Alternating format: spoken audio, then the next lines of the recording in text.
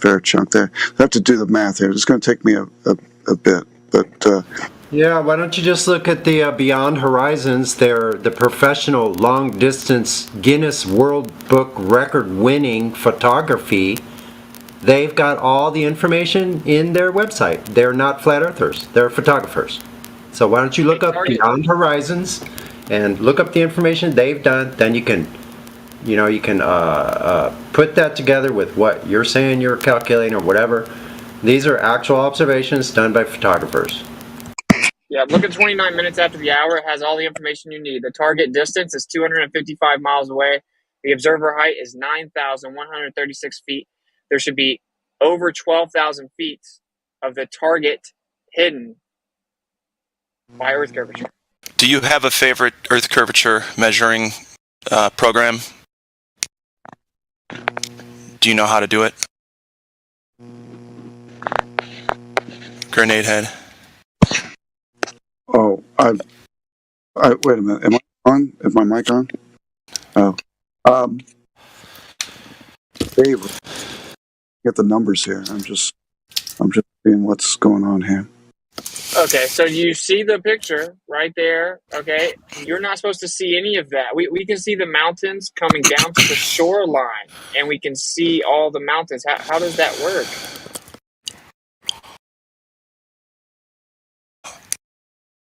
I'm Sorry. I'm going to research this a little bit. I'm not going to sit there and make a comment about it until I know more about it.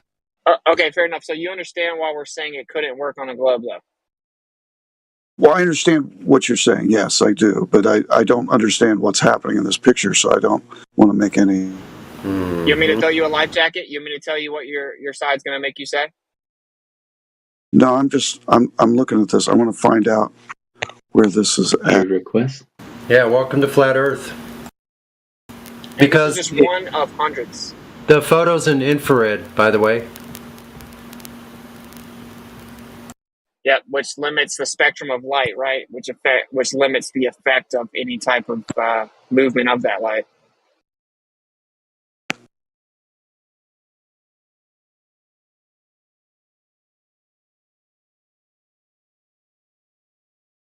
I mean, this is so staggering. It's not even close. It's 3 miles should be there. 3 miles. Well, why can't I see the shore, dude? There aren't 3 miles there. There's nothing there. I can see the shore. 3 miles. That's super long, bro. So drive 3 miles on the road and then flip that up vertically. That's what should be there. Yep. I mean, you wonder why Flat Earth's censored? You wonder why famous people would never debate a Flat Earther for the world to see? You want to know why I've been kicked off PayPal for being a Flat Earther? And Venmo, and Twitter, and Facebook, and Instagram, and YouTube, and DLive. Can I ask you a question? Yeah, go ahead. What makes you trust your own vision so much? Well, it's not really about trusting my vision, right? It's falsifying the globe radius. Are you saying that if I can see mountains and they look exactly like they're there, and I can go touch them and know they're there, that it looks like they're actually there, like they actually are, but in fact nothing's there? Is that what you're saying? No, I'm saying that almost every single quote unquote empirical science, globe priests, whatever, one of the main first tenets of every science is that the first observer is the least reliable. So I'm wondering how come you're saying that your measurements taken by your senses are reliable. Okay, we can do this. First of all, measurements, right? So the way we have measurements is we measure the Earth. That's how we know the mountains are that far away, because we measured it using planar survey, right? We measured over a horizontal. That's how you have maps. That's how we measured it. So we know how far the mountains are. Now, if we can zoom in with a camera and see all the mountains, we know we did not zoom in through a mound of Earth curve, right? Mm-hmm. So how? I don't even know the question. And there's many ways you can do. You can shoot a laser over the top of water or a frozen lake, and it hits the other target completely horizontal without any curvature blocking it, when there should be hundreds of feet blocking the laser. You can use mirror flashes. long distance observations test the globe, right? You're not supposed to be able to see stuff in the distance because we're supposedly on a globe. And is there is there empirical evidence to suggest that a device that does not require your any of your sensory input will demonstrate that there is no curvature? Because personally, I don't believe in anyone's firsthand accounts or anyone's firsthand experience Do you on believe that globe people or went to flat. space? Do you believe people went to space? I don't believe any of their firsthand accounts. Okay, nice. Just seeing if you're consistent. So we can throw the moon landing out and every story NASA said because we can't believe them. It's just first-hand accounts of people that are Masons. I don't believe anyone's firsthand accounts. Okay, Okay, that's perfect. so- That's perfect. We want you to go test it. I've done it. I did it around the whole U.S. for the last year. Almost everyone in this room has done it. This is one of thousands of observations. You can test it yourself. So would that fulfill your parameters where you can verify or falsify it yourself? Sure. Can you explain to me the experiment? Well, this is an observation. This is actually not an experiment. But yeah, you just take out a P900 or a P1000 and you zoom in to the distant object and you see if it's blocked by Earth curvature. That sounds to me like your senses with a filter on it. Oh, Very, so you're saying very, that very rudimentarily. Oh, so the 125 times zoom camera is making images up, is what you're saying. No, I'm saying it's filtering your view. I mean, like it's zooming in. not. It's still filtering your view. Your view is not. How is it filtering it? So it's not your original. Like it's the same. So light enters the camera. Light enters the camera. So tell us how it's filtering it. Please. Light enters the camera. It's refracted by lenses and changed and zoomed in whatever way you've set it, and it hits your eye. And that's not. Wow, that is actually incorrect. So light hits the object you're looking at. Light hits the atom you're looking at and bounces off directly at you. We're assuming that nothing else occurs outside of this. It bounces, goes inside the lens of your camera, goes through whatever reflective lens and whatever mode or settings you've put, and then hits your eye. So the baseline receiver of said at all interactions is your eye. So you've been told to not trust your senses, and what you're telling us is a religious doctrine that comes from your school of thought that has basically been driven into you that you can't trust your human senses. So congratulations on that. We're talking about empirical evidence that can be verified by measurement. Do you know what a measurement is? Yes. Do you know the difference between a measurement and a calculation? Yes. Could you explain the differences, please? Sure. Do you want like a dictionary definition, or do you want my perception of it? You said you know, so I want to know how you know the difference. Tell us the difference between calculation and measurement.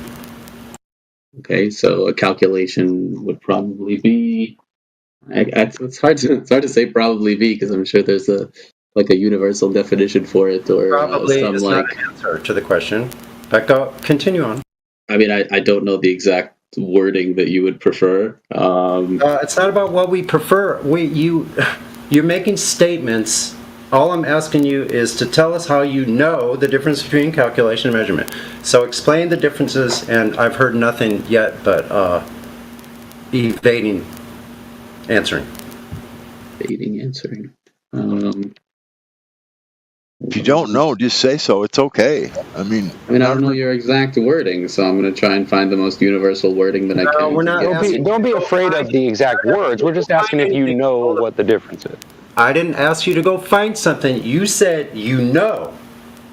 Okay. So I'm asking you, what is the difference you said you know between calculation and measurement? And you can't seem to tell us. Okay, I'll just ask you directly. What is a measurement? A direct measurement. What is that? A direct observation of. No, I didn't say observation. I said measurement. What is the definition of a direct? I'm trying to explain to you without using the word I don't want measurement. an explanation. I want a definition. What is Okay, a so then I'll find you a definition. I'm not a dictionary. So you don't know. So I don't know the definition. No, I You don't know the difference between calculation or a measurement. You don't know what it's singularly, what a measurement is. You've just shown that to the whole entire audience. Thank you.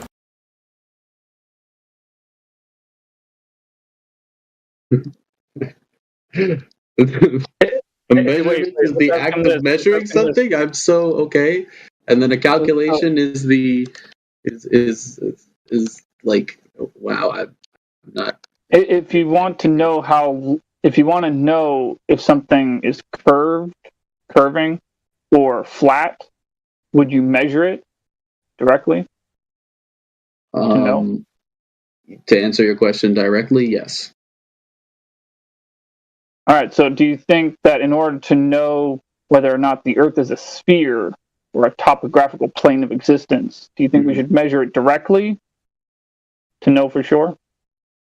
I think to know for sure you can measure it directly, yes. However, like for me personally, and the results of an experiment that I would accept would have to be, again, where none of your human senses are involved, because I don't trust human senses. I believe that very simple things your senses are usually wrong about.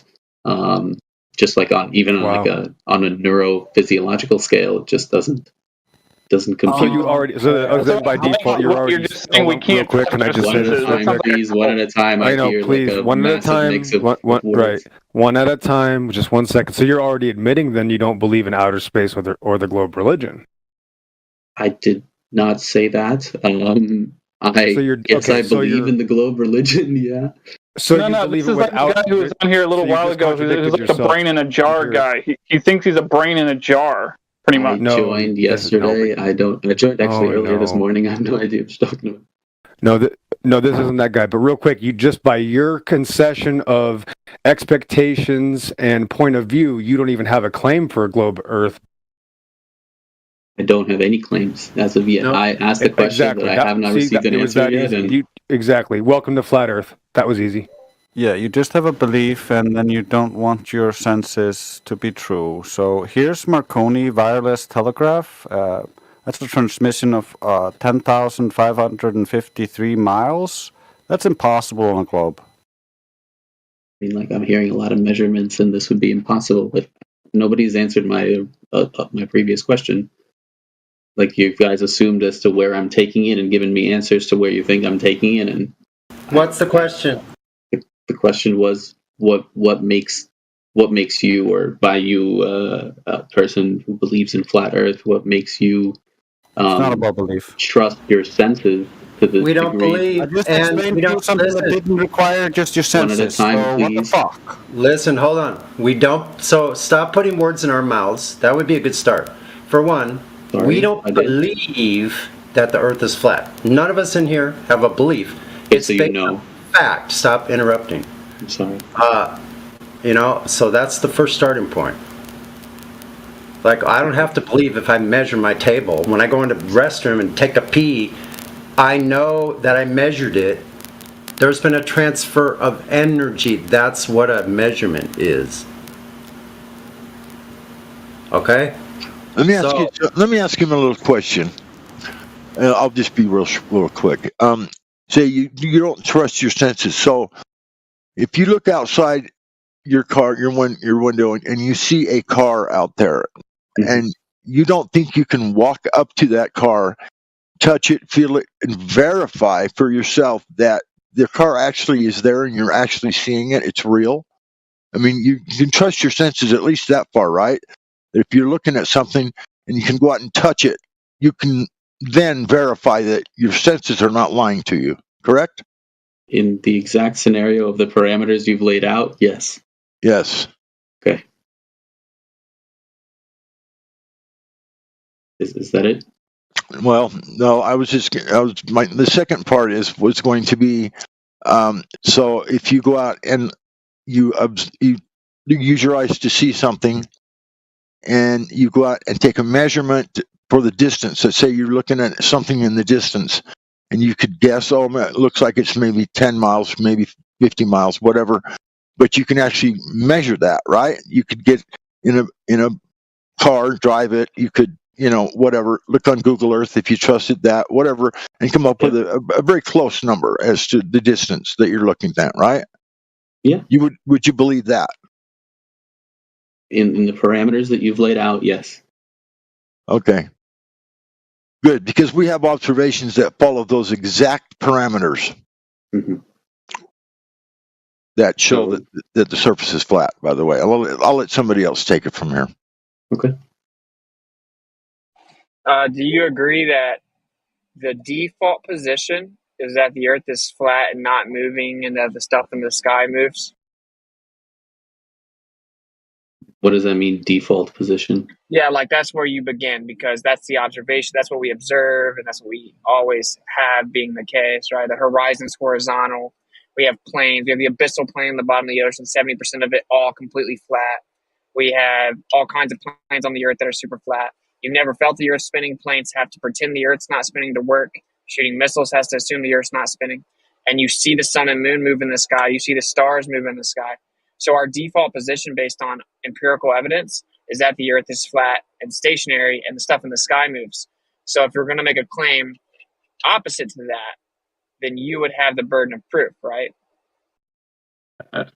Can you say what my claim was?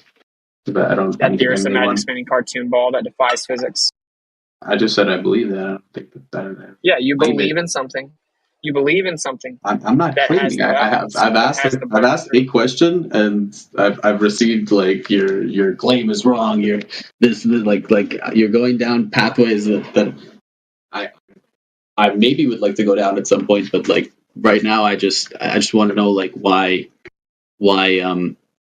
like no quote unquote globe priest trusts their senses, but flat Earth, like everyone. Do you have a citation? Do you have a citation for what you just said about no scientists believe their own senses? Can you give us a citation? Which scientists? Well, I don't have a specific citation. There we are again. So you're making these claims, bro. I'm just trying to point them out. I'm really not a bad guy. I know I sound like the bad cop today. I make a really good bad cop.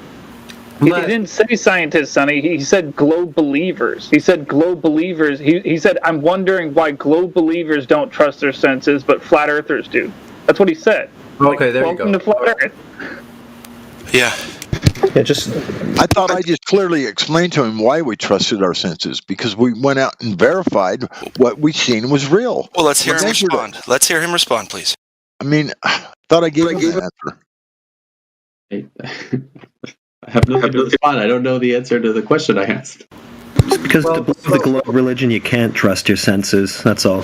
So here's the thing: why flat earthers we don't have a belief. Because see, you've come into a place where we've studied and we've investigated these things about the human eye, the sizes of things, ocular resolution, like all the how perspective works, all these different things that we've looked into. That's why it's not a belief anymore, because you can take the size of the aperture of the eye and you can make certain reasonings based on that are real, empirical data as far as size, distance, and so forth. So we've done measurements where we have known distances, known heights of objects, over and over and over and over again. It's like measuring your kitchen table 1,000 times, or measuring every kitchen table within 100 miles. Like, we've looked into this, so that's why it's not a belief anymore. I wanted to clear that part up. What you have is a belief. You have a belief because you cannot provide any kind of empirical data of anything exacting or specific at all about your fairy tale globe. I'm laughing because I have nervous laughter. I apologize. There's nothing that you can provide. Listen, if you could even provide us a claim that a globe Earth is being used in any technology that is using real physical objects, over, under the water, anything like that, we would love to see that, because we've looked for it for almost 7 years. I got a question too for the new guy. Why are all flight simulators, and yes, all of them, programmed over a flat stationary Earth? Why would they do that? Why would they teach them that if it's a globe?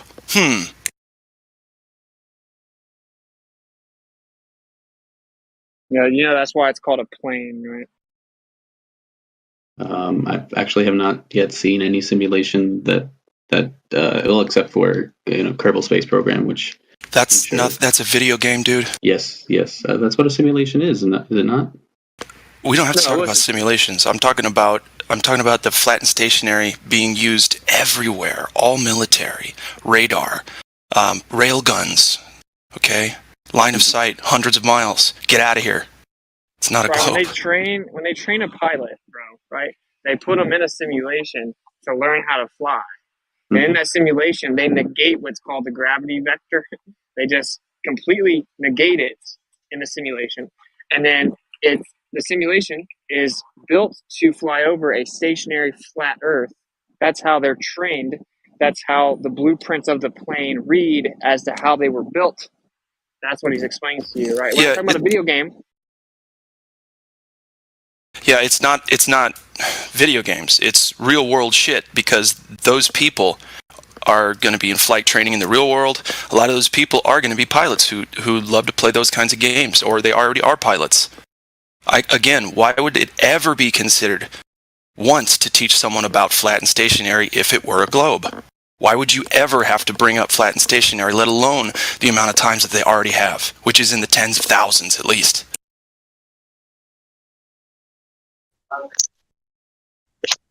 What's up, y'all? You gotta admit that's kind of weird, bro.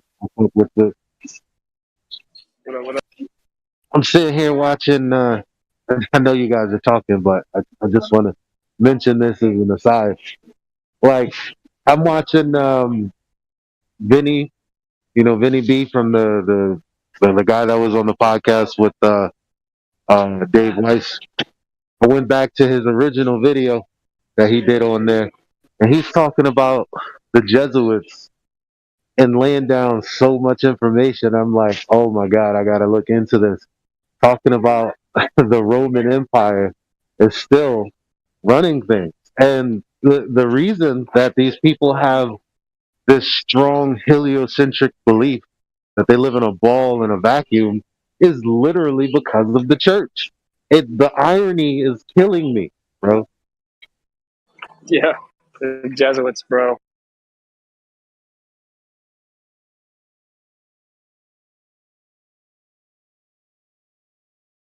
That's got to be pretty shocking. I mean, think about that. Iron Dan, is it Iron Dan? No, it's Iron Dan. Is it? What do you think, Iron Dan, that your whole entire paradigm of the space thing, the Big Bang, was created by a Jesuit, a Catholic priest? The entire thing? Yeah, George Lamont. Yeah. He proposed the Big Bang. And you know he was buddies, many meetings with Einstein, other pseudoscientists of the period. Okay. Which is why we say heliocentrism can't really be that old, because all of the other sources for it, they're not primary sources. Like Eratosthenes, nobody knows this man existed. There's no other literature surrounding where he's come from or wherever he's come. Like, none of that is. You can't really verify any of that, even from a historical standpoint. Yeah.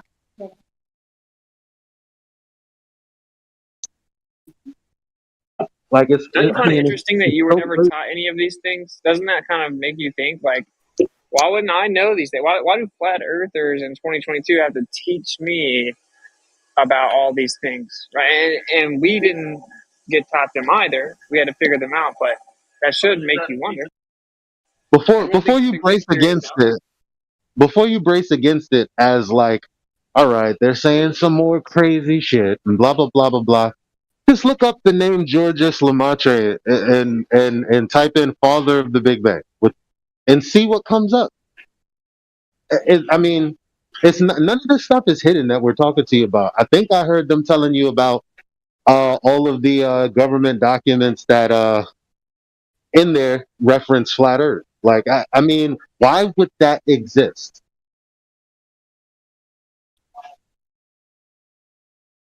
Think about it. You can actually go get these documents and read them, where they say that they train pilots and build planes to fly over a flat plane. What you do have is YouTubers who tell us no. What you do have is various YouTubers that popped up after people have been questioning flat Earth to tell you that, well, mentioning that stuff is in there is out of context. Tell me how you can simplify mathematics for a sphere to flat planar geometry. How do you? It's not even the same thing. When they say, "Oh, this is just the simplification," and they're actually misleading people. Okay, well, whenever we ask them for the complicated version, that doesn't really exist. So it's kind of like you have to fact check the fact checker. Because imagine you find out some bullshit, then you go to a person and you're like, "Why'd you lie to me?" And then they give you their first objection. Do you normally go, "Oh, okay, I guess you're right"? No, dig into it a little deeper. Have them give you verification for their justification. Can you imagine flying a plane and trying to land on a surface that was spinning or moving at 1,000 miles an hour? And people want to say, "Oh, it's your momentum you took with you." What if you turn the plane and go opposite direction, and then turn around and go this direction, that direction? Then you go to land on an object that is spinning at 1,000 miles an hour. How do you really think that's possible? Do you really think a plane could land on an object moving that fast? Answer your question directly, no. That's exactly right. Hey, Iron Dan, you can read, right? Simple. Before you, I'm sorry, I don't mean to interrupt. Because I'm just trying to dispel, because I know what people, like normal people, respond with. And okay, so obviously you can look and then people will say, "Oh, flat earthers are wrong again because actually it's 1,000 miles at the equator, not everywhere." But it's really an RPM, right? So if you have a surface of something that's moving like a sphere, matter of fact, I'll do you one better. Imagine something spinning like a tire. Or UFK. Does it matter where you put your finger on that tire that's going 100 miles an hour? Honestly, it's not like it's not going to be moving if you land on one place of the tire versus the other. Like if you land on, say, like the middle, like where the axle is. Mm-hmm. No, it's still moving. Mm-hmm. And as far as Earth's movement, there's no accounting for it whatsoever. Mm-hmm. But there's a justification for why not. It makes no sense. I'm sorry. We can't find any citations where it was empirically demonstrated to measure or detect the RPM of the Earth. So many people tried in history and never actually did it. Mm-hmm. In fact, Einstein said that he's come to the conclusion no optical experiment would ever prove the rotation of the Earth, the movement of the Earth. So even Einstein said it can't be proven, and that it's because of relativity. And then, basically when things fall down, really the Earth is could be going up as well. It's all relative, and there's no way that you could know. So it may look like it's still, but it could just be moving. That's the actual, still to this day, best argument. Mm-hmm.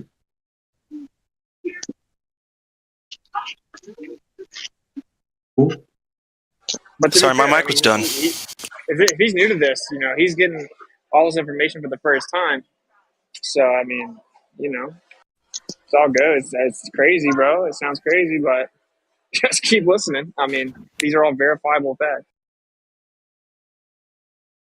If you really think about it, you've never seen Earth curvature, right?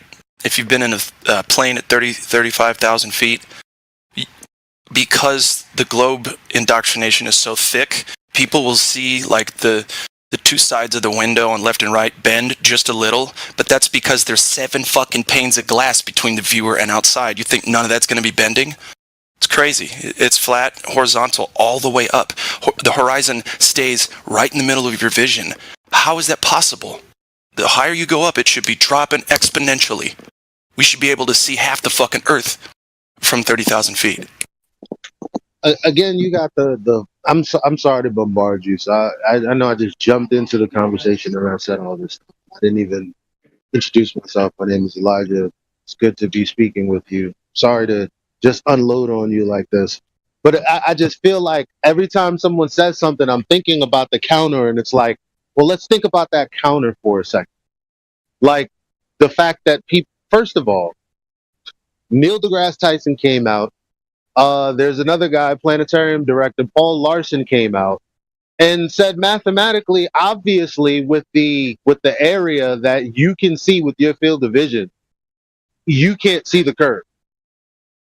In response to us sending up balloons to, I think, 120,000 feet, and it was like, where's the curve? Why is this curve that they're telling us is the curve? Why do we not see it when we send up balloons? Which is why they had to start saying that. But ask yourself this, like, for all of the, because there's a flat earth debunk website that says, yeah, Neil deGrasse Tyson is wrong and he should apologize. Ooh, scary words. But if it is curving in your field of view, just put that image in your mind for a second, that it's curving just a little bit. And then begin to do a turn. And when you get 180 degrees in your mind, tell me how that curve makes sense. As a matter of fact, tell me what you can get on a plane and you're looking out and it's curving. So then you go to the other side of the plane and it's curving the same way. How does that make sense? But this is what they tell people, and this is what they've reinforced people with. I've seen the curvature on the plane. I've seen it. You know, because it's on like Good Morning America or whatever. It's like, oh yeah, people. Of course, people. No, they haven't. And if you claim you have, it's like, word, you seen the curve through that little window, and then you didn't really think about what happens if you did a 180 degree or 360 degree on that curve that you think you see. How does that even make sense geometrically? Did you know that every single star in the sky moves east to west in a circle around Polaris, the North Pole star in the center? And it's done that for all recorded history of mankind.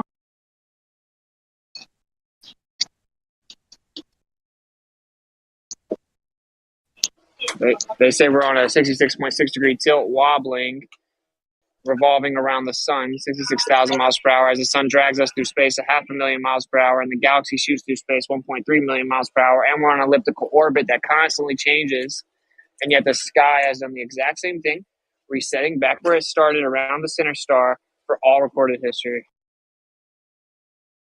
Which indicates no movement at all. And that all of those stars reset at exact geographical locations over the flat plane of Earth, as they have for all those thousands of years as well. Surely you've seen these ancient buildings that show the summer solstice. They show the sunlight coming through a little hole in the wall, and it shines on a specific spot. And they view that every year, year after year after year after year. If we were spinning, flying through the universe or whatever, you think that light, that the sun would shine on that exact spot every time, the same time of year, exactly in the same spot? It's impossible, bro. We're not moving. That's why.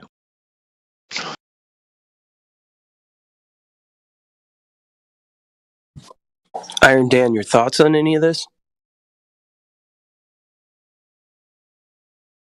At this point, I feel as though anything that I say is gonna create controversy, give me name calling, and No one's gonna call you names, bro. That's not what we're about. the Hasn't live happened stream yet, voice has it? text would disagree with you. Well, why not? Well, why not answer the question? What was that about? You know how weird it was to say, "What are your thoughts on what's been said?" And for you to say, "Well," unless you're gonna answer with a non sequitur, aka things that are totally not related to what's been said, which would kind of piss off anyone in any conversation. Why wouldn't you just answer the question as it relates to what we've tried to say? I mean, I know we've said a mouthful. Maybe you could say something like, "Could you repeat that thing about the Jesuit priest? Like that was interesting. What were you saying? What was his name?" Or something like that. Like, I mean, because unless you're gonna say what we're saying is wrong, in which I mean, only thing we're doing is citing information. Why? Because we didn't make it up. Right, but he's not being real combative, right? So like he came in here, you know, maybe thinking that this was crazy, but to be fair, if someone was going to be honest, if we were unloading information on him like this, they probably would kind of not have much to say because it's a lot to take in. So Yeah, Well, I it mean, is. you can hold on. You can just say, "I don't really have any comment right now," because it's a lot to take in. That thing about people be mad if like I said, only if you don't respond directly to what's been said. If all you have to say is, "I don't have anything to comment right now, but I do have a question," that's honest. Or it's I mean, it's better than nothing. Sure. I don't. It's hard to recollect a lot of the things that you were saying. I think it's interesting the analogy that you made about the spinning tire. You said 100 miles an hour, right? And you said at any point Right. that you put your finger on the tire, it's still 100 miles an hour. Right. Okay.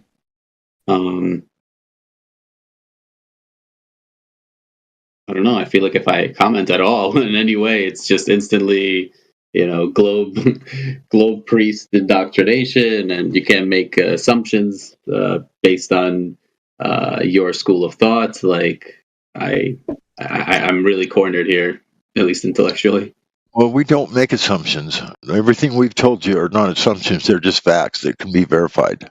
So Yes, but like when I'm solo and there's like 30 of you, then everything I say is assumptions, and everything you say is assertable fact. if you state a fact, we're gonna go with it, dude.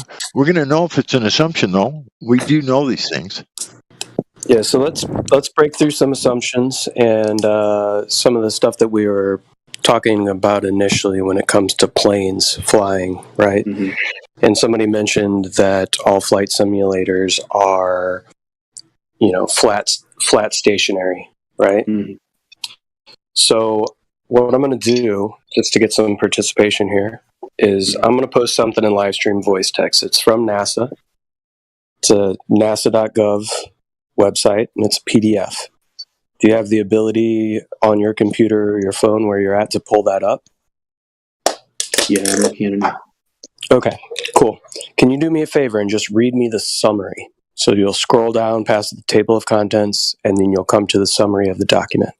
Can you do me a favor and just read that aloud? I'm not going to read it out loud. I'm sorry. I'll read it to myself. I mean, you can go through it slow. Nobody's going to make fun of you whether you're mispronouncing something or anything like that. That's not the exercise I'm trying to do. And let me know if there's anything in that summary that stands out to you. If someone read it to you, would you listen to every word?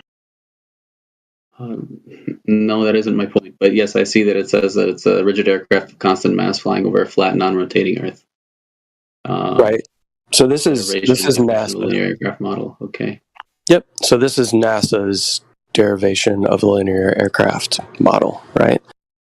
Okay. Why would they utilize that language, and why would they use a flat, non-rotating Earth for their aircrafts? Why would that be the case? Why do you think that is? Because this is coming from NASA, right? Which is obviously you've heard us say that we don't necessarily trust NASA. So what we're doing is we're using what's called a I don't either, hostile. but Yeah, we're using a hostile witness. So we're using NASA as a proof of our point here. okay. Fortunately, they're telling the truth on this document. Well, yeah. So people's lives are at stake when it comes to flying planes, things like that. Yes, Right. exactly. So when people's lives are at stake, we have to assume that it's a flat, non-rotating Earth. Right. I mean, that's the only way NASA can fly anything. I mean, what does NASA look like not being able to fly anything? I mean, even if you go ahead, brother. Oh, I was just gonna ask your thoughts on reading that document from NASA. Do you have anything that comes to mind? Anything on your mind? I'm going through the introduction right now. The only reason I could think of that they would be specifying over a flat, non-rotating Earth is because, as you mentioned, that's what their current model that they're speaking of here in, what does it say, 1988? 1988. The model that they have for linear aircraft. It doesn't even say flight. It just says just a linear aircraft. Right. So, why would they have that in the 80s if they went to the moon in 69, bro? Those sound like two totally separate topics. It seems like the only reason they would support that would be because they're, especially early models like models and simulations definitely just couldn't compute a full rotating body beneath you. To do that, you have to render the whole body. That's ridiculous. Otherwise, it's just like a treadmill. So you just assume that the thing is the exact opposite of what it really is when you're preparing to fly over it? That's ridiculous. Hey, you Well, want to know why they? You want to know why they can't do it? Wait a They minute. actually. What's it? This is one of those moments where everybody just needs to take this in, because realize, everybody, we all know this matches reality. This matches reality. Isn't that crazy? And that's the point, is that this model matches what we experience. Wow. That is kind of ironic. I want you to know, though, like they can't even mathematically propose it on a spinning ball. So they actually can't even come up with an equation. It's called the three-body problem. They can't do the math. They have no choice. Like, they can't even mathematically explain this model. But like you said, they model it based on reality because they're flying in reality. And if they don't do that, people would die. So the linear verbiage there, linear being a straight line. Yeah. So that would insinuate that this model craft is flying at least in a straight path. Do you see kind of how this kind of comes back to what I told you at the beginning, bro? Like how this is actually the default position, right? Because like all observations and measurements show the Earth is flat and not moving. And to do anything successfully in the real world, practically, whether that fly, shoot ballistic missiles, use ground weapon system towers, whatever it is, you have to assume the Earth is flat for the practical use case to work, right? For you to be able to practically do things, you literally have to treat the Earth as if it's stationary and flat. So it's the default position. It's the only way anything works. So if you're going to claim anything else or believe anything else, you have what's called the burden of proof, right? You have to substantiate that what you're claiming is true, even though opposite to all evidence ever. So, for example, in this case, can you find us a document that describes how nonlinear aircraft work on a curved Earth? I can't, no. You could try. You didn't even try. Come on, give it a search. Give it a whirl.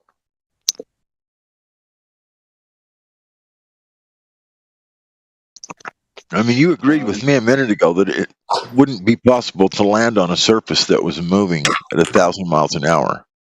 I agree to your direct premise. Yes, I don't agree in the sense that a plane taking off, like you said, the detractors would say, is that that Earth constitutes an inertial frame of reference relative to the rest of the quote unquote heliocentric model, and when that plane leaves the ground, it still maintains the momentum of the rotating Earth relative to another body that is within the same heliocentric model. So that would be relative to the moon. But you didn't. I guess you didn't hear the part where I said the plane went up and turned and went in one direction and then another direction and another direction, which takes away all that angular motion, all that momentum. It's gone at that point because you're going in completely different directions. There's also a problem when you're traveling from the equator and towards the imaginary poles on the ball. You're going from an area of higher rotation to an area of lower rotation, so there should be a deceleration somewhere. So turning in a plane is not just turning; it's also I'm sorry, what are the four forces? Lift, drag, thrust, and load. No, weight or load. I don't remember. On a flat Earth. Yeah. So when a plane is turning, there's a lot more involved than just turning. There is first it has to bank, right? It has to. I'm not talking about turning. I'm talking about the change. I'm answering the previous gentleman's. I'm answering the previous gentleman's thought where he said that you're losing all of the inertial momentum imparted on you by turning. I don't believe that's the case, considering that the atmosphere moves with the Earth. Not exactly right. It's not. Give me evidence of this. I'm sorry. I was told I shouldn't interrupt anybody. So could you? Well, when you make a baseless claim, can you? I'm asking you to clarify your baseless claim. Can you give us evidence of the gas being attached to the rotating object? I'm not saying it's attached to it. I'm saying that it's a part of it, so to speak. If we are to follow the premise of the globe model, my point ultimately, like I'm not going to go into stuff that I can't prove to you or that I don't know personally, but I will tell you that. That violates gas law 100%. Gas does not attach or bond to anything. That it violates all gas laws. Sorry, that was wrong. That was wrong of me. I didn't mean to phrase it that way. I meant to say that the air still acts upon the aircraft, and still, like, the momentum is still conserved somewhere, right? So, so if a plane turns, the momentum of the plane changes, but some energy is still dispersed into the air. Some minimal amounts of it, but it's still primarily efficiently pushed in the direction that the flaps are turning it in, and thus going in that direction. However, you're still conserving the same momentum that you had when you took off, because if that were not the case, if there was no atmosphere, for example, and it was a rotating ball, then yes, you would have to, depending on the speed that you attained in the plane, and that could be honestly however much the proportion speed, whatever of said thrust generating source. This is what I wanted to ask you before we got. Look, okay, because I just wanted you to think about the words that you're using initially to justify this. But I'm going to ask a question, which is kind of annoying to us, so I would understand if, but trust me, it makes sense to ask this. Sure. What kind of momentum are we talking? Linear momentum or angular momentum? That you're discussing right now? Well, when you say it has to conserve momentum, which kind of momentum are you thinking? Because I would be thinking angular momentum, seeing is that you're traveling over a curved surface. You are, but but as the globe priests say, you're moving at 1,040 miles an hour before you even take off, right? And then depending on the direction that you take off, and the vector in which you take off, a red herring. And let me explain why. Because it's not dealing with the kind of momentum you're saying you're conserving. I'm just asking you which one you think it is. I don't know. I just know that there's no such thing as absolute motion, and that every motion is relative, and the plane is relative to at least in the context that we were discussing, the plane is relative to the ground from which it takes off. So right. So the ground is curving and the air is curving. So you would have to conserve angular momentum. How would you be doing that? Seeing as that you're flying a linear aircraft. I mean, have you thought about it before? You don't have to force an answer. I'm trying to force an answer that makes sense to me, let alone applies to either globe or flat. Okay. But it doesn't make sense. Like for instance, if I spin a yo-yo, the yo-yo portion is attached to the string and it's attached to the rotation. However, if I cut off the yo-yo, it's going to fly off in a linear fashion. Well, obviously, it's going to drop to the ground at some point, but we're talking about moving in a linear path. So, and without the influence of gravity or any sort of atmosphere or anything at all, then yes, it would most likely be linear motion. But it's not, considering there's so many other factors involved when a plane takes off the ground, like 4 forces, right, that I mentioned, which is drag. That's what we're saying. Why aren't the ones that are actually manufacturing the aircraft or flying the aircraft, they're not doing any of what you're saying? Why is that? Well, they're not doing it in 1988, and they're not doing it based on this assumption of a linear. No one's assuming anything about a rotating globe underneath the aircraft. Only flat and stationary. So I think it's because it doesn't make sense to assume that it is rotating, because it wouldn't have an impact. In the sense. Do you realize that all you can do to argue for the globe is go on and on trying to explain why we never experience Earth as a globe? I also want to point out, like, you could put it that way, yeah. This argument now a couple of times of in 1988, like, it's just so outdated. Don't you think if they came up with new information, NASA.gov might have updated that information? Yeah, because actually, the other gentleman is right. All you have are excuses for why none of us ever experienced, nor has anyone ever experienced, a rotating globe. Yeah, just nothing to explain the ways. That's excuses. How long has the Boeing 747 or the 737 been in use? Do you know? No, I don't know that. Okay. Well, because we've been flying planes the same way since 1988, right? The surface of the Earth hasn't changed. The way that we fly these aircraft really hasn't changed much, right? Okay. So, at what point does the spinning, rotating, and curving Earth come into play? What year? What year did we have to account for? I'm not saying that it does come into play at a certain point, but I just, like, it doesn't. I can't even give an example that makes sense. Like it.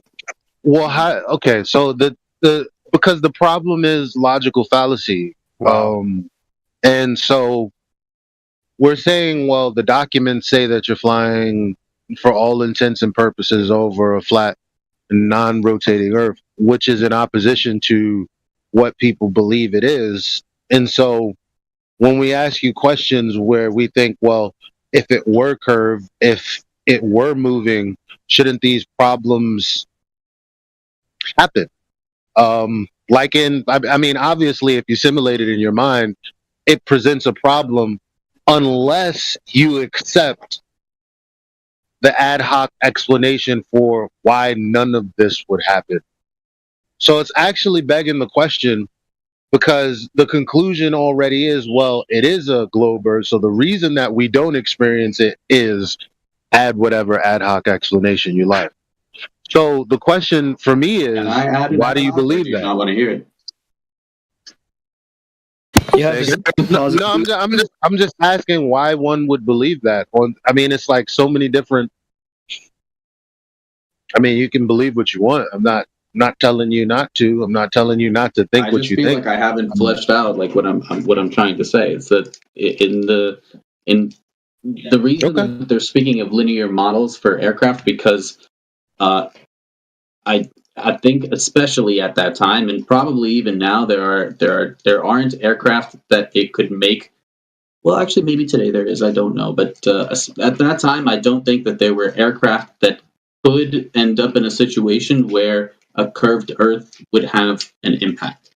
And what I mean is that if you were to, let's say, for example, that you are flying through an atmosphere filled with air, because that's what you can't have quote unquote flight with. Can you provide? I'm sorry, I didn't mean to interrupt, Dan. I didn't mean to interrupt you, but can you provide a citation for what you just made a claim for? Sorry, sure. In the very first part of your statement, just now, you made claims. Can you show us a citation where that is, or are you just making it up? Could you repeat the claim that I made? Oh my God. I'm sorry. Like I'm not tracking what I say. If you're tracking what I say, then you should be able to repeat it. I don't think you even know what you're saying. That's what sophistry is. Sonny, everyone, can I just point out what he just said, though? Right before Elijah started speaking, he said, when asked about it, he said, I don't even have an example for the globe Earth. He said, I can't even come up with an example for why we would need to operate over a globe Earth, and nobody noticed.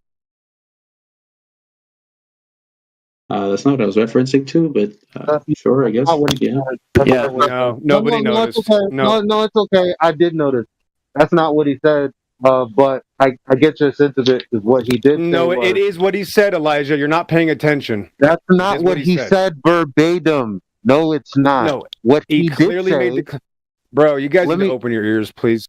But can you not interrupt and allow me to actually repeat what he did say, so you could say, you know what, you're right, that's more accurate, or no, that's not what I heard. Do you have to be this oppositional? Okay. So what he said was a whole bunch of trying to explain why you would have a plane conserving momentum after I made the thing about the yo-yo and yada yada yada. And at the end of that statement, he said, it's not really making sense to me right now. I don't even know how to explain it. I'm saying I can't give you an example where that would where like where that would make sense.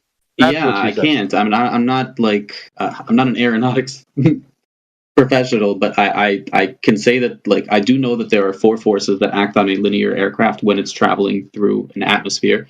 I mentioned That's what I wanted to say. That's what I wanted the citation for, right there. I need something stating that those four forces. Right there. Sorry to interrupt you, but you move too fast, and it's like a moving target. So right there, you said there's forces acting upon it, so we need a citation. Can you provide that citation for that statement? Sure, I definitely can't. If that's incorrect, how it's used in linear aircraft model, please show us where that is. He said he can't do it, man. Like, this is the only beef I have with this place sometimes, is like, it's probably pretty hard for someone new to the subject, right? Yeah. And so if someone is being decently honest, where he's speculating answers, and when he's told why it's wrong, he's trying to figure it out, and he admits it doesn't really make sense, we don't need to make it more difficult. He said he doesn't have the citation. I think the point is that instead of just making claims in your head, right, it'd be more productive if we can actually discuss things that can be verified.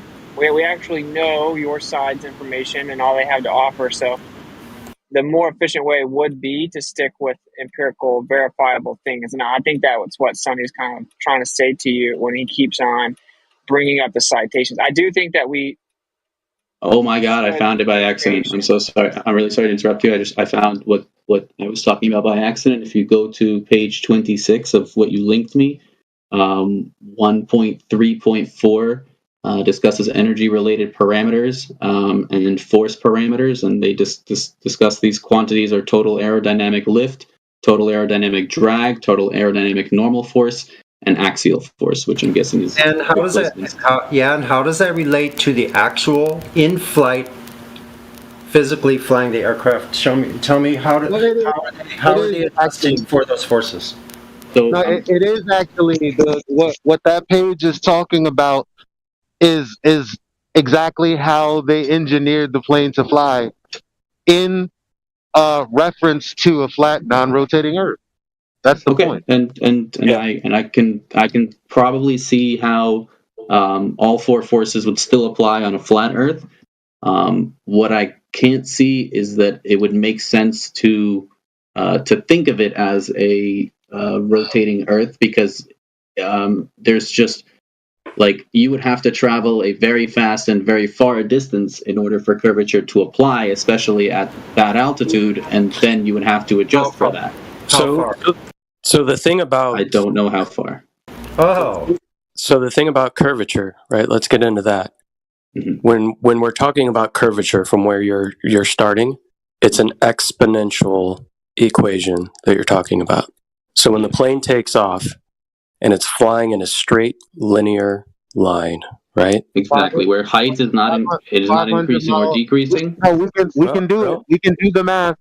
I'll help you out, and then I'll let the guy that was just talking previously take back over. 500 miles an hour. So, how much drop would you have to negotiate with that? I don't know, but it would have to be relative to the plane. I'm really sorry. The spherical plane on which it is in the atmosphere relative to its height above sea level. That's the only the universal one on the globe. And so as long as that doesn't change, then no extra force would be needed to climb higher, because then gravity would be, a different load, a different weight force would be. It's not about extra force to climb higher. It's about the floor that's dropping away from you at 500 miles an hour. So think of it this way. Yes. Think of Everest as a plateau that has a airport on the top of it. Your plane takes off from the top of Mount Everest. Okay. And you have a slope. We can even use a slope, which isn't an exponential curve, right? If that plane takes off and it flies flat and level, like planes do, mm-hmm. as it takes off and the mountain below it begins to drop away, mm-hmm. is it gaining in altitude? Above sea level, yes, technically. So at what point would it be going downward to either follow some sort of curvature? Does it do that? Does the plane how long it flies, right? Like it has to fly a certain distance in order for it to even begin to account for curvature. Otherwise, if it didn't, it would technically be climbing as it went straight. Right. So think of it this way: no matter where you're at on the ball, from your perspective, you're on the top of it. This is why I interrupted the first time. Because he seems to think that you have to fly a vast distance to have to negotiate the amount of drop there would be in an hour. We can even break it down to minutes. Yeah, I was just trying to assume it was just trying to say anything about distance or time. Can somebody just pull out like a quick Earth curve calculator and figure it out for him? Because that seems to be his main point of contention. So let's deal with it. Well, I was trying to display the fact that when that airplane takes off and it's flying flat and level, you are flying tangential to the curve, right? So then we can do the math and we can figure out how much curvature it would be that would be falling away. So if the engine is never given extra power, and if the engine never decreases in power and maintains straight and level flight, no extra force is applied on any four, then on a curved Earth, like the simple act of traveling straight would technically make you go straight. Like you're not going to fly off the globe just because you've changed trajectory. And if you do, you would be gaining elevation. You would need more power from the engine in order to continue to move further away. Exactly. That's exactly. I don't understand why you're saying that. You can't say fly straight, aka in a tangent, when the ground is not. The ground is curving in relation to the tangent that you're flying. Like it doesn't and a certain amount per distance, right? That's what I'm trying to get to. Do you not think it's significant? So it depends, right? Like if we're doing the example of Everest, doesn't really right? depend because you can use the example of just say 0 altitude. Just use the curvature of the Earth. Obviously, it would have to be more because the radius would be increased the further in altitude you go. But just using 0 altitude to tell you how much curvature there would be would suffice. The question is, does anybody ever have to account for this kind of drop when they're going straight in a tangent in relation to the curve of the Earth underneath them?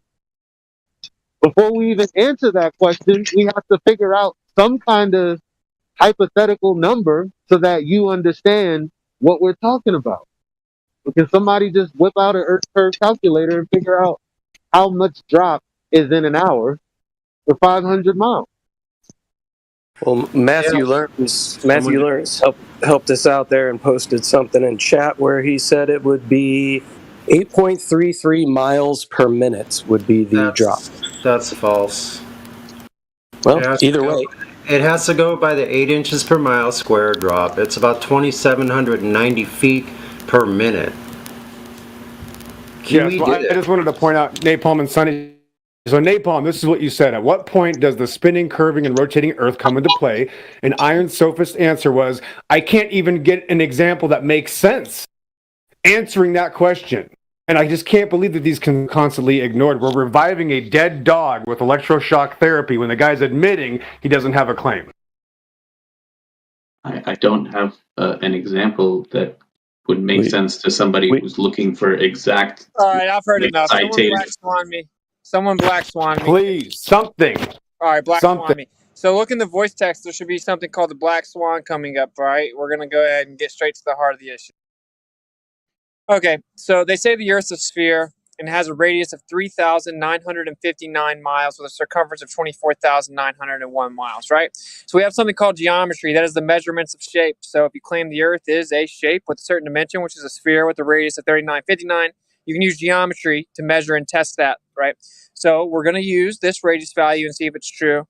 Now, if we are on a sphere with that radius value, if we're 1 foot above the surface, we would see the curvature of the Earth, the geometric horizon, at 1.225 times the square root of the observer's height in feet, which I said was 1, which means you would see the horizon at 1.2 miles away. So very simply, if the Earth's a sphere with a radius of 3,959 miles, if you're 1 foot above that sphere, you have to see the geometric horizon no further than 1.2 miles away. We have an observation right here, 1 foot off the surface. The horizon is over 10 miles away. This is utterly impossible, geometrically impossible. On a sphere, the radius would have to be 264,000 miles. What this means is we have falsified the globe Earth radius. Did you understand that? Wait, did you just plug in 1 foot and one point? I think it was, you said 25 miles in the same equation without equating the variables first? 1.225 times the square root of the observer's height in feet is how you determine where the curvature is based on geometry if you have a radius of 3,959 miles. Are there different variables in that equation? Because if not, then there will be... No. Andrew Thomas Young, San Diego State University Astronomy Department. Comes from your side. That equation. Could you post that equation, if at all possible? Wow. Sure. So, real fast, we encourage you to verify the equation. This is not our equation. He just now invoked Andrew Thomas Young. That's the subject matter expert for your side. We are using your side. We are testing your claim. So if the math is correct, which it is, do you understand the argument?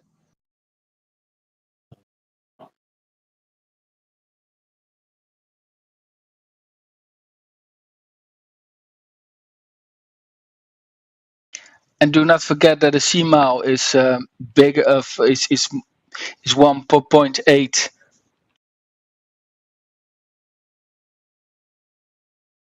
If you're talking about nautical miles versus statute miles, you would multiply the nautical miles times 1.15 to get the statute miles, the regular miles that we're used to.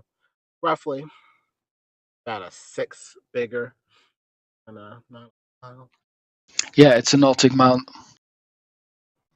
Well, you really need to make sure you understand this and address it, because if that radius value they told us is wrong, the entire model is also wrong. The entire model requires the radius value be accurate. I just light is bending exponentially. Okay, that's just, you're just saying words. So I'm trying to read. People are speaking and reading at me at the same time. Oh, okay. No, I'm not. I'm trying. I don't want you to get worked up, man. I just want to help you out here. You were lied to about the Earth. Not a big deal. It's not a big deal. It's a big deal, but it's not a big deal. You know what I'm saying? Don't make it weird.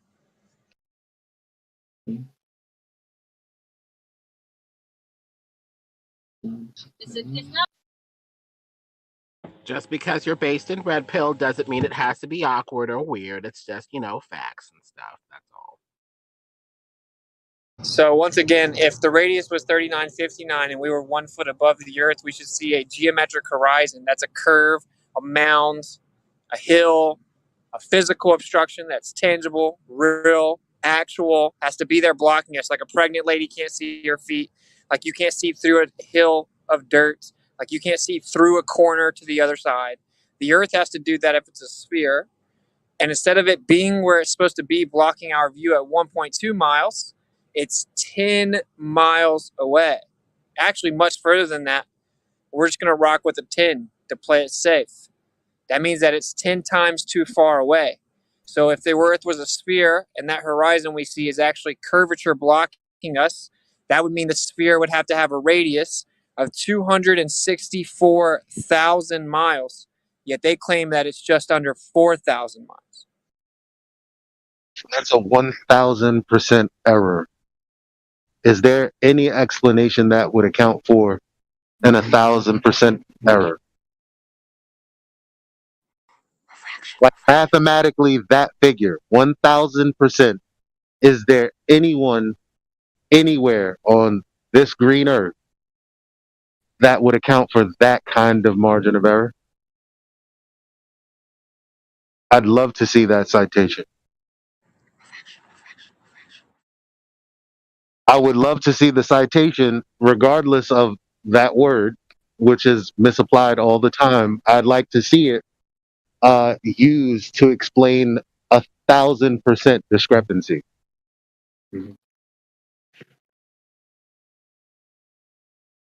I mean, there is no reason to talk about planes. There's no reason to talk about how you think it could work, how you think it could be a ball. None of it matters. It all comes down to this right here. All of it. Let me explain to you why.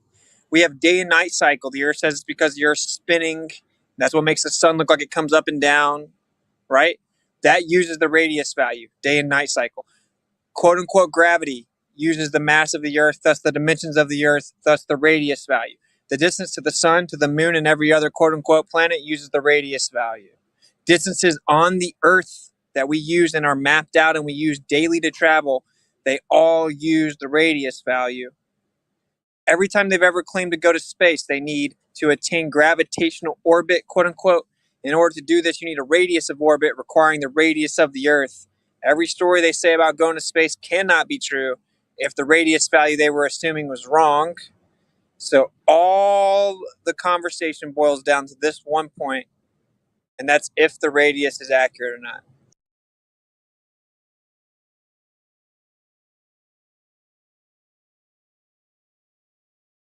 And we've got dozens of observations that verify this exact same thing, that the radius is not what they tell us. Now, technology just outpaced the lie. Now we have Nikon P900s and P1000s with 83 times zoom and 125 times zoom, and we can go test it for ourselves. Right? When they came up with this idea, they did not have the P1000. So technology outpaced the lie. They actually discontinued the Nikon P1000 at Best Buy recently. Maybe the number one selling camera in the world for like 3 years. Maybe you would wonder, why would they ever discontinue their number one selling camera ever?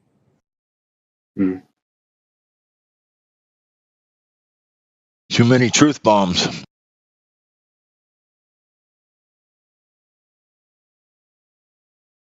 People are going out there and measuring flatness, regular people.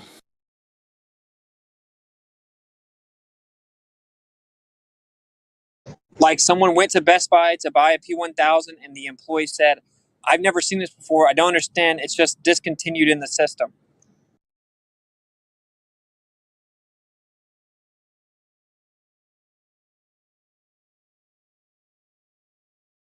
So without an There's also atmosphere, you like, should be able to see to the other side of every body of water?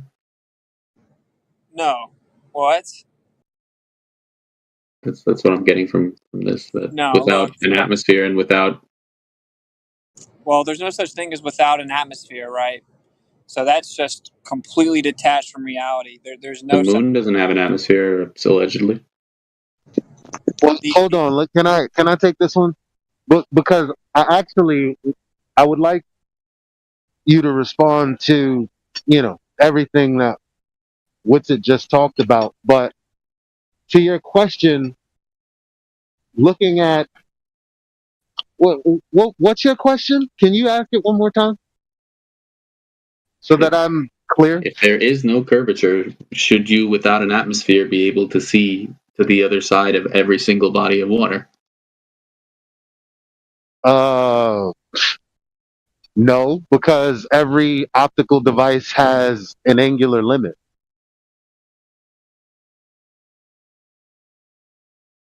And this angular limit increases with said devices like the P900 and. Well, you can look at it depends. You have to look into the specs of the camera with the lens and all of that. Yeah, it all Yes, depends. that's what they do. They increase angular limit.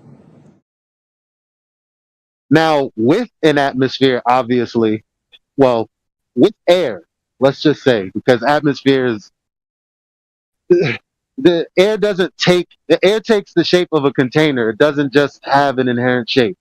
The atmosphere denotes that it does.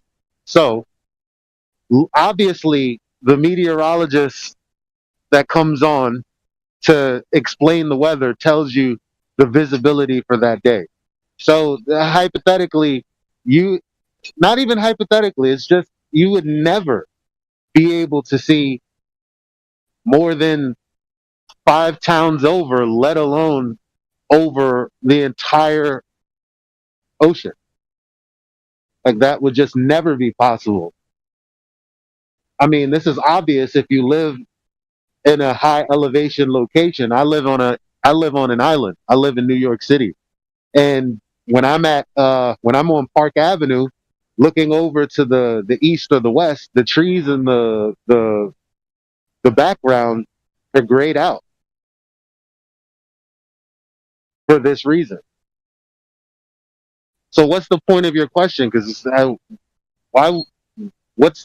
can we get back to what Witsit said? Could you respond to that? He's asking why can't he see China? No, that's not what I'm asking. Oh, okay. But yeah. So, I mean, do you have any thoughts about what Witsit just laid out?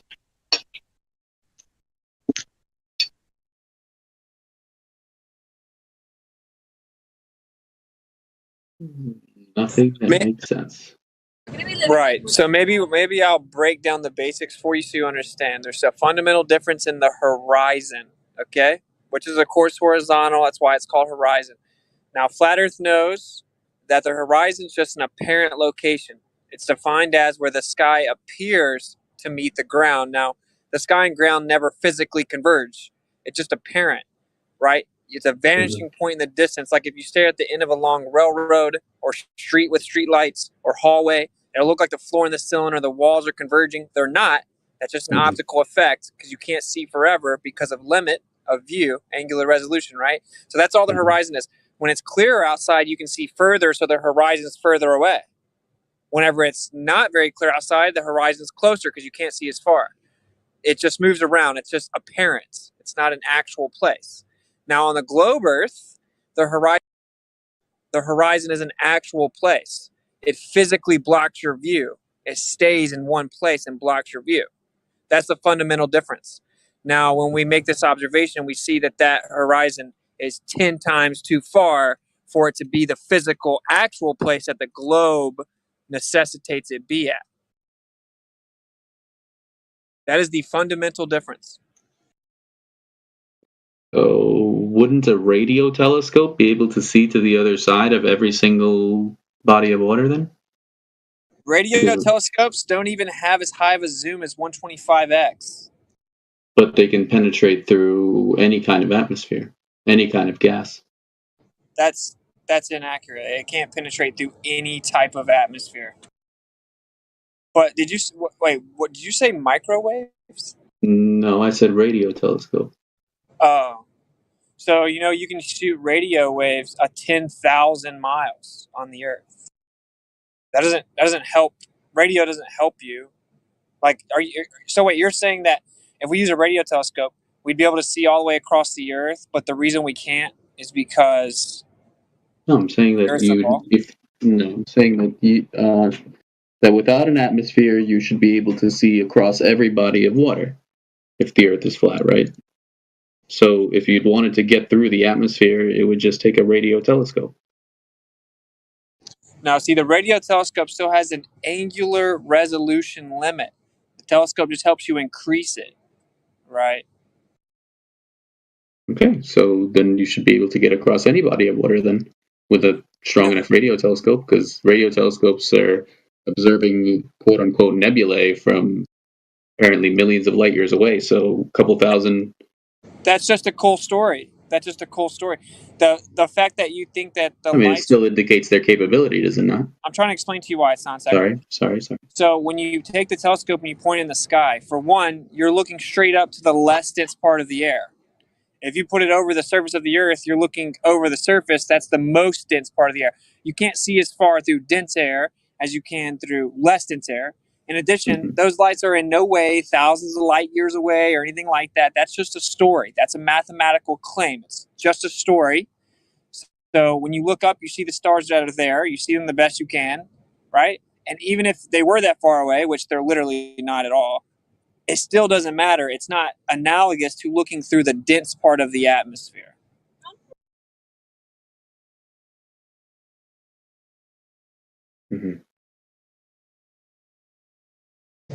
And by the way they came up with the distances is they use something called redshift and blue shift. And they constantly have to fluctuate it. And then they misapply the idea of the Doppler shift. So it's not like they measure this or anything. They literally just mathematically work out what they think it is, and it constantly changes.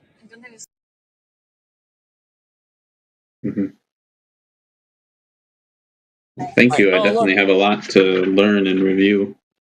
Yeah, of course, man. It's just a lot of info, bro. Just stay honest. Like, don't be combative or anything, right? Like, have I been? I'm really sorry. No, I don't think you have. I think you've been pretty cordial. That's why I keep them coming in and trying to calm it down, because people just get they're like passionate about it. It's a big lie, and we hate to see people that seem decently reasonable be tricked into doing these mental gymnastics, right? Where we have researched this for years, and we know people don't know anything about it, but they just kind of assume that it has to be a sphere.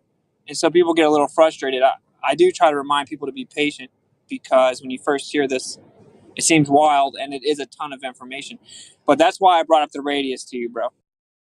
All the rest of it, you can figure it all out. I encourage you to do so, but you need to hone in on that radius value, and you can go test it for yourself, right? So provably, they lied about the radius of the Earth.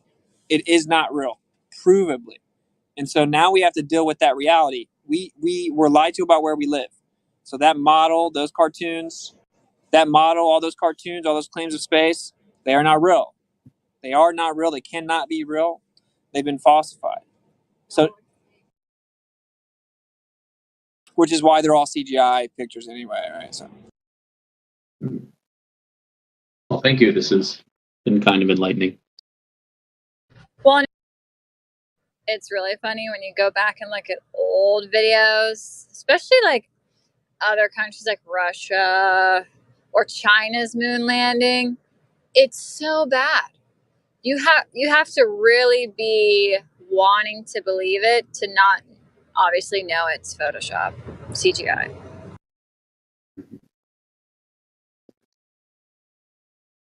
Okay, well, thank you guys for your time. I'm sorry if I angered or triggered anyone. You're fine, bro. You're fine. Like, just look into it, man, and just be honest. Because you're going to find out that everything proves it.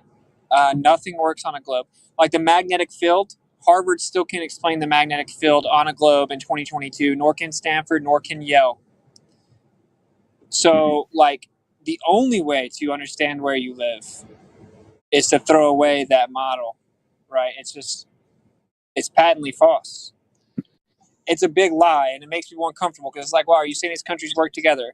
And then they find out, well, every major country in the world actually does work together. There's something called the Antarctic Treaty, and they've all agreed to it, including China.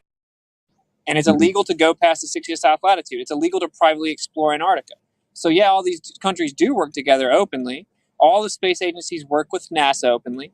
NASA worked with Nazis openly. It just doesn't stop. The rabbit hole is endless.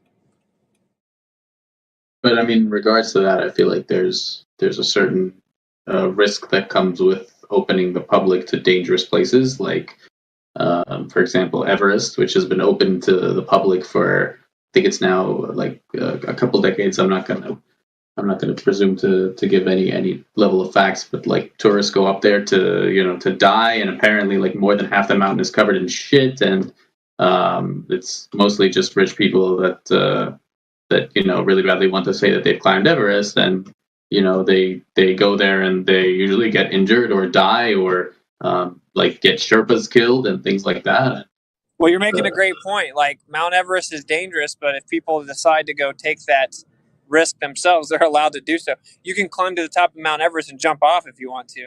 Exactly, and I'd say that in some ways Nepal is kind of responsible for those deaths because they're earning money for tourism on that, and that's the only reason they allow it. But in Antarctica, it's a bit different, right? Where a bunch of nations have decided you can't go here because it's extremely dangerous, and even if you do want to explore, like you should do it with these sorts of organizations that know what they're doing. And like I don't know, I have yet to see many people to say that like we're being prevented from coming here. Yeah, like people have tried to go and they've been intercepted. You can't go. The only way you can go is you go on an approved guided tour. It costs anywhere from like $10,000 to $60,000. You're not allowed to go anywhere except for where they tell you, and typically you're not allowed to come off the ship. But so you don't actually, it's okay, but you don't know the history of it, right? So Operation Paperclip, we brought Nazis over here in 1945. The very next year, we then went and explored Antarctica in Operation High Jump, which is also declassified. And they went and explored that area for many years. And after they explored it, they founded NASA and signed the Antarctic Treaty within 1 year of each other, saying it's illegal to go where they just explored. So if they were to find something they didn't want us to know about, that's also exactly what they would do, right? It doesn't require some benevolence on their part to take care of everyone. And that also comes with the illusion the government is responsible for taking care of you, when actually, as a man, you are responsible for that and for protecting women and children. But my point is that the government doesn't just give you rules to save you. The government didn't shut the whole world down on the same day and give you lockdowns and curfews to keep you safe. It's because the government likes to have power over people. And the government's not a person. So that's why as it gets bigger, it gets more corrupt. So anyway, the point is they went and explored that region and they came back and said, we can't go there. And if China's our mortal enemy, why are they in an agreement with us?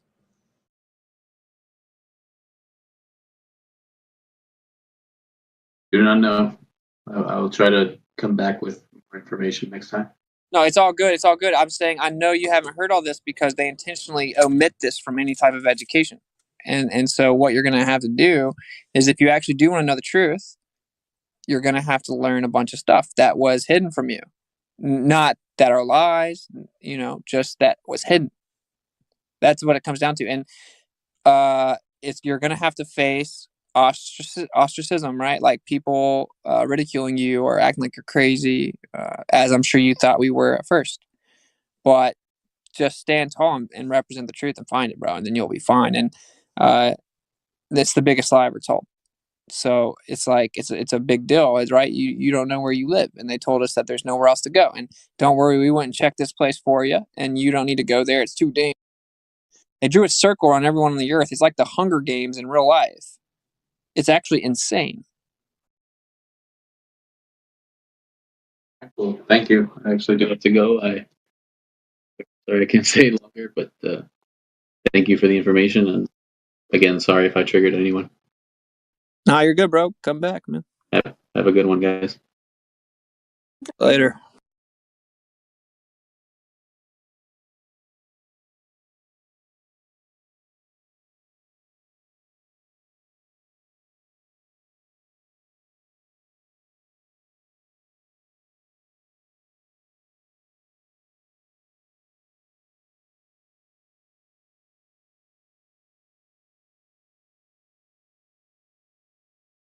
Yeah, good job there, Austin. I think initially the guy was coming in to not necessarily be sincere, but I think after a little while he started to realize that our arguments have validity, right? Dang, I missed the tail end of that. I was on the phone. But, what happened in the last 10 minutes, 15 minutes? He started conceding that he didn't really know much and was thankful for us telling him information and that he'd have to go look into it more. Yeah, and I think that's the best outcome we can have here, right? Is somebody that realizes maybe they don't have as much knowledge on something that they think they know is truth, and they're leaving here with some homework to do, and hopefully they do that and they come back, right? Good job. You have been listening to excerpts from the 24/7 Flat Earth Discord Live YouTube channel. If you would like to join the discussion, simply type in your address bar discord.gg/flatearth. Thanks so much for listening.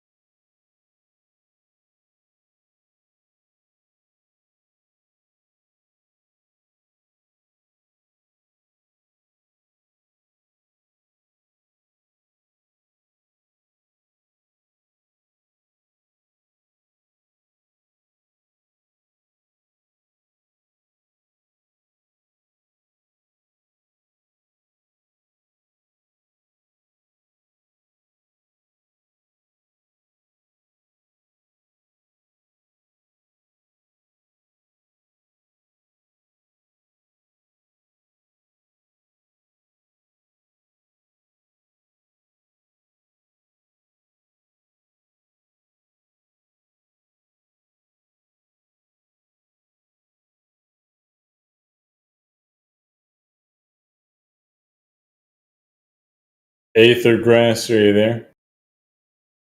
How's it going? I'm just chilling. What about you? Just hanging out. I figured that I would come in here and put some music on or something, since there was nothing going on. I don't mind chatting. I gotcha. Yeah, no, that seems to be the case. Everybody's over at that politics server now. Yeah. Kind of empty over here these days. I just went over to that politics server, and I had a kind of unfortunate discussion with, I think it's Arden AI overlord, that guy. Have you spoken with him before? Yeah, I think I've heard of that guy before. Oh, okay. I've met him. But, there's... The way I see it, a lot of conversations are influenced by multiple factors that have nothing to do with the conversation, like what's going on with somebody in that particular day, how they're physically feeling, their level of ability to focus mentally based off of health or distractions that may be around them, like environmental factors. And all that shit changes every single day. And it just gets weird sometimes. You have to catch people at the right time to even talk to them without distractions of, like, that room's a big room. So there's a lot going on sometimes. And they maintain order there, but sometimes, like, especially at the beginning of it, you know how Discord is. Things get weird. Yeah, people will talk over each other and shit. Yeah. And then there's latency too, so the lag sometimes can affect people, and then you gotta kind of brain lag. And you go first. No, you go. Oh, no, that's okay. Oh, forever ad nauseum. Yeah. Then you mix in ego and anger, and everybody starts going nuts regardless of what they're even talking about. And it doesn't matter what server you're on. Yeah. Well, I mean, the problem is it's because, like, we're talking about, like, fundamental belief, right? And whenever we talk about something that's this close to our hearts, something that's this close to the way we understand our entire worldview, it spins people up. And I feel like that makes sense. Like, people should be passionate about the way they view the world. But it is also like that passion gets in the way of thinking clearly. Like, I feel, Well, so did you just talk to him recently, or was this like last night or something? No. I mean, I joined this server originally back in 2020, so I've had a few conversations with him. If he's online now, I could go invite him in, man. And No. Let me clarify. I did just have, half an hour ago, have a conversation with him on the politics server, and that was kind of unfortunate because it just. Well, I mean, it's really hard to. I mean, it's hard to say because I don't want to paint him in a bad light just because we had a bad conversation. But I feel like the conversation is non sequitur to the person sometimes. No, yeah, I mean, you're right. I mean, it was kind of like, what I was talking about was, and I mean, let me just clarify before I begin. It doesn't really matter to me personally, but are you like a flat earther or a globe earther? I guess is the way to say it best. I'm an earther, but you would call me a flat earther. And I am whatever you say I reckon, so I don't care to argue. Right. Okay. I mean, like I said, it doesn't really matter to me. It's just like I'll need to qualify more of my beliefs depending, or not beliefs, but. Okay. Well, so part of the conversation tonight. So basically, there's a way to empirically prove the shape of the Earth without making any assumptions about the shape of the Earth. And that's kind of the key of the matter. Like, if you can prove the shape of the Earth without assuming anything beforehand, well, then it's kind of like, well, you've done it. Well, like, that's the shape of the Earth. If you didn't have to assume anything about the shape of the Earth before you started the investigation, then you're done, right? So one of the things I brought up was there's two empirical truths to the way to discover the shape of the Earth. And the first empirical truth is that your latitude, or what we call your latitude, is simply the elevation angle of Polaris, right? And the main problem with that AI had was that, you know, your elevation angle to Polaris can't really be determined unless you know what Polaris is and what gives off the light, and, you know, every detail about the object, which is something that, in my opinion, you don't need to know. It's completely unnecessary for the primary purpose that all I care about is that it's a stationary point of light. So, but AI kept trying to, I guess it feels weird to say, but he kept trying to force assumptions that I wasn't making on me.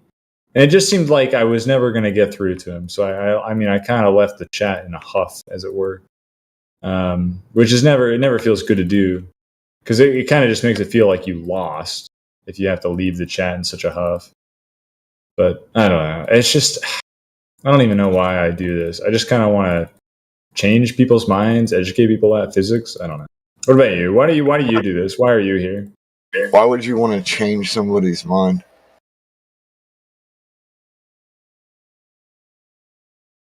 And why would you want to win?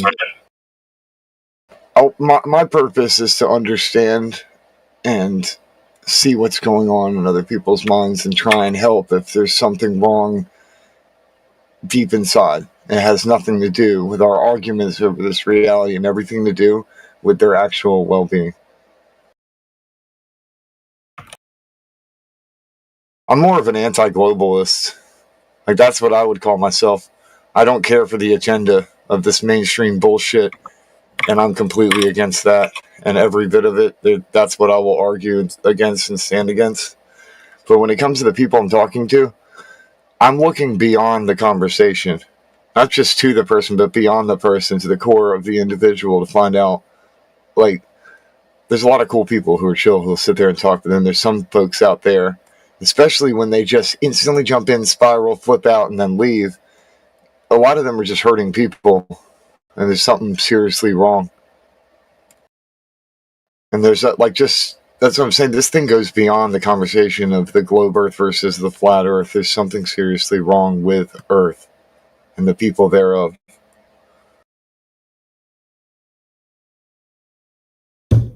I mean, I can agree with that. Like, we have such dissonant camps, and like, there's no way to bridge the gap, you know?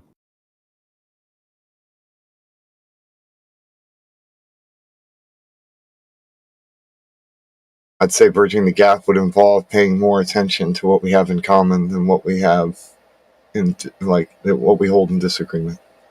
Just in general, I totally agree that people will come into this chat like just completely like saying the N-word as much as physically fucking possible, right? You know, they just go crazy, and I mean, that's completely agreeable, but that's like endemic to every fucking server.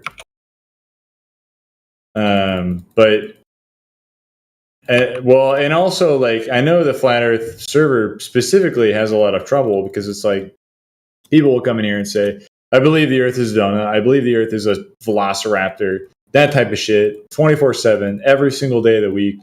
And the problem with it is, it's like, yeah, that's just the normal trolling that you'd expect.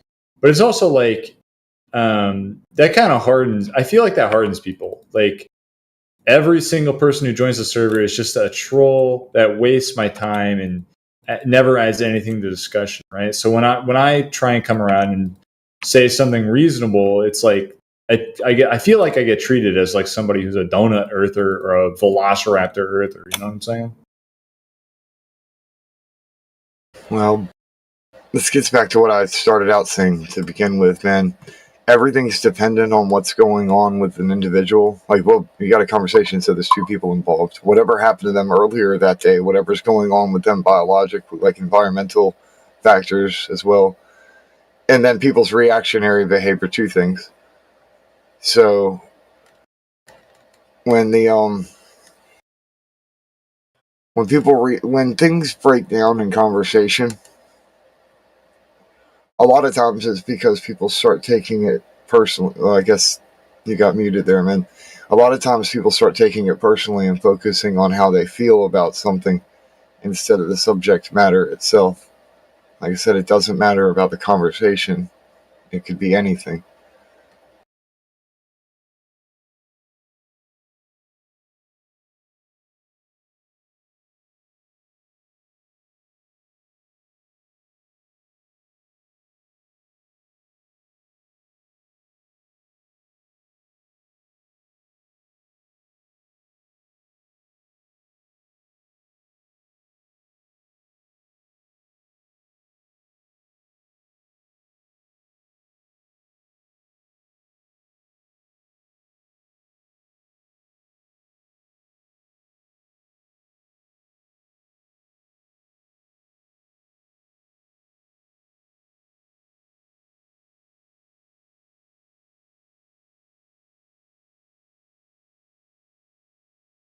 Give me a second.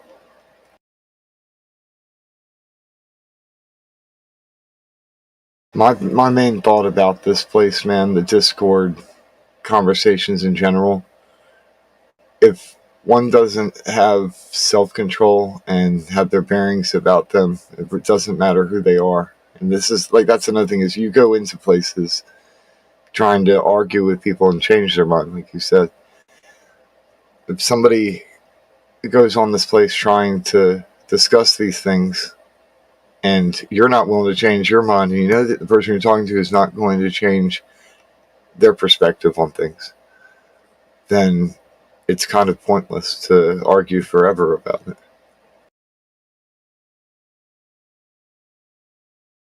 Yeah, I'll be right back. I'm talking to somebody.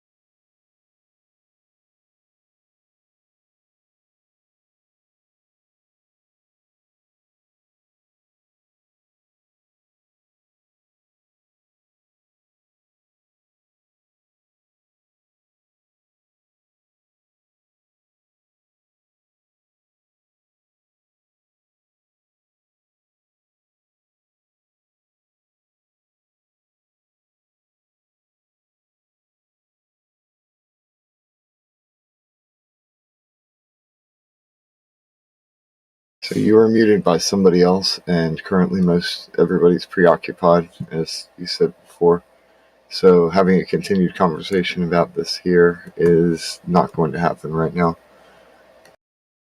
But I'm sure that we can talk about this later, man. But I think everybody should cool down anyway. I know you got a history with certain people here. Like you've talked to a lot of folks, but there's not really much else to talk about here when it comes to this, I think. And I don't think there's any way to resolve anything here in a live stream, man.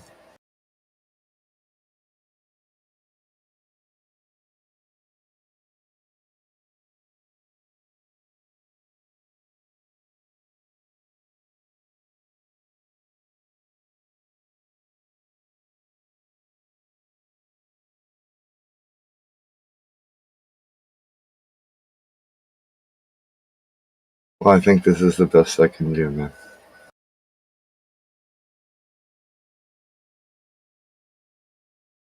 For now.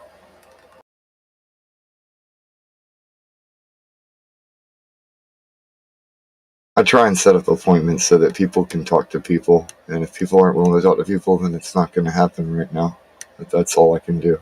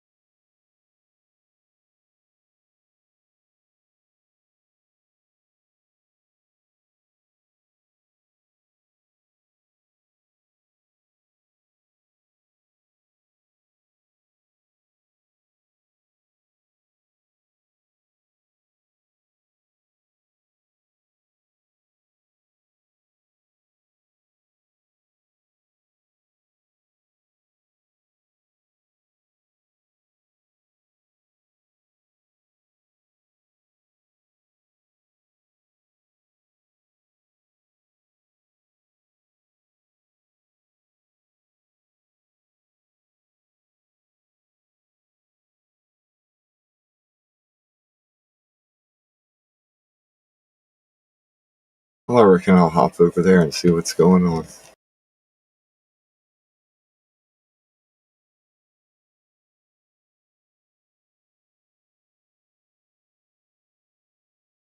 "24/7 Flat Earth Discord. Go get VC verified." The countdown has begun.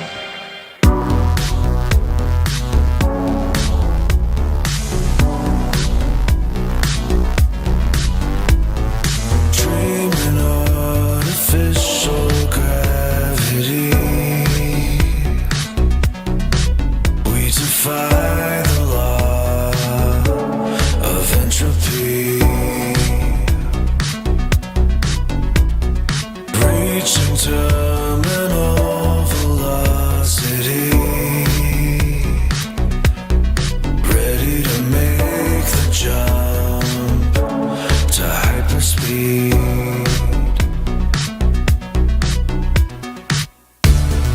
NASA feeds your addiction.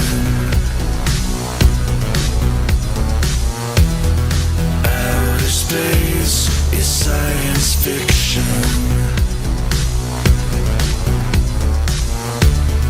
Actonauts on a mission.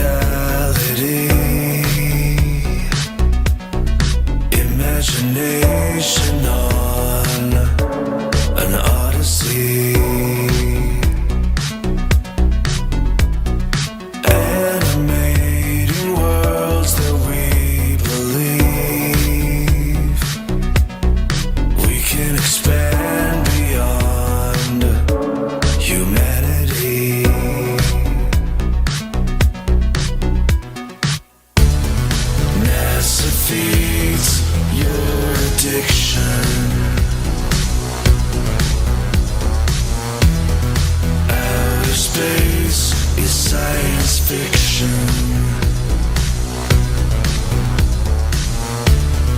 Actonauts on a mission.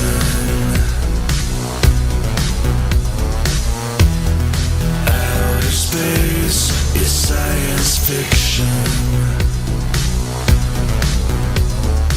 For we are opposed around the world by a monolithic and ruthless conspiracy that relies primarily on covert means for expanding its sphere of influence, on infiltration instead of invasion, on subversion instead of elections, on intimidation instead of free choice, on guerrillas by night instead of armies by day.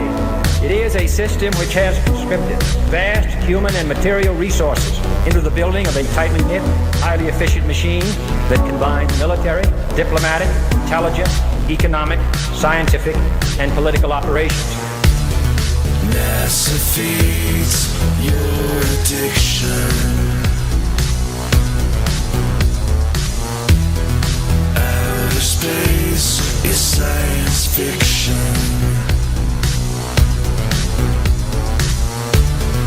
Actonauts on a mission.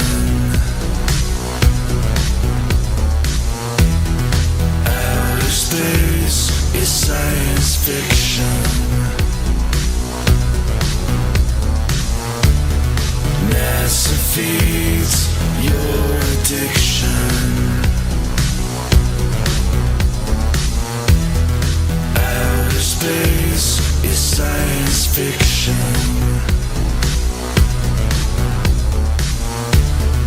Actonauts on a mission. Outer space is science fiction.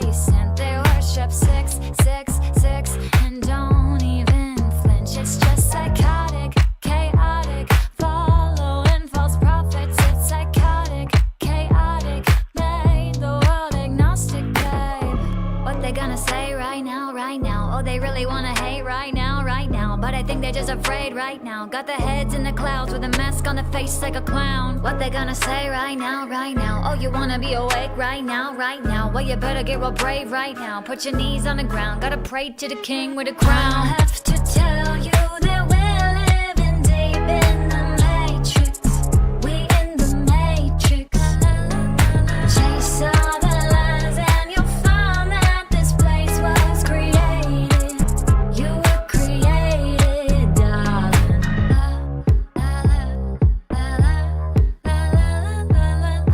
What they gonna say right now? What they gonna say right now? You about to have a panic attack real quick. Like, sorry, the earth's flat, it's fact, no trick. Just look at the proof and the true measurements. Cause I've been winning arguments against the best physicists. But this, don't know what it is. Lately I've been going around in circles, but I do not feel the spin. Oh, this, don't know what it is. But you gotta keep it like a secret, you can't even tell your friends. And if you tell them, they say, how could it be? Don't mean nothing to me, they're gonna pick up and leave. And if you tell them, they say, how could it be? Don't mean nothing to me, they're gonna fall back asleep. What they gonna say right now, right now? Oh, they really wanna hate right now, right now. But I think they're just afraid right now. Got their heads in the clouds with a mask on their face like a clown. What they gonna say right now, right now? Oh, you wanna be awake right now, right now? Well, you better get real brave right now. Put your knees on the ground, gotta pray to the king with a crown. I have to tell you that we're living deep in the matrix. We in the matrix. Chase all the lies and you'll find that this place was created. You were created, darling.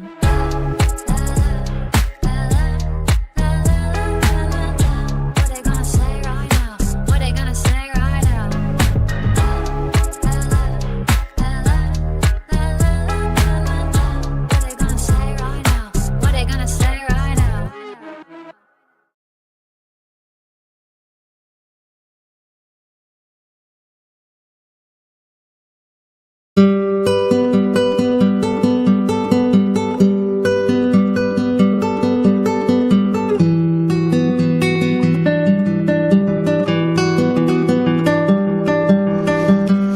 must now tell you why, as you awaken from this global lie. Despite what they have said, Earth is not a globe spinning, but instead they mind tricked you to steal your plane, as someone close to you programmed your brain. But why? So clear this is, improve your stance. Space is fake, we are contained, their scheme is over. The truth has just begun.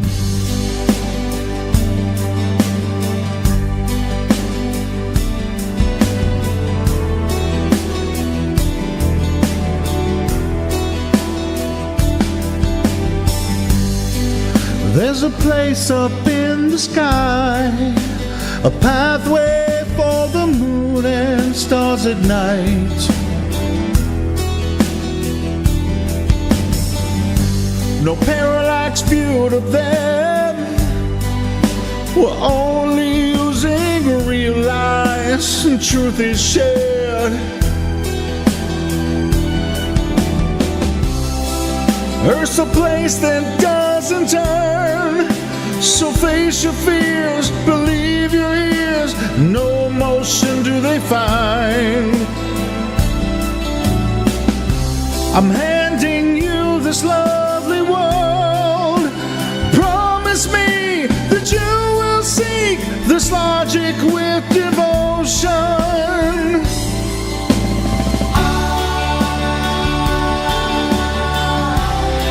I truly see your point of view. I'm gonna teach you how to prove.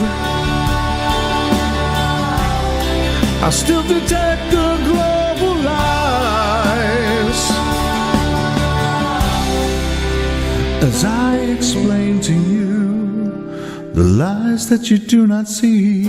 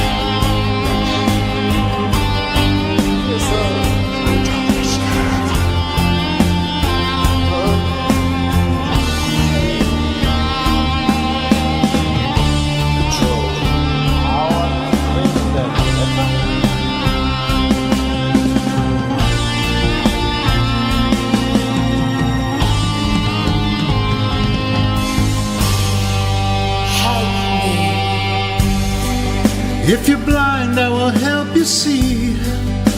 You must deny the vicious lies you believe.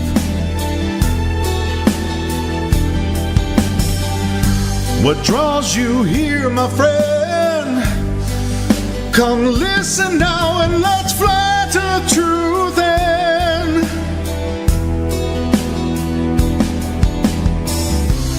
Giving advice for you to learn. Forsake the claims, let truth sustain your soul set free from lies. A heartfelt yearning to be at, lost in the illusion, using real lies. You will despise all the global lies, but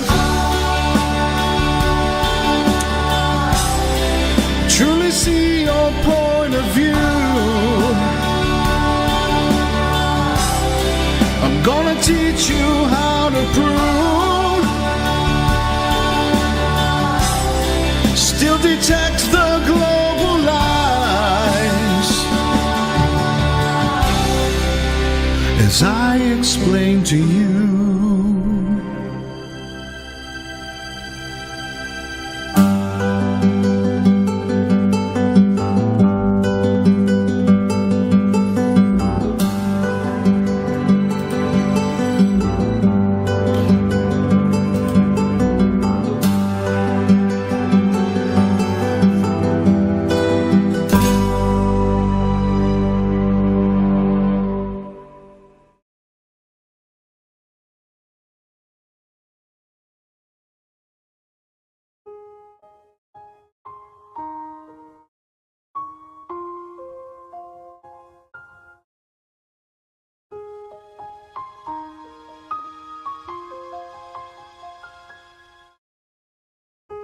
I'm trying to see the curve.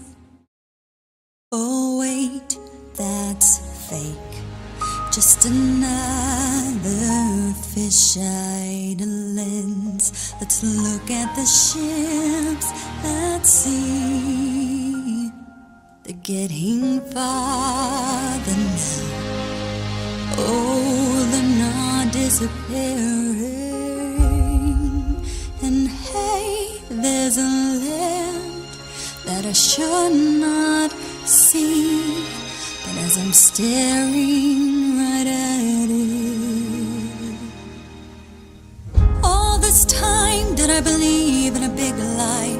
Could I not see the earth was a straight line? I never saw a curve, never saw a curve. Only NASA's rendition, they say, is CGI. I opted to test, show no curve, but a straight line. The earth doesn't curve, the earth doesn't curve. It seems never, never,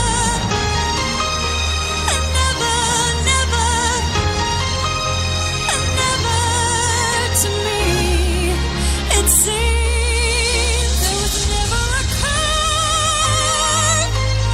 never a curve, never a curve. Now I can see, I can see, I can say. All this time I believed in a big lie. I had not heard the earth had a dome sky. I never found the curve, never found the curve.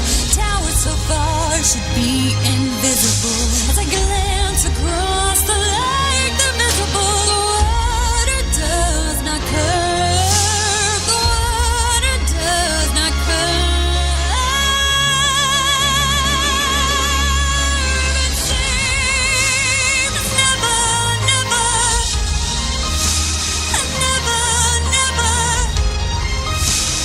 never to me. It seems there was never a curve, never a curve, never a curve. Now I believe, I believe, I believe.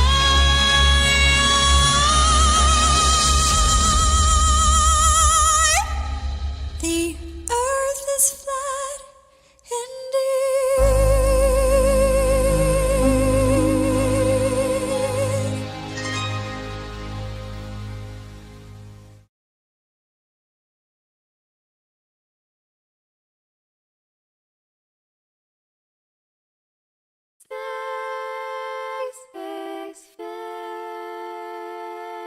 Space may be the farthest frontier, but it's made in a Hollywood basement.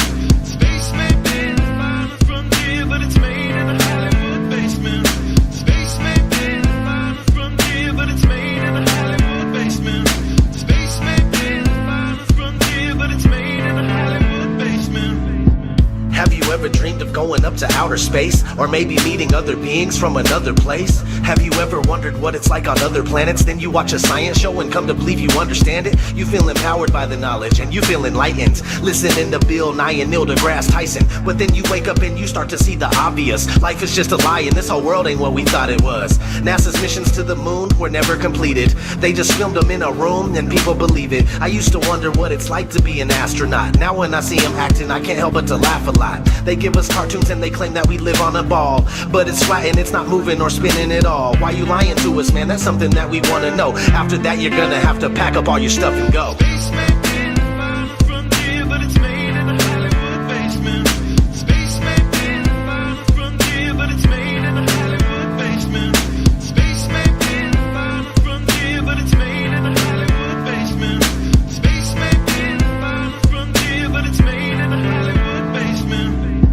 History has been rewritten by winners of wars. The Jesuit order, Khazars, Freemasons, and more. They pulled the veil over our eyes, and it's time to awaken. Through organized indoctrination, our minds have been taken. It's time we take our power back and we rescue our people. The Vatican and the bankers are like Resident Evil. They may have had the greatest plan that was ever concocted, but Illuminati never thought that they'd ever be spotted. They're manufacturing reality all in our heads. They tell us if the earth is flat, then we'll fall off the edge. But if it is a spinning ball, we won't fall off it then. And gravity is our imaginary magic friend. Why is water always flat when unmanipulated? Why are pictures of the earth computer generated? Why you lying to us, man? That's something that we want to know. After that, you're gonna have to pack up all your stuff and go.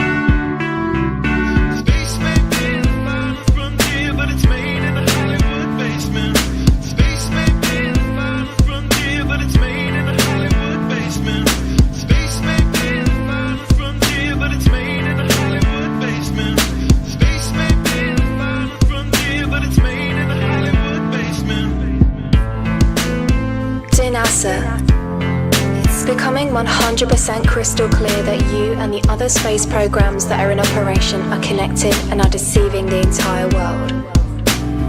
More and more people are waking up every single day, and we are now able to see right through you. But what we really want to know is, why are you lying? Sincerely, me and the great people of this earth.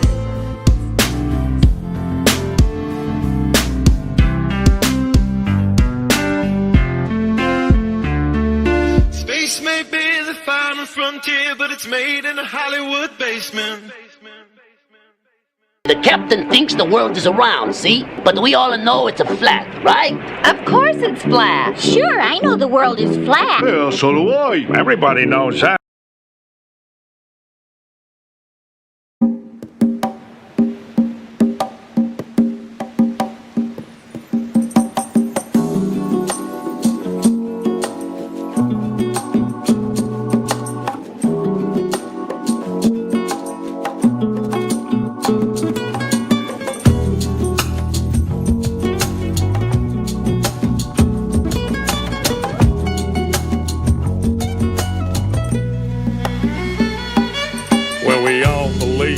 Spinning ball. Indoctrination blinded us all. From the very first day that we went to school, they put a globe in your face and that thing looked cool. The teacher explained how it all worked.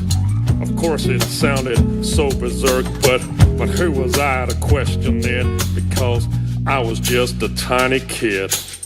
It sounded crazy as could be, but teacher would never lie to me.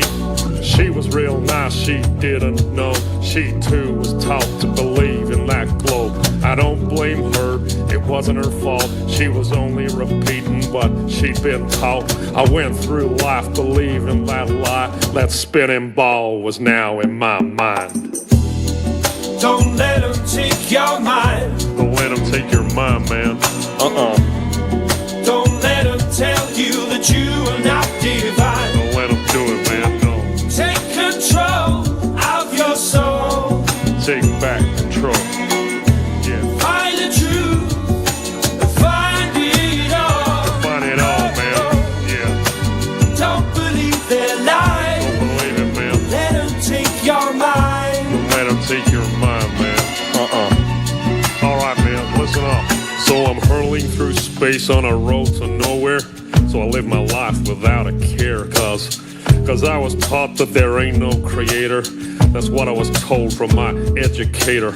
So I live my life so selfishly, there ain't gonna be no hell for me. I'll do what I want with no care for others, with no respect for my brothers. Until one day when I woke up and I drank some truth with my coffee cup. I learned that things ain't what they seem. This so-called reality is just a dream. There's deception everywhere that I look. The news, the TV, and in my school books. And pretty soon I'll realize that everything's just a pack of lies, man. Don't let them take your mind. Don't let them take your mind, man. Don't let them tell you that you are not divine. Don't let them do it, man. No. Take control of your soul. Take back control. Yeah. Find the truth. Find it all. Find it all, man. Yeah.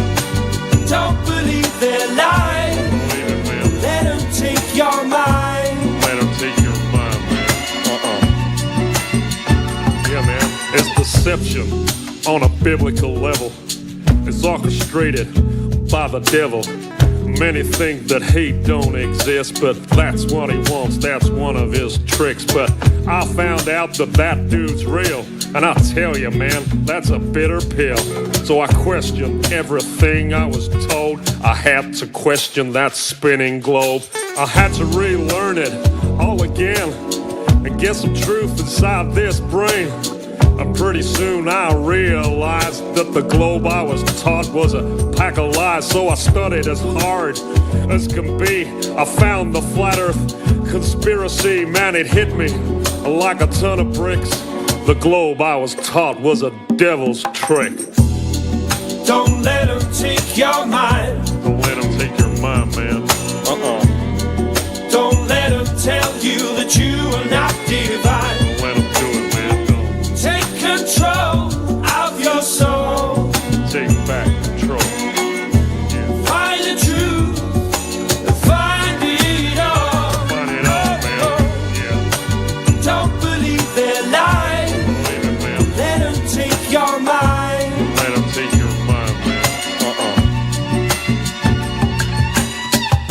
I started to connect the dots, and I'm telling you, man, there are lots. I soon realized that the earth was flat. It's not a belief, man, it's a fact. And once I found out that reality, well, it did a funny thing to me.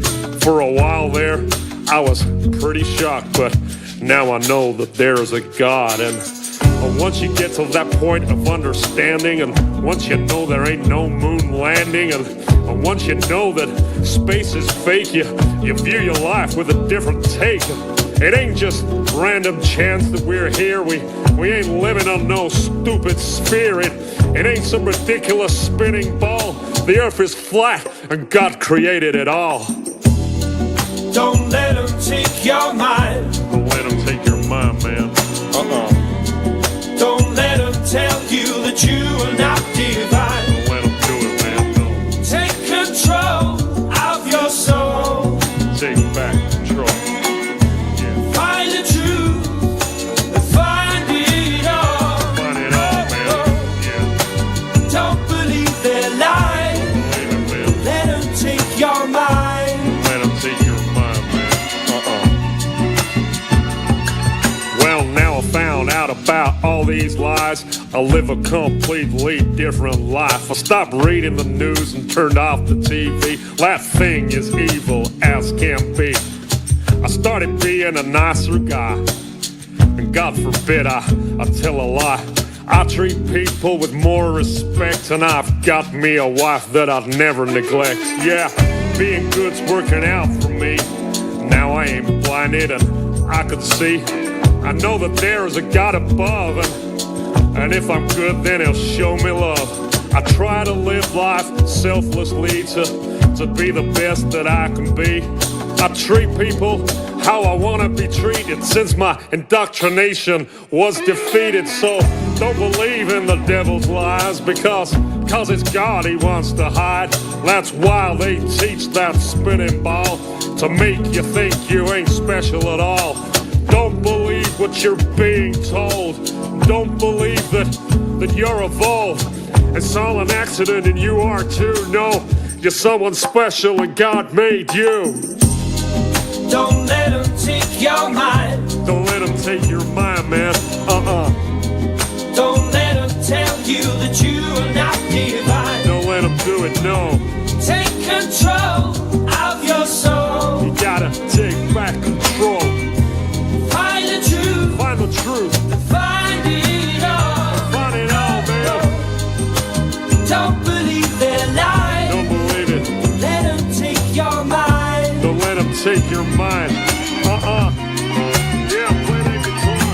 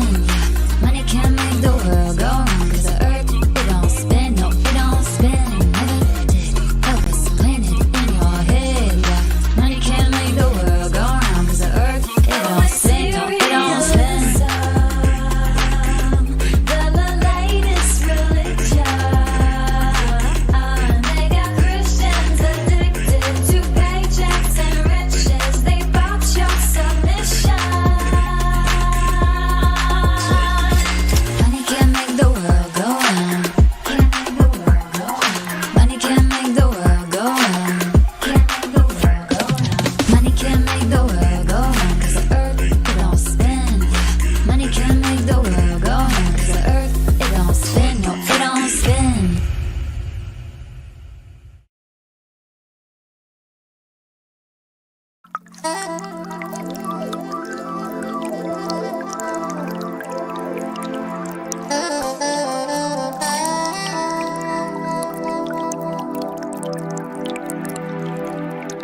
is part of the natural physics of water and other fluids to always find their level and remain flat. If disturbed in any way, motion ensues until the flat level is resumed. If dammed up, then released, the nature of all liquids is to quickly flood outwards, taking the easiest course towards finding its new level. If the Earth is an extended flat plane, then this fundamental physical property of fluids finding and remaining level is consistent with experience and common sense. If, however, the Earth is a giant sphere, tilted on its vertical axis, spinning through never-ending space, then it follows that truly flat, consistently level surfaces do not exist here. There are rivers which flow east, west, north, and south. That is, rivers are flowing in all directions over the Earth's surface. Now, if the Earth were a globe, some of these rivers would be flowing uphill, and others down.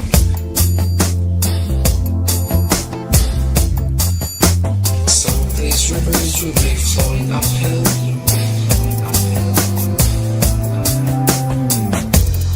others down. Rivers do not flow uphill. If the Earth were a globe, rolling and dashing through space at the rate of 100 miles in 5 seconds of time, the waters of seas and oceans could not, by any known law, be kept on its surface. Whenever experiments have been tried on the surface of standing water, the surface has always been found to be level. To drop the theory which supposes a curved surface to standing water is to acknowledge the facts. If the Earth were a globe, the surface of all standing water would be convex. This is an experimental proof that the Earth is not a globe. There are rivers which flow east, west, north, and south.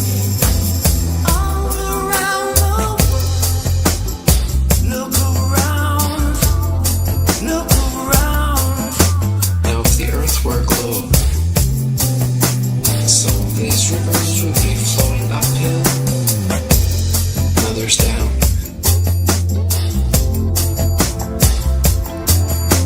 Some of these rivers would be flowing uphill,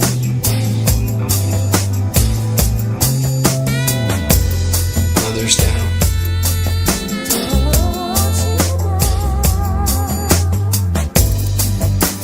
Rivers do not flow uphill. Rivers do not flow uphill. There are rivers which flow east, west, north, and south.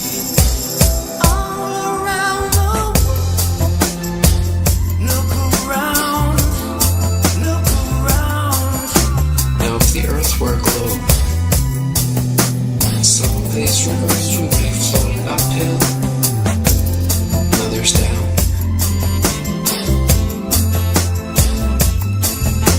Some of these rivers would be flowing uphill,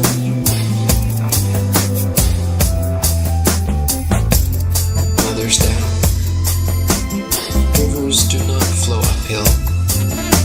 Some of these rivers would be flowing uphill,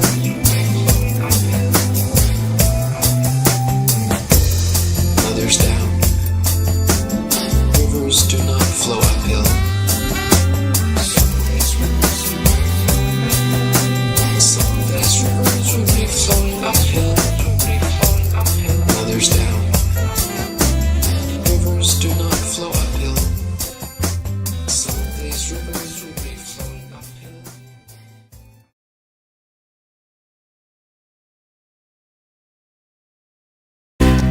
It is Photoshop, but it has to be. It is Photoshop, but it has to be. It is Photoshop, but it has to be. What you're seeing here is a mirage. a lie is a lie, and it don't matter how many dumb sheeple believe it. And the truth is the truth, hiding right out in plain sight, and still people don't see it. Man, this shit got me heated, and I won't stop till the elite are being defeated. They keep us deceived about everything that we think, and they keep it a secret.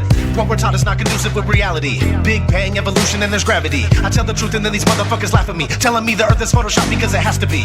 Most people accept the deception happily, but what they're doing to us all is a tragedy. God created the heavens and the earth in a verse, but we're living in a Freemasonic galaxy. They say we're monkeys on a ball flying through outer space, but there's no proof, it seems to have vanished without a trace. NASA and other agencies falling down from grace. You can take that bullshit pseudoscience and get out my face. I'm the antisocial type, you're a government prototype. That's why you make it a point to tell me that I'm crazy every time you're angry, cause you know I'm right.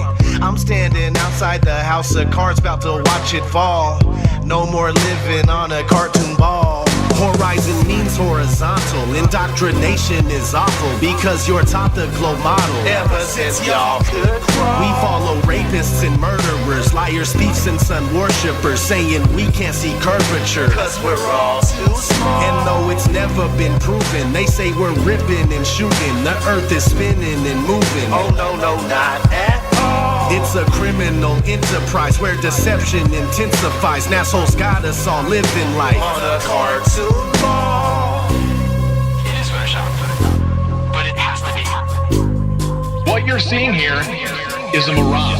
They say that we went to the moon 6 times, but pure BS is the way that smelled. Now they're telling us that we can't even leave the planet because of the Van Allen radiation belt. Yeah, okay, sure. NASA, what you lying for? You lying now, you lied before. I can't take this anymore. The only thing they took to space was your imagination. Fake aliens are coming, now they have you waiting. We need to do something about it, no procrastination. Trying to cause the masses to awaken, that's the path I've taken. But you can see if you check all the percentages, so many people having cognitive dissonance. But that's what happens at the loss of your innocence. Then you get involved with all of this wickedness. They try to do all the humans this way. So are they just idiots? Who is to say? Conditioned by the television, it makes your decisions, opinions, and you just obey. Stuck in the material domain of Satan, where everything in each and every day is pagan. Mandela effect, cause the game is changing. People waking up and now the cage is shaking. The earth is flat, and that is a universal fact. If it isn't that, then tell me where the fuck the curve is at. They tell us that we can't see it because we're all too small, and now we're spinning on a cartoon ball. Horizon means horizontal, indoctrination is awful because you're taught the globe model. Ever since y'all could crawl, we follow rapists and murderers, liars, thieves, and sun worshippers, saying we can't see curvature cause we're all too small. And though it's never been proven, they say we're ripping and shooting, the earth is spinning and moving. Oh no, no, not at all. It's a criminal enterprise where deception intensifies. Nassholes got us all living life on a cartoon ball. It is the world that has been pulled over your eyes to blind you from the truth. Like everyone else, you were born into bondage, born into a prison for your mind.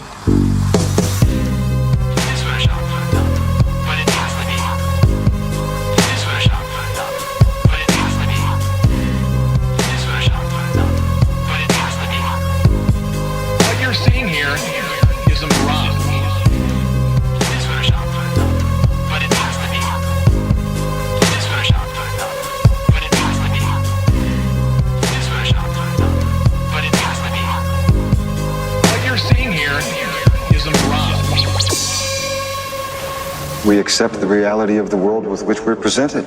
It's as simple as that.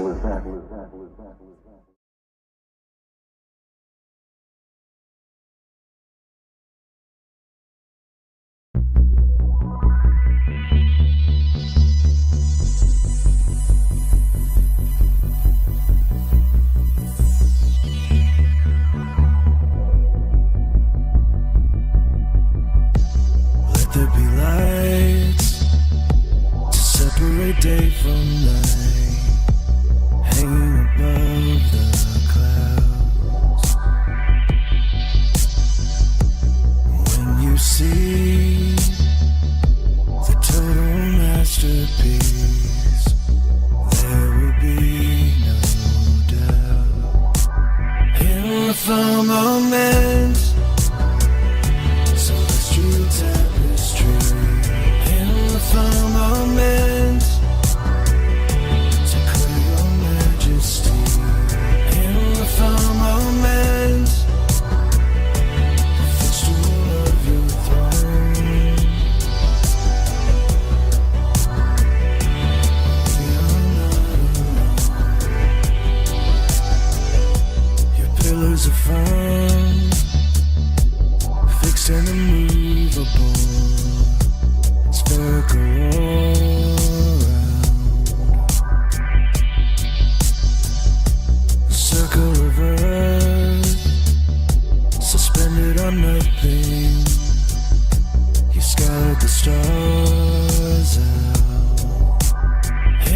firmament, celestial tapestry. In the firmament, declare your majesty. In the firmament, the footstool of your throne.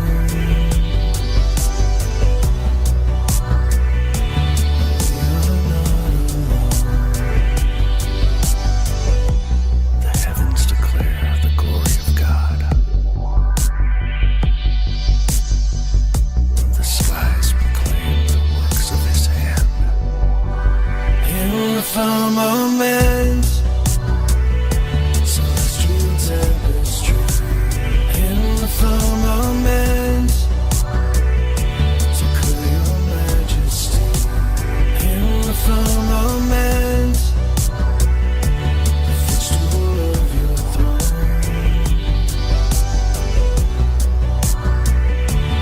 We are not alone.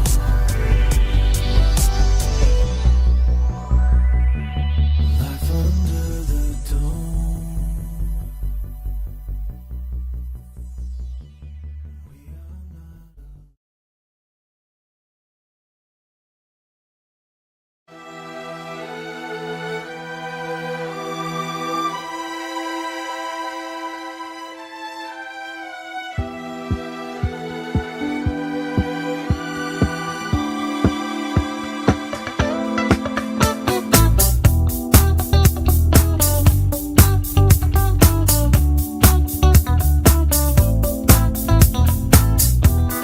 Gravity sucks, gravity pulls, gravity don't follow no rules.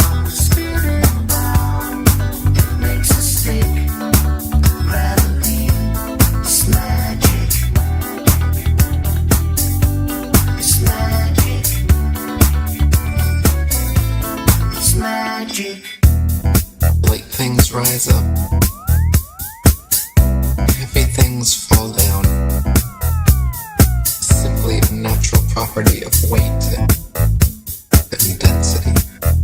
That is very different from gravity. Gravity is a hypothetical magnetic-like force possessed by large masses, which Isaac Newton needed to help explain the heliocentric theory of the universe. Gravity sucks, gravity pulls, gravity don't follow no rules. Spirit bound, it makes us stick. Gravity, it's magic. It's magic. It's magic. Now, even if gravity did exist, why would it cause both planets to orbit the sun and people to stick to the Earth? Gravity should either cause people to float in suspended circular orbits around the Earth, or it should cause the Earth to be pulled and crashed into the sun. What sort of magic is gravity that it can glue people's feet to the ball Earth? Gravity sucks, gravity pulls, gravity don't follow no rules. Spirit bound, it makes us stick. Gravity, it's magic. Gravitation is only a subterfuge employed by Newton in his attempt to prove that the Earth revolves around the sun. And the quicker it is relegated to the tomb of all the Capulets, the better will it be for all classes of society. Gravity sucks, gravity pulls, gravity don't follow no rules. Spirit bound, it makes us stick. Gravity, it's a con trick. It's magic. It's magic. It's magic. It's magic. 24/7 Flat Earth Discord. Go get VC verified.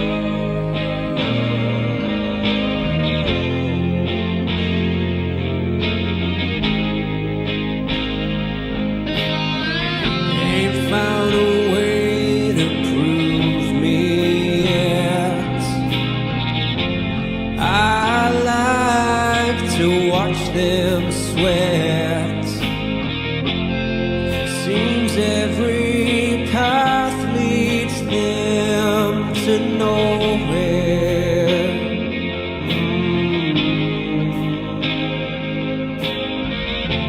Moon landing on closed sets.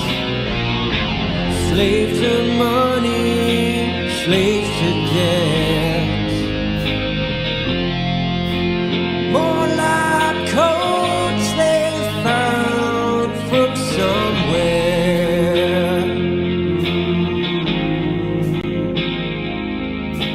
Here they come to snuff the truth out. Oh yeah.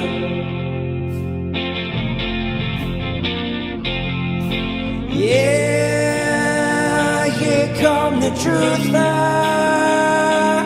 Yeah. You know he ain't gonna lie.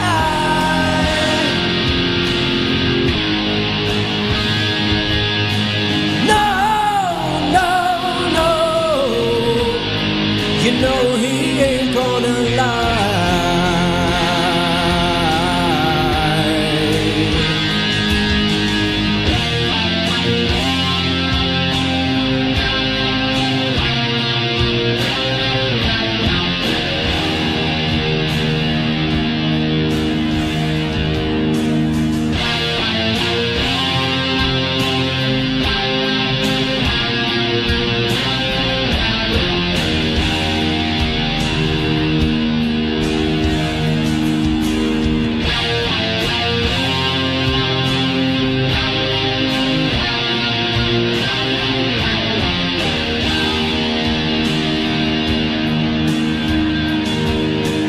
Here they come to snuff the truth out.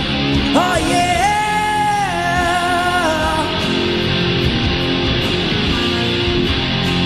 Yeah, here come the truth out. Yeah. You know he ain't gonna lie.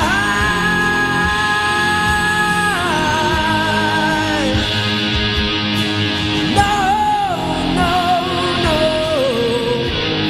You know he ain't gonna lie.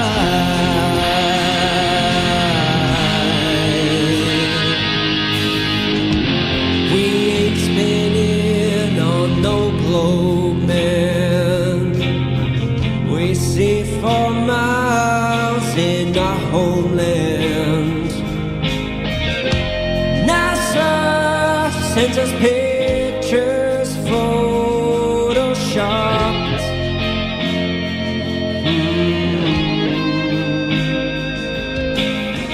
They feed us pills, can't see ourselves. Turn TVs off, seek bookshelves. Oh God, please, won't you help them see the truth?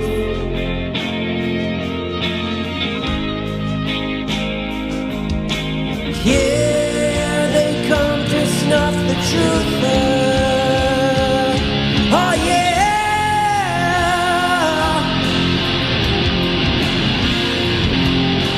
Yeah, here come the truth out. Yeah.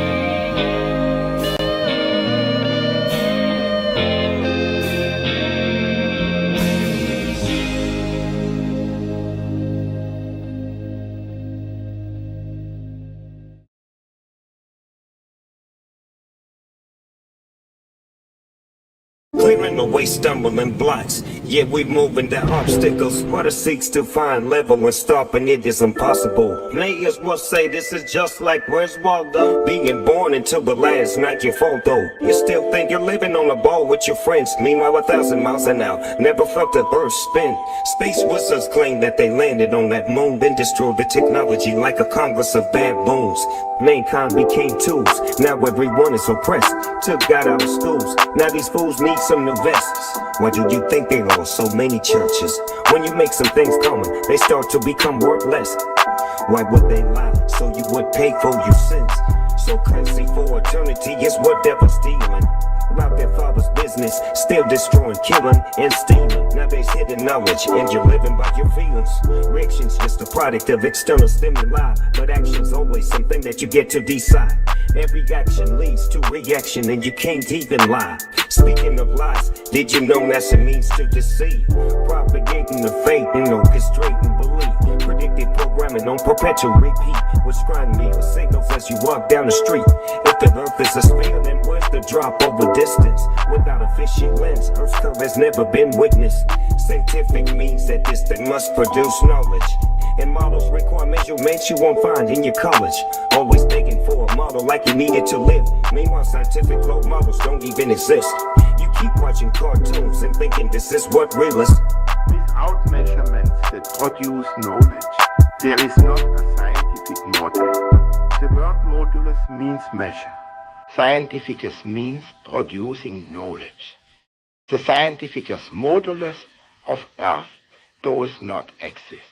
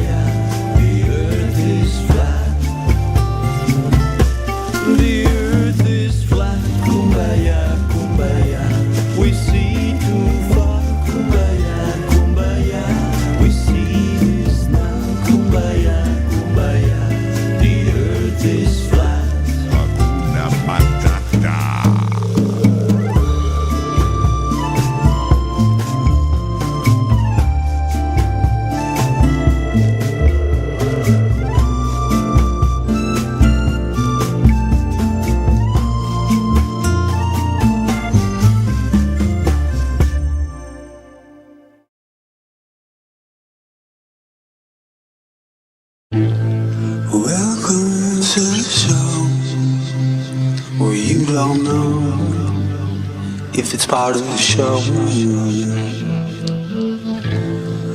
Welcome to the show. If you don't know, it's part of the show. And they teach you to reach for the stars while opening up the bars and keeping you chained down with mortgage bills and cars. Vaccines for your arms, kids sounding like supercharged. Caffeinated hate-filled scars and rage-quit repertoires. No answers for yards, caught up in emotion that's not even yours. Imposter truths like impeccable retards, lined up for your serving of gish galloping wars. No remedy can't save the lost, in love with the yarn. I'm tired of walking into refractory shards, poor science displayed by disgusting bards. Soaked in sin with your dupe is delight and a new hand of cards. Been so long, seems like for love I'm just too hard, I'm just too hard, I said. Welcome to the show where you don't know if it's part of the show. Welcome to the show. If you don't know, you don't know. Intoxicated hate makes you believe you're spinning in space while you have no shame or grace. It's a disdainful state I used to contemplate how to save myself from my own self-hate. Wonder why I was even made with a dreadful fate, forced to try and awake with a full plate. No one to help me stay awake or educate. I got to liberate and fight to leaving gates. But my brother, heaven could never be late, and rockets don't work in space. It's all fake, the show is on Mars. It's a joke, but you're too far gone, it won't be long. Pepe's beak is strong. We have our sun and we march along like streams of knowledge leading to God's holy pond, and lives of truth that hits the bong and sings the song, turns mankind from the wrong. We come in peace with a holy ground, and all of us wearing our holy crowns. So the earth is flat and we probably just won't get along. Just to go along, I said. Welcome to the show where you don't know if it's part of the show. Welcome to the show. If you don't know, you don't know.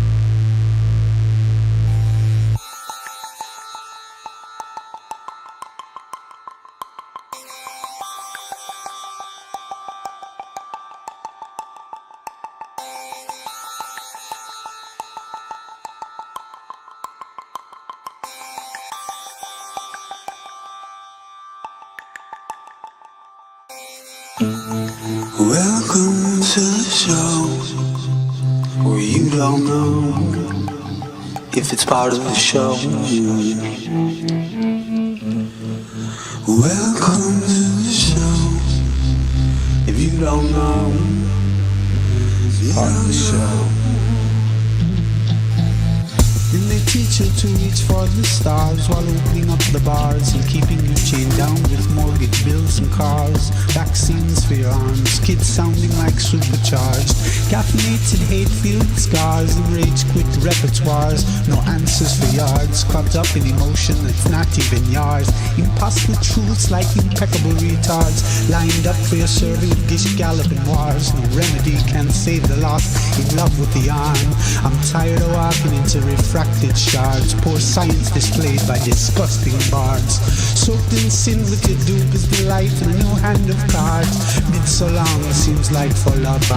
I'm just too high, that's it.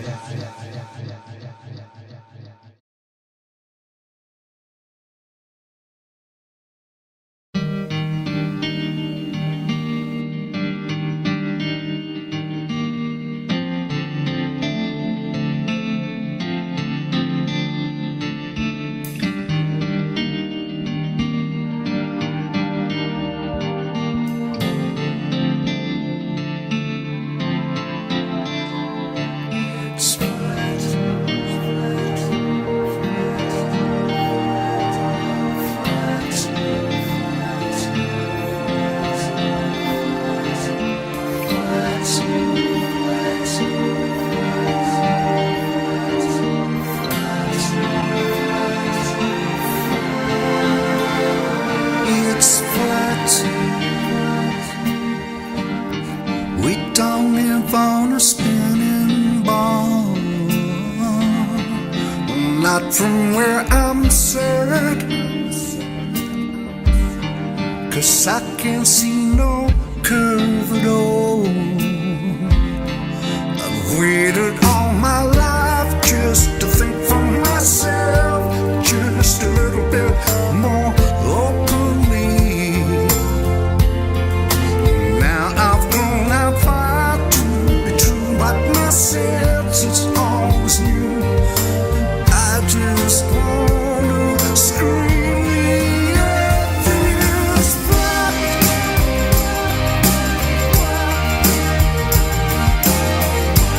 Open my eyes, no going back. It's flat. What a surprise, the earth is flat. And now it feels so good to me. I'm working every day with this mind full of positivity. Waited all my life just to think for myself, just a little bit more critically. 'Cause now I finally found to be true what my senses always knew. I just wanna scream at this flat.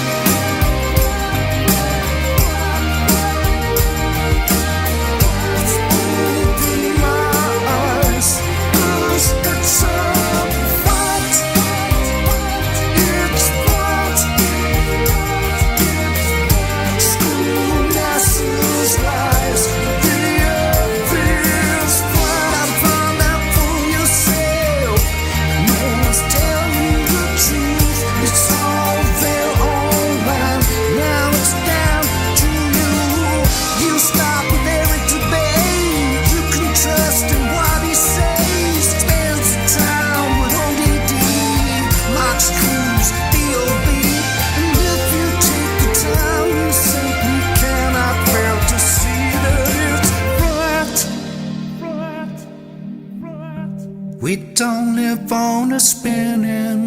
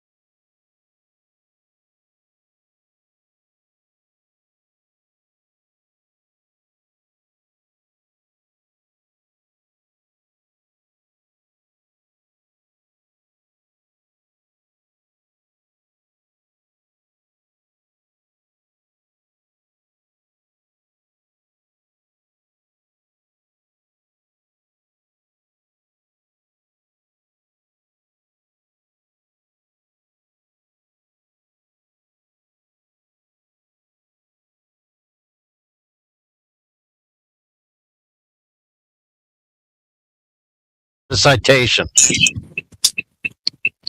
Okay, so if you want to use these words, go find a reference for what they mean, and then bring us back the citation of what they mean. Thank you.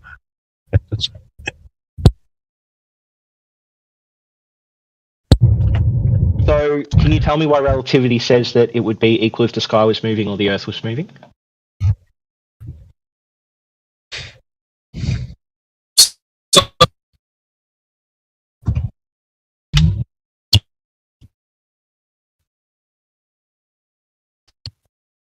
Sure. So, the definition of citation, a quotation from a reference to a book, paper, or author. And the definition of reference, number 2, is the use of a source of information in order to ascertain something. So I'd say those are synonyms. You disagree? No, not even close. Awesome. Dude, have you taken any collegiate or university level courses? Yeah, I have, but why does that matter? Are we in college? Have you done references and citations? Well, have you done references and citations? I'm sorry, I didn't know that I was currently doing a college course on flat Earth in this Discord server. So, can I not use synonyms? Is this like whoever said, what was it before? Someone said the colloquial... A reference isn't a synonym for a citation, dude. What was the colloquial term for space. Someone used a colloquial term for space instead of using the actual physics term of space, right? So am I not... Why should they use a physics terms? Well, we're at a collegiate level to debate right now, aren't we? There's no debate. You're just flailing. So we're not. So I can just sort of like give the references a wiki article that has a list of the actual copies of the scientific paper. I can do that, can't I? Right. That's not a citation, though, friend. That's the difference. You're offering references while asking for citations. To reference something is to point at some source of information, like a... Right, that's not the same as citing it. That's not the same as citing it. I can cite a reference, and I can reference a citation. Are those two sentences equal? No, they're not. So if I cite a reference, if I say, oh, my reference for this is my friend Jason X, who this is his phone number. And if I reference a citation, I say, oh, my citation is the one written by Jason something, here's his phone number. Is that not equal? This is just... No, because now you're mixing categories. Do you guys have any reason why Michelson-Pierce scale didn't show the Earth was in motion? Oh, yeah, because they had to apply a mathematical transform to fit their bias in order to get the conclusion that they wanted. My boy just realized he goofed up and tried to run away from his own little example. No, I'm just tired of the semantics. It's pathetic. It's not about semantics, dude. It's about earlier you were asked to cite something that you offered as a reference, and you just told people to just read it. And I was just pointing that out, that you're a hypocrite. How? I read out the results. Okay, look, fair enough. Okay, maybe you're not a hypocrite. Maybe you just are ignorantly think that references and citations are the same thing. We'll forgive you. You haven't given an argument why they're different. You've just said, are you doing a course? And I said no. Do you want me to read out dictionary definitions again? Dude. Okay, for example, if he asks you for a specific piece of information about something, right? And you say, I'll give you the wiki in total. Yes. You're referencing the wiki. Now, if he says, I want this specific piece of information, you go to the wiki, pull out the citation, give him the citation from the reference that has a specific piece of information. Those are entirely two different things. They're not synonyms. You think that citation has some different meaning? Dude, I just explained it to you. Very simply. From or reference to a book, paper, or author. That's for citation. For reference, the use of a source or information in order to ascertain something. Provide a book or article with citations of sources. Oh my goodness, dude. Dude, you're wrong. You're stupid. You forgot the word specific. To specific. No, it says or a specific reference. Oh, a specific reference. Yeah. Not a general reference. Citation, definition. Holy fuck, bro. Quotation from or reference to a book. So that's the the noun definition for citation. Yes, and where's that in? This is used in the definition of citation. You understand that, right? Dude, Citation from. if you're asked for a citation, yeah, you need a citation is a specific. Have argument for flat Earth. Yeah, you already conceded down is down, and water's flat and level. Therefore, the Earth is flat. Welcome. Tower bridges show that Earth is not flat and level. How? Quarry tanks show Earth is not flat and level. No, wrong. You failed to provide the citation that you were asked for about the tow tanks, how they specifically measured curvature. No, string line. You failed to provide the citation, friend. No, you just didn't like the citation. No, you didn't have a citation. You just generally said the term string line, just as you did again now. And? Watch. Ask me how, just ask me in the reverse. I want to play role play so you can see how stupid it is. Yeah, sure. Ask me how to prove, or what proof I have that the Earth is flat. Ask me that. What proof do you have the Earth is flat? Lasers. Cool. Do you have a reference for someone claiming that lasers show the Earth is flat? I do. Awesome. I have an 120-page PDF and an accompanying documentary of the methodologies and the practical tests that they did.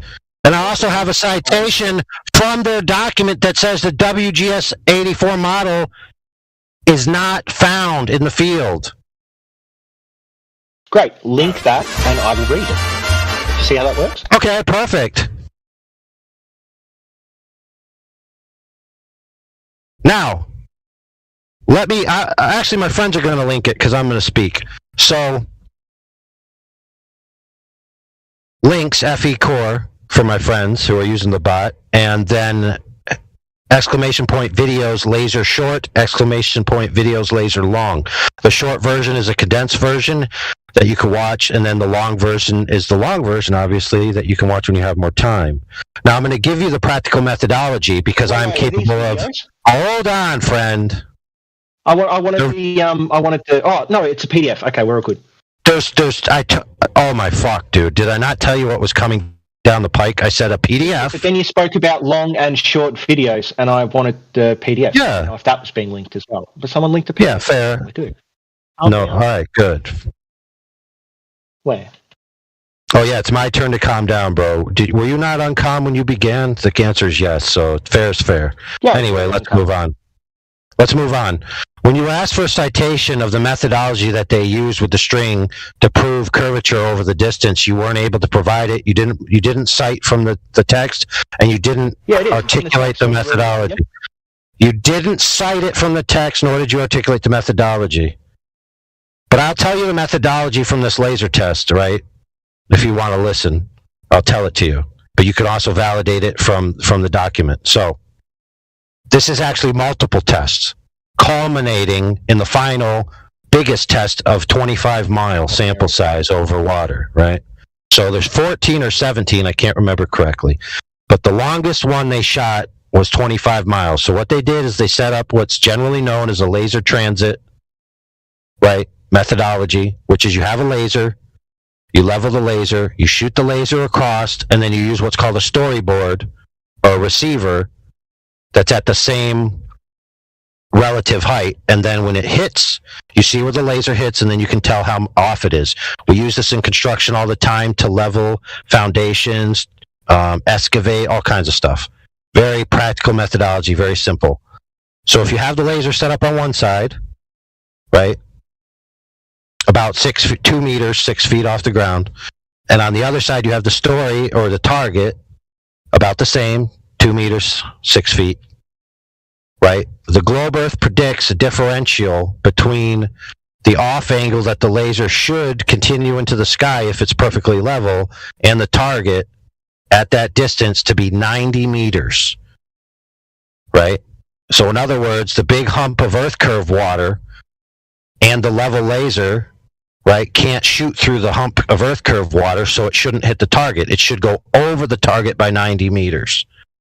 Now, when they set this up, right, they took into account the ambient conditions. They took into account the millirad divergence of their laser. They created, which is in the documentary, a very accurate aiming device and leveling system. And if you watch it, you'll see how precise it was. Very precise. Type of laser was it? Well, you'll have to look into there. It's a big old laser. A laser sufficient to shoot 25 miles with a very limited millirad divergence. Yep, I read that. So sufficient to the task. And they might talk about the type of laser, because they actually had two. I think the first one failed or they destroyed it. But anyway, they talk about that in the thing. And they give the specs for it. So they did the test. It doesn't matter. Refraction wasn't accounted for. Says who? Them. As light travels in a straight line through a homogeneous medium, light angles due to different refraction indexes in a non-homogeneous atmosphere.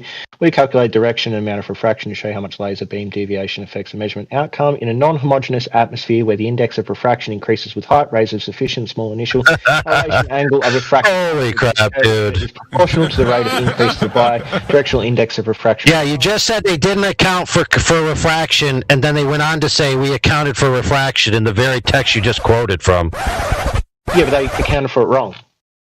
And well, actually, they didn't. So they're saying that it's a homogeneous through a homogeneous medium.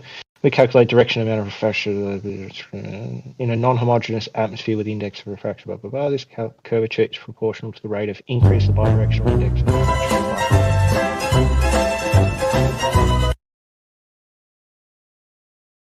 Yeah. Anyway, so they set it up. They set it up, and the laser hit the target. Okay. Now, you may claim they didn't account for this, they didn't account for that. That's fine. But at least they have a practical example of their methodology. So, here we go. This is because I've read through this before, actually. Here's the problem. So the lake was frozen, therefore walking along the beam on the ice or using a boat was not possible. There's no data on the ambient conditions along the laser beam were available. We measured the conditions at the measuring. Yeah, which site, which shot is this? Which shot are they talking about? I don't know. I'm just reading out of the text document for refraction conditions, the PDF. Which test? Which test was it? What location? Point of laser beam. I told you there was about 14 or 17 different ones, dude. You can't just pick one at random. Well, this is their heading for refraction conditions. Oh my goodness, dude. So they said when they measured refraction between the which location? Which location? Why does that matter? Maybe because, listen, friend, maybe because over time and at each location they learned things and improved their methodology. Then why wouldn't they add that in under the refraction category or subheading? Dude, how many different shots were there? How many different conclusions? Right now. I don't know, dude. How about you read the whole entire thing? How about that? Yeah, I thought so. You'd run away from this discussion because you don't actually... I'm not running away from it. I'm asking you specifics about the thing, and you're not giving them. Bruh. Now, by the way, in the final 25-mile shot...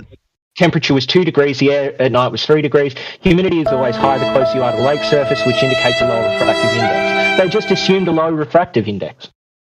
They didn't actually measure one.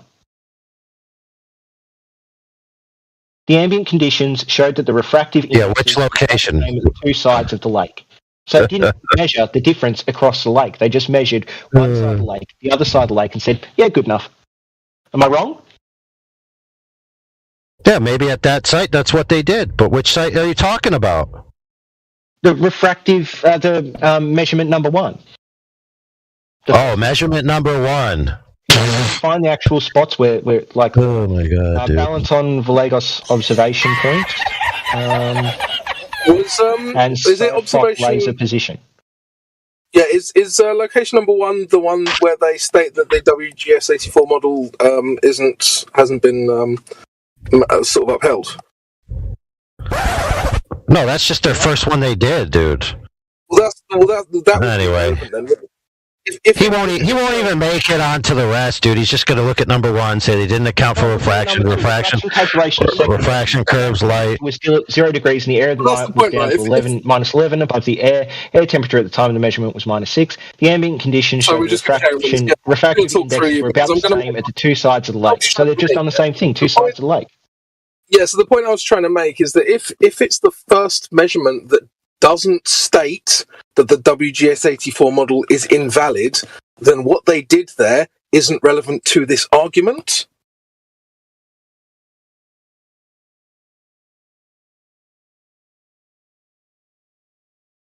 My argument was their methodology was incorrect because they didn't measure the refraction across the lake. They measured it from 2 points, the start and the finish. And if the beam was to curve, it would curve between the start and the finish, not starting at the start and ending Fantastic. At the finish. So is that location 1? Yeah, and location 2, they use the exact same methodology. Is location 1 the let's just call it stop for a second and listen to what I'm saying. No, I'm not going to stop. Location 2, and they use the exact same methodology. I'm not going to stop talking, right? So the issue is that if they are not using location 1 as the quote-unquote evidence for the WGS84 model being invalid, then it's a waste of time to analyse the methodology there. The second one did the same thing. All of their measurements, they just measured the temperature at the start and at the finish. They didn't measure the refraction between them. Do you understand that, Crypto? Do you understand what I just said to you? Location 2 being used to invalidate the WGS84 model. It doesn't matter because they use the same. Fantastic. They use the same way of calculating refraction in all of their experiments. The conversation. You're just wasting everyone's time. What did I just say to you, mate? AI, I heard what you said, bro. It's irrelevant. AI, can you tell me which location was actually used in this argument in terms of the WGS84 model, and then maybe we can read that. Oh man, the only one I was talking about was IDSIL, the biggest one. Fantastic. Calculation of third measure. So we're going to look at the methodology there, or we're just going to ignore that? Condition shows the refractive indexes were about the same at the two sides of the lake.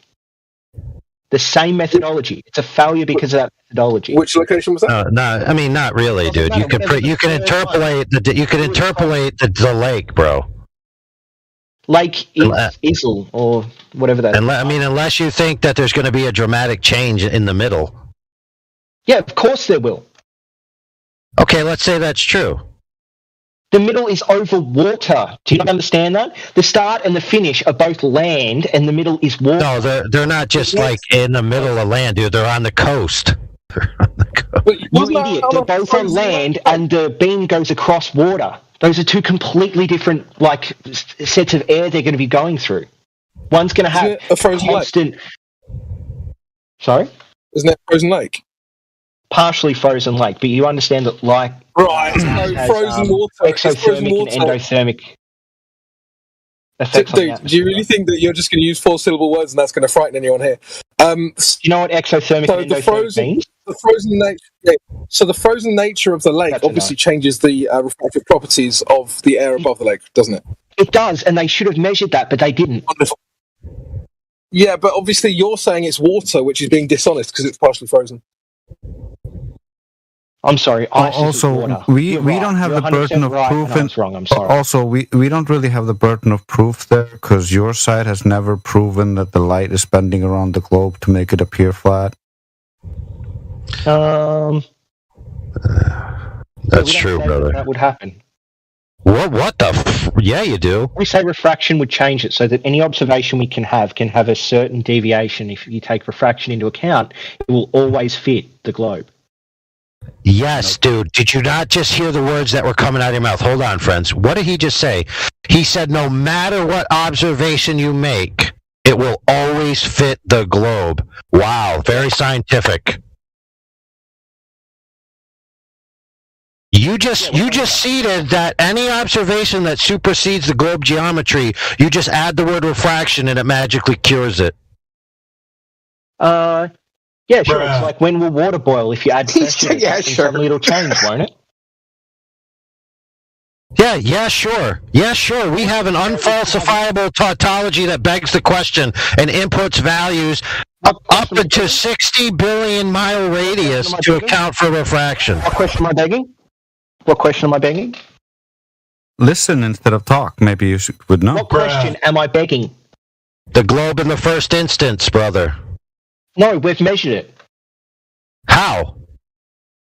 I just told you there's tow tanks, there's tower bridges. No, stop right there, friend. Stop right there. Stop right there. Stop right there. The tow tanks, you didn't give us the methodology of measurement.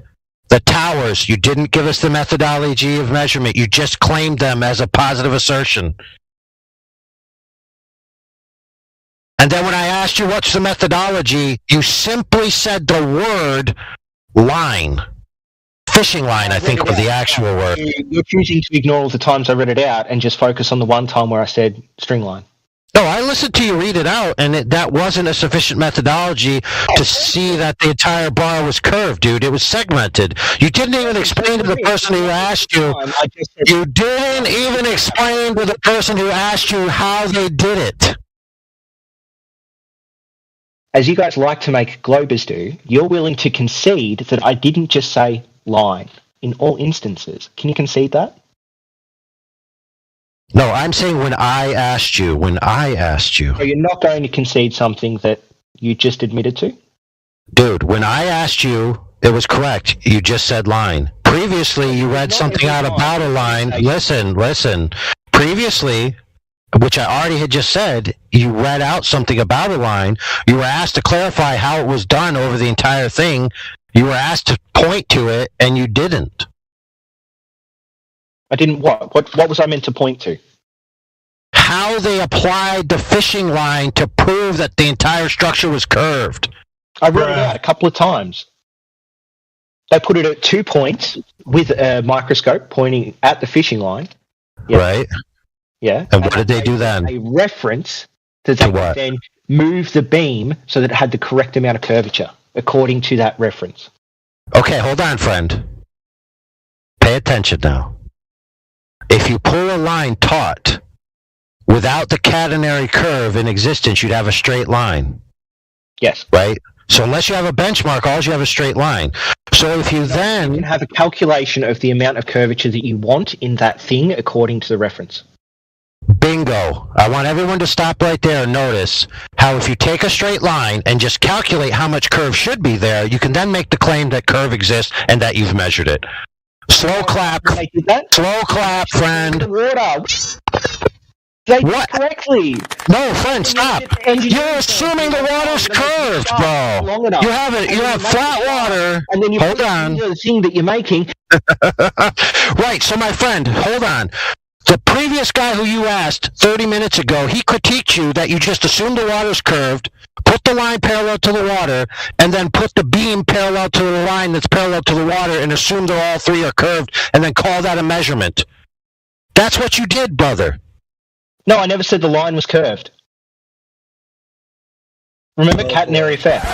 I said specifically it wasn't curved. I read that out to you multiple times. Okay, so let's be clear. If the line isn't curved and you parallel the metal to it and it's parallel to the water, then that means the water's not curved, and that means that the rail is not curved. A reference didn't parallel it. You ever used a straight line before? I build things, brother. Great. So I built a fence not long ago, okay? And my fence, it was a picket fence, and that picket fence went up and down, up and down. Correct. Do. Right. Absolutely. Line, and then I referenced the amount that the middle picket would be up off this straight line. And from there, I could reference out the curve. Perfect. So where did they do that in your example? I just read it to you. They had a microscope that pointed at the string line and at the beam thing, and then they calculated how much they'd have to have of curve on that beam to match the water on an earth of a given radius. And they referenced the distance between the string line and the beam on the What was the length of the string line? I don't know. Well, that done fucks it up, doesn't it, brother? No, a gap in knowledge doesn't mean that the whole thing can be thrown out. No, I'm saying if the string line isn't known, right? God, what's the name? And it's not sufficient to the task, and then you give us the answer that's not sufficient, that's going to screw up your argument. So how about you go get us that information? Well, he also just justified all of the laser measurements he just got shown because like a gap in knowledge does not disqualify the argument. So apparently he just justified all of the laser measurement. Thank you very much. What did I justify? You said there was if you have a gap in your knowledge that doesn't disqualify it, and you said that we don't know the exact temperature over the water in between the measurements of the lasers, and so according to your logic, that still stands. That is almost a smart argument. It's close, but not quite there. So the problem is that I have a gap in my knowledge. That doesn't mean that they have a gap in their knowledge. So the people that actually built the tow tank didn't have the gap in knowledge. I just have a gap in my knowledge. So you haven't provided the methodology. The experiment had a gap in their knowledge. The people doing the experiment, the laser test, had a gap in their knowledge, which does invalidate their experiment because they didn't account. Not really. It doesn't really. You're assuming that if there's a massive temperature differential, then the light's going to be able to travel around the ball and hit the target. Yeah, it is. When we account refraction in... Yeah, no, you don't have the conditions required when you measure the temperature on both ends. Sorry, sir. Dude, I don't know why it's so hard to get, like... We can get the conditions in the middle? Is that what you think?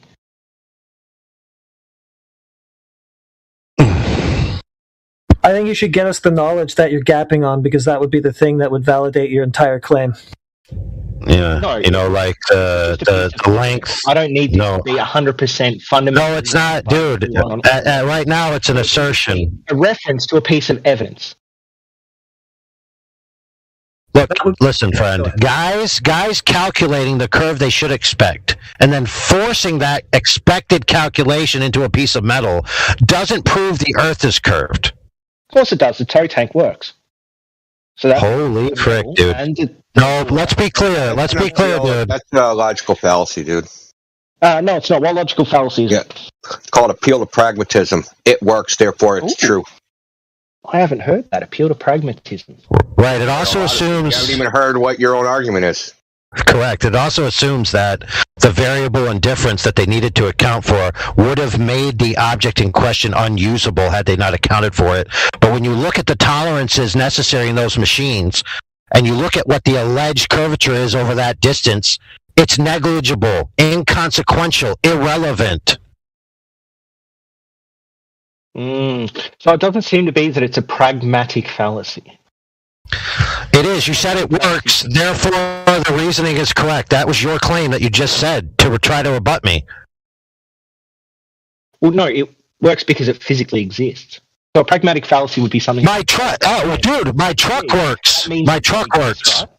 My truck works. I believe X is true. Believing in X results in practical benefit...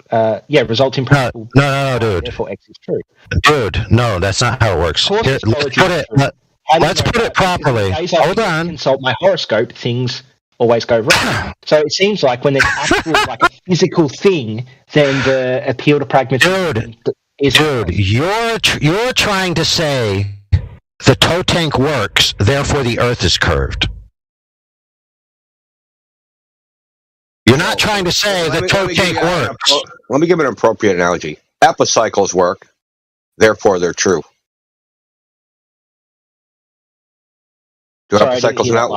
Epicycles work, therefore they're true. That's the actual physical situation. Epicycles, yeah. What are they? It's a Ptolemaic model of orbits. Do they work? Yeah, they work. Yeah, they work great. They work better than frickin' Newton's model or Kepler's model. Yeah. Can you reference that? Oh, sure can. How do you spell it? Never heard of epicycles? Jesus Christ, man. No, I haven't. Some elementary shit. Do you speak any English? Epicycle model. Yeah, they use them in a planetarium when you go there. When you go to a planetarium, they project the planets and the stars on the ceiling, on the dome ceiling. They use epicycles. They don't use the heliocentric model to model.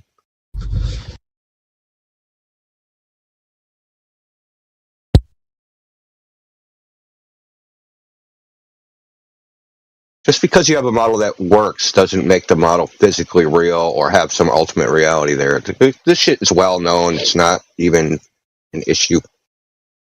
What do you mean by works? Do you mean as if we model something out, we get a result? Or do you mean as and you got a result? Yeah. Build things based on it or measure things based on it? Yeah. That's called engineering. Yeah.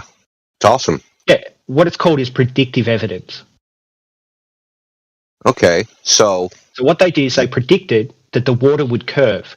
They predicted in order to get their rail to match the water, they would have to make their rail curve. They then predicted that a string line would have to deviate at certain points by X amount in order to fit that curve prediction. And then it was all true. That's called science, buddy. No. First of all, that's not called So science. I'm not saying anywhere that all would be like post-dictions. Those are all like post-dictions. Because they had to alter the string. I'm reading it right now. No. They had to adjust the string until it so-called aligned. What part? Where's that? I'm going to read it. A 0.33 millimeter dynamine fishing line was attached to one bespoke winch at each tail end. The line has a breaking point of about, that sounds precise, about 25 kilograms and very little stretching. Oh, that's scientific too, man. Very little stretching. It's not even like they have two things here that they didn't even quantify. Sorry, you haven't validated your claim, mate. Go back to your claim. Listen, I'm going to keep going. I'm going to keep going. Don't worry, man. There's more here. So, but I'm just saying, this does not sound like precision. Okay. Anyway, which allowed it to be pulled very tight and reduce the catenary effectively. A microscope was mounted on the rail to look down at the line and perform the adjustment with high precision. Right, so they adjusted the string until they got it to match really where they wanted. That's really sad. So this is your repeated thing I've been listening to over and over again. When you get cornered in this box, you start talking about us and how our argument is and how sad our argument is, and you just start talking about us. The way we're talking, the way we're arguing with you. Shut the fuck up. No, you're here for round 3 to get knocked out, dude. This is like, Hearns versus Haggard. There was never fight 2 and 3. Wait, string.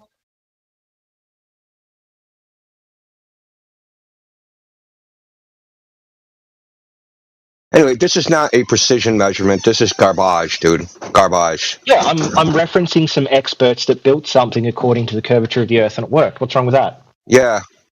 Are they lying? Do you think they're lying? I think it's confirmation bias. That's what I think. Okay, so they specifically machined and came up with a system to make the rail curve to fit what they thought the water would do, and it was correct. And you think that's confirmation bias. How does that work? Yes, I do. So if I was to think something like, no. Like, if you just use like a base iron to make a camshaft, that'll be fine. Like, it's great. I believe that. Someone told me it had worked before because I used it in an old steam engine once. And then you do it and it fails because it's not the correct, metal to use. Yeah, and? How is that analogous to this? So confirmation bias failed in the practical, didn't it? Yeah, because that's why engineering, you do things by trial and error. No, you right. So things are manufactured all the time that fail, break. Engineering is doing things by trial. It is. That's the dumbest thing I've heard. Honestly. Well, then you've never actually made anything. Have you ever made anything in a manufacturing process? Have you ever worked in any manufacturing environment?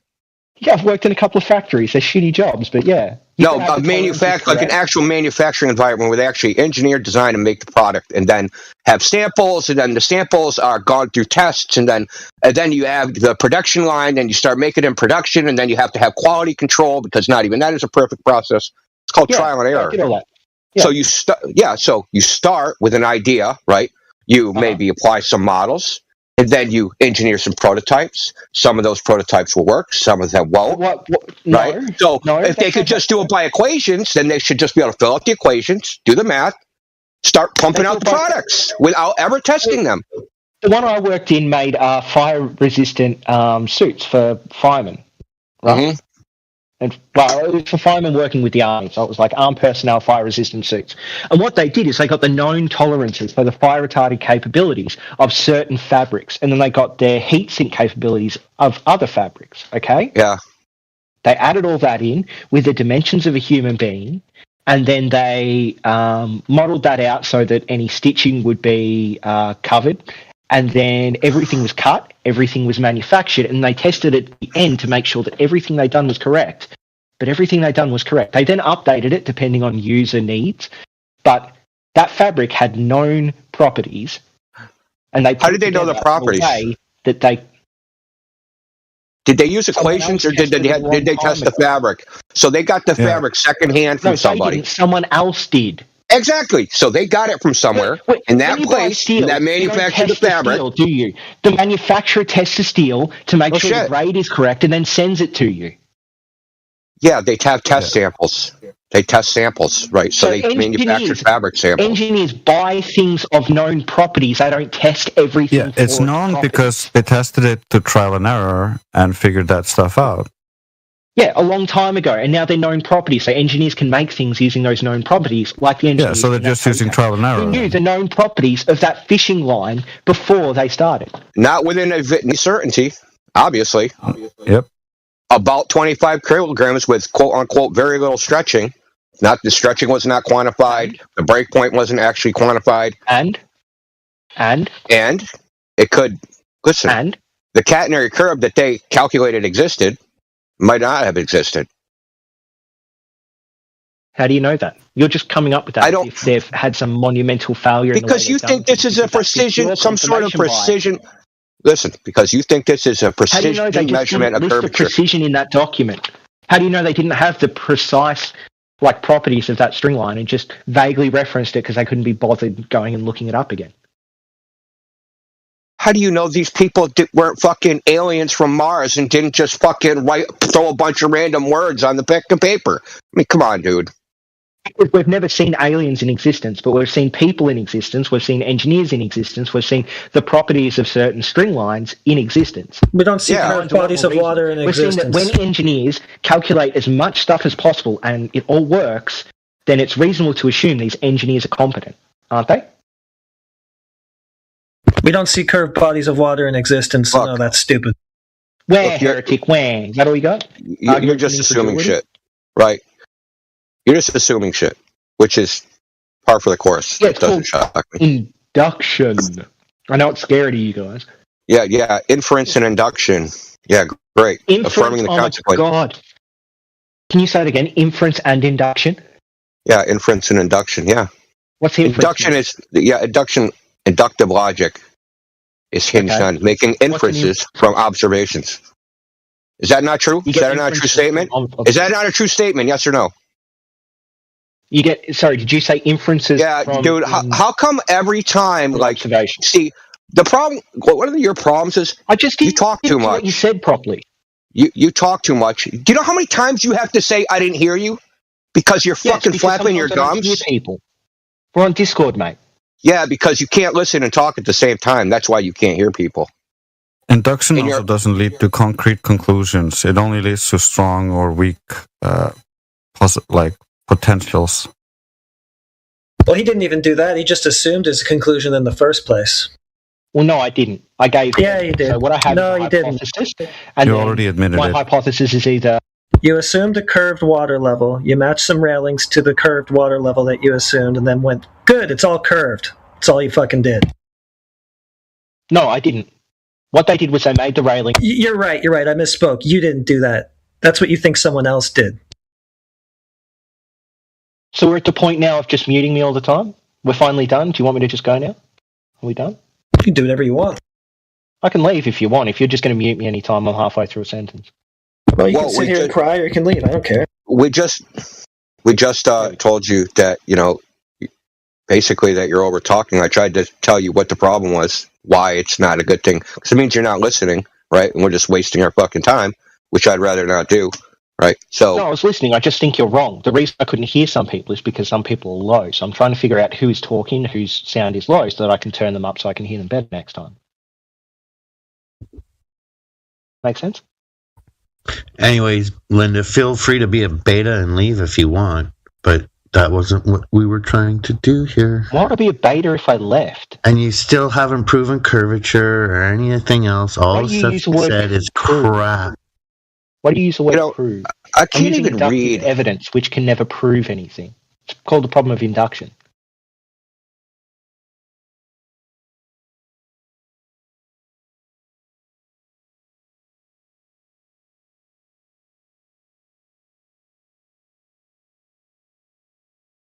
Trying to figure out why they need to compensate for curvature for this design. Why the rails must be aligned vertically to follow the curvature of the Earth. Vertically? Vertically? Yeah, the rails must be aligned vertically to follow the curvature of the Earth. Horizontally and in roll in Southampton, Saginaw, Oriented, a tank of 138 meters. Yes, that's talking about the, is about 0.6 millimeters. That's talking about the rail, in this case, has little like jacks under it to move it up and down before they set it. So they have to be aligned vertically. Those jacks have to be aligned vertically so that the horizontal lines up with the horizontal curve of the water. What's wrong with that?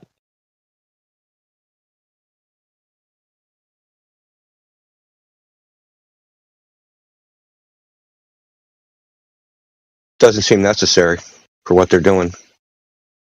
Why? They're trying to do I'm reading it, measurements of different hull shapes. Well, do you know what uncertainty and precision is? Yes. Okay. Uncertainty is an unknown, and precision is to the highest degree of measured known. So for this tow tank, they need to know if there's a deviation in the railing, because that deviation in the railing would cause the hull of whatever thing they're testing to push further down onto the water, causing more drag and changing the results, or to go higher up over the water, which would reduce drag and ruin the results. Okay, and if they didn't do it right, what would happen? Let's say they did all this process and they did something wrong and they didn't know about it and it's not in this document. What would happen? What would happen would be that the boat, when they move it along the railing, would experience more drag in some spots than other spots, which would mean they would. You mean so they're trying to model drag? So this is a tank that's trying to model drag, amongst other things. Yeah.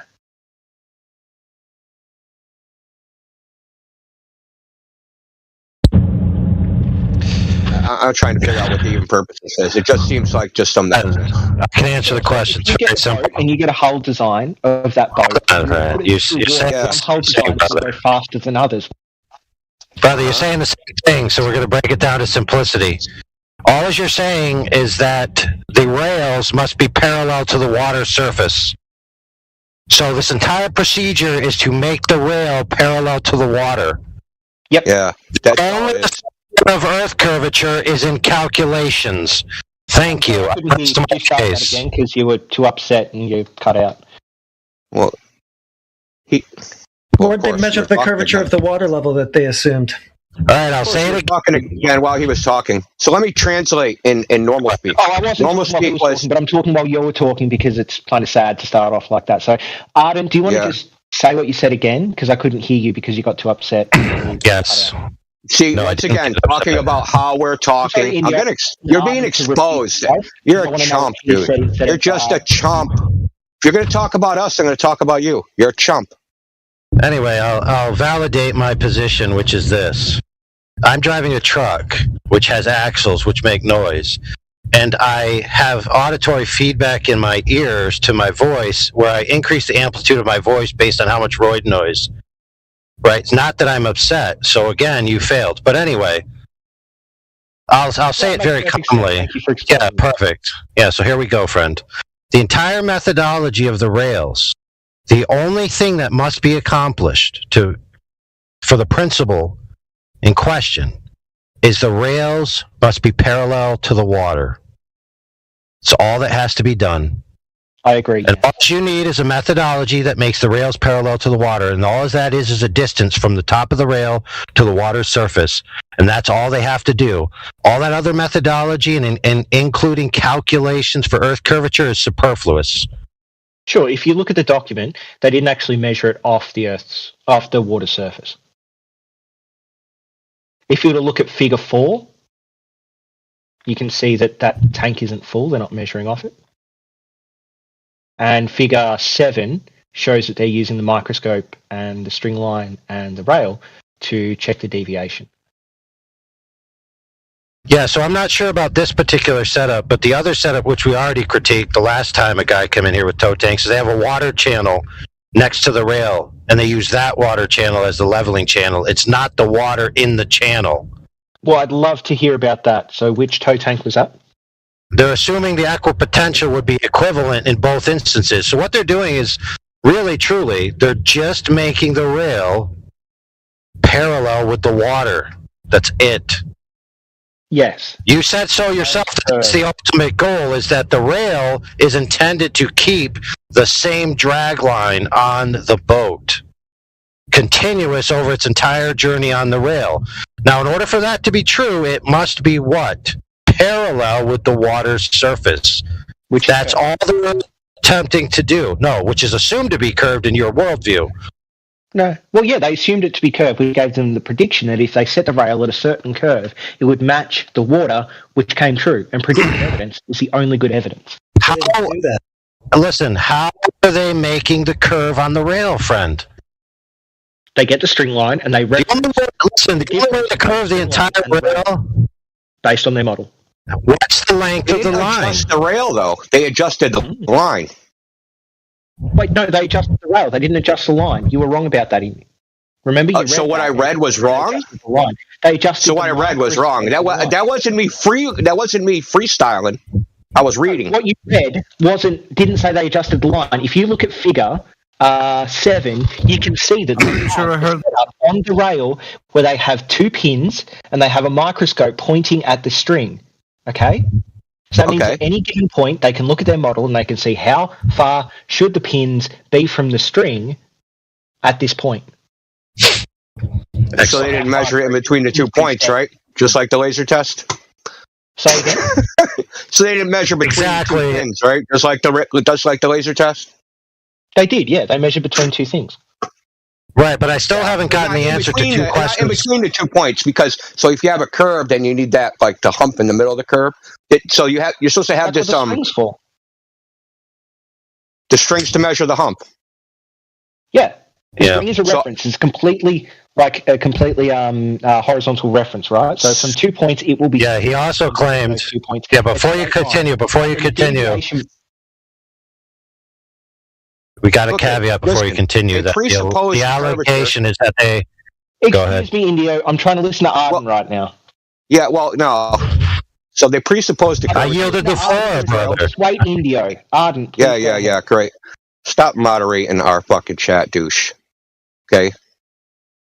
Yes, if you were paying attention... They took the rail. I yielded the floor to Indio. I know, I don't know why you have to say it again. Stop humoring this clown, okay? All right, my apologies. So, listen, I'm not falling for the distractions, man. So they have this beam, right? This rail, and they can adjust the rail, and they pull the string. And so, what are they adjusting both at the same time until they're within Why do you think they're adjusting the string? Because they think the string has to be within a certain distance of the rail, right? No. The string just has to be a reference, a horizontal reference. But they don't know if the string's horizontal. Yes, they do. If you get How do they know that? You pull it taut between 2 points with very little catenary effect, it is a horizontal, it is a straight line. How do you know there's very little catenary effect? That's what I'm asking you. Because that's what they said. Yeah, but very little is also some. They're only seeing a small deviation, which is very little. So they're seeing the very little catenary curve. What are you talking about? How do you know? You're assuming that because you're biased. You just said so. You just assumed that there's very little catenary curve. Your answer was because they said so. Yeah. Yeah, let me ask a question What is for the value for the clarification. catenary curve? And then, like, how did they measure this? Because you're going to have two inverted curves, right? You have the curved rail, and then you have the curved string. And the curves are opposite to each other. So one's curving down and one's curving up. And it's a very... Yeah, but I also want to know how long... It's so hard they can't even measure the amount of catenary curve in the string. That's not my problem. That's your problem. Right, but also I just want to quick qualify. Some catenary effect doesn't mean that catenary effect is enough to screw up their model. They have to measure it, brother. Otherwise, they wouldn't know. By the way, also, you were asked... Hold on. It doesn't matter, dude. I just said they would have to. I'm trying to get to a different point. The entire problem is that there's a catenary effect.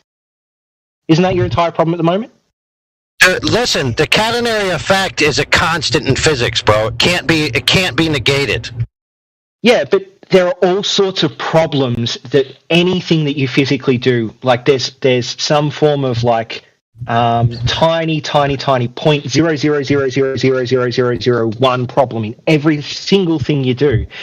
But if it's not enough to screw up that thing, then who cares? It's like saying... Right, so friend, for goodness sake, stop talking. That thing can still work. We all know that. Okay, what I want is the brass tacks. How long was the string? Doesn't know. How was the... Shut the fuck up, kid. Why? Thanks. All you're going to do is you're going to ask... Because I'm trying to complete it, dude. When the... Alright, I'm just... Dude. These things matter. So stop frickin' sidelining. For goodness sakes. You were asked how they know it was horizontal. You just said they affixed it to 2 points. Being randomly affixed to 2 random points in free space doesn't prove that anything's horizontal. You then said they got rid of the catenary. That's how they knew it was horizontal. But you didn't prove how they knew it was horizontal. Didn't have a great Dude, I'm speaking. Thank you. You then said that they got rid of the catenary problem somehow for whatever methodology they used, which you didn't quantify. You didn't give us the length of the string, so we can't even calculate any of these problems to even begin to say. So far, all this is a fanciful assertion with no data and no quantification to it.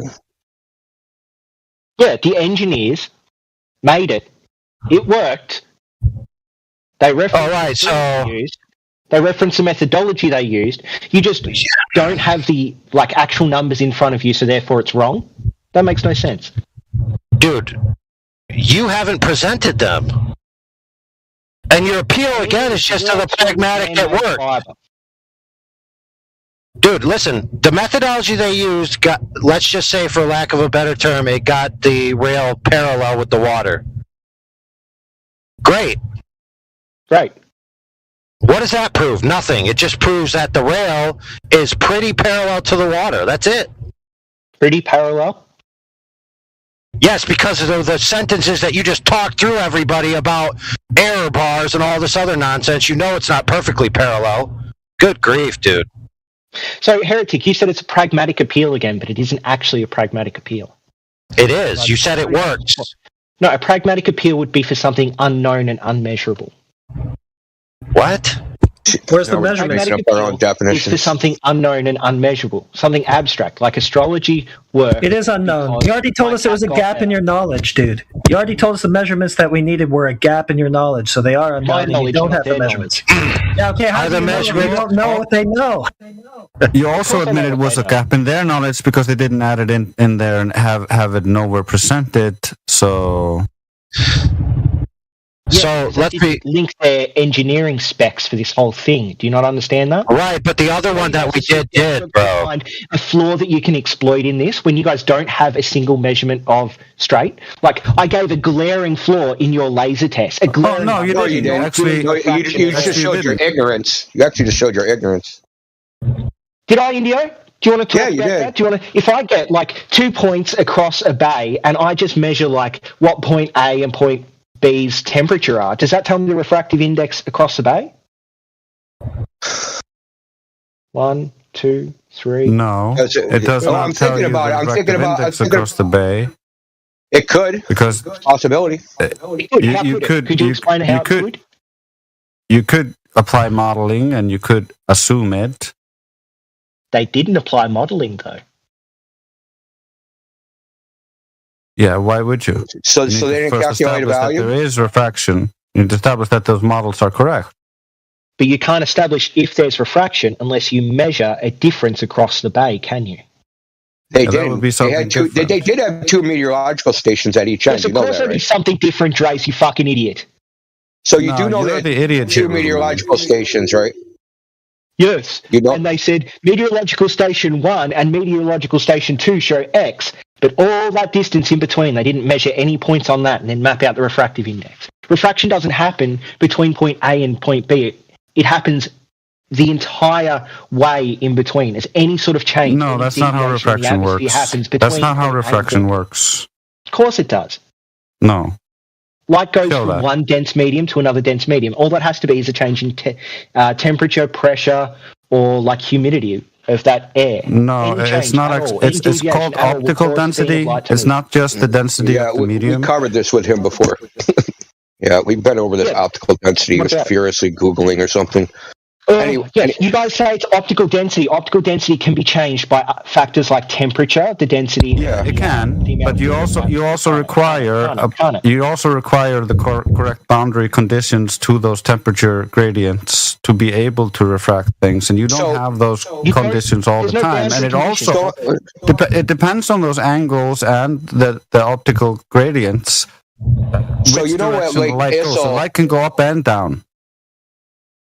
So you know what, like ISIL, not only did they horizontally pan it, they vertically panned the laser, and on top of that, they did it twice. They did it twice, 3 weeks apart. And they got the same result. So when they just have like, what does that mean? So they have to have the same magical refraction conditions, the same 2-3 weeks apart. And in different directions at different ranges. They didn't just horizontally pan the laser. They panned the laser horizontally. Seems like they had different outcomes. See, here you go again. I'm Stop speaking, talking. brother. Okay. AI, please. Yes. They panned the laser to targets at different ranges. So, for example, in the 25-mile shot, the 25 miles was the final target, but they panned it through like a 4-mile target, a 14-mile target, etc. And this was done 3 Yeah, weeks it seems apart. like they've got different. It The seems like firing line is hot. It It seems like they have different what? they have different measurements for every single laser test that they did. What does that mean? Well, considering Different that measurements of what? they say refraction exists, yeah, and they say that the laser is hitting different points, but it's just within the tolerance that they set based on the refraction that they think, yeah, to fit a flat Earth model, right? No, they're tested. seems They like- tested the WGS 84, and it's outside those values by 2 orders of magnitude. Because they didn't look at the refractive index between the 2 points. So Oh, the 2-week change would cause a small change in refraction in the refractive index, right? It wouldn't be okay. So how massive. much refraction does there have to be to get the result they got? Well, we could look at that if you'd like. Yeah, let's look at that. Give us the model that can make that prediction. Let me know when you're done with Walter Bislin Advanced Earth Curve Calculator. That doesn't. First of all, there's no predictions in that. I said a model that makes predictions, not post Yeah, predictions. so the Walter Bislin Advanced Earth. Yeah, those are post predictions. I want predictions. Observation data, and then you just change the refractive index. Yeah, that's a post prediction. That's not a prediction. I just Yeah, hold on. for a second. Let me know when you're done with this point so I can jump in because I wanted to ask him a question, but I want to mute him. Yeah, but I want to. No, don't unmute An him. amount of time, Miggy. I'll just yield for you. Yeah, just I will let AI because I don't know. You guys were in the point right now, but I don't know. AI. Yeah, we can wrap it up very quick. So what he did there is he has an ex post hoc solution because he's going to go to this calculator and just change the dial until the dial fits the observation, which he already said he will do, which is no observation can debunk the globe because you can always input refraction to be sufficient ex post hoc. which is not proper reasoning or proper anything. All right, And, I yield. and basically, the calculator doesn't simulate anything. If you look at the Black Swan so-called simulation, okay, if you look at the rays, they invert. So the image that you should be shown should be half inverted. But he doesn't show that, right? So all he's doing is adjusting pixels up or down, but never adjust the orientation. So that calculator doesn't simulate anything. Well, it does simulate one thing, so let me finish up with this, is that it simulates an increase in the radius of the Earth to lower the Sagittar via the circle segment formula. In other words, it models a lower hump between point A and point B, which means it's effectively flattening out the Earth to account for observations that debunk the globe, conceding that the Earth looks flat. I yield. Okay. I'm going to unmute him. Dogs, if you can hear me, I just need to ask you a question before you go on. Or maybe you just want to respond real quick so I can ask you? Yeah, it'll only take me 2 seconds to respond. Yeah, go ahead. The problem is what you said about Walter Bislin's Earth curve calculator flattening out the Earth is that it flattens out the apparent geometric horizon, not the actual one. You get that? And there's no problem with a post hoc falsification of an experiment. The problem is if you have a positive claim and you want evidence for that positive claim, you then need to make it predictive. So I'm not saying the Earth is a curve because I can post hoc use refraction to account for a flat Earth like experiment. Man, I want to respond, but go ahead, Miggy. I'll bite my tongue till later. Yeah, we'll just, I guess you can respond. I just need to ask you maybe 2 questions. Can we know 100% sure that the Earth is a globe in any way? No. Okay, second question. Has anyone directly measured surface curvature? Yes. Okay, can you tell me who? Transcontinental arc, the parallel. Who? No, that's not what I'm asking. I'm saying who directly measured it? Was there, what persons were there, or people? Was there a group of people?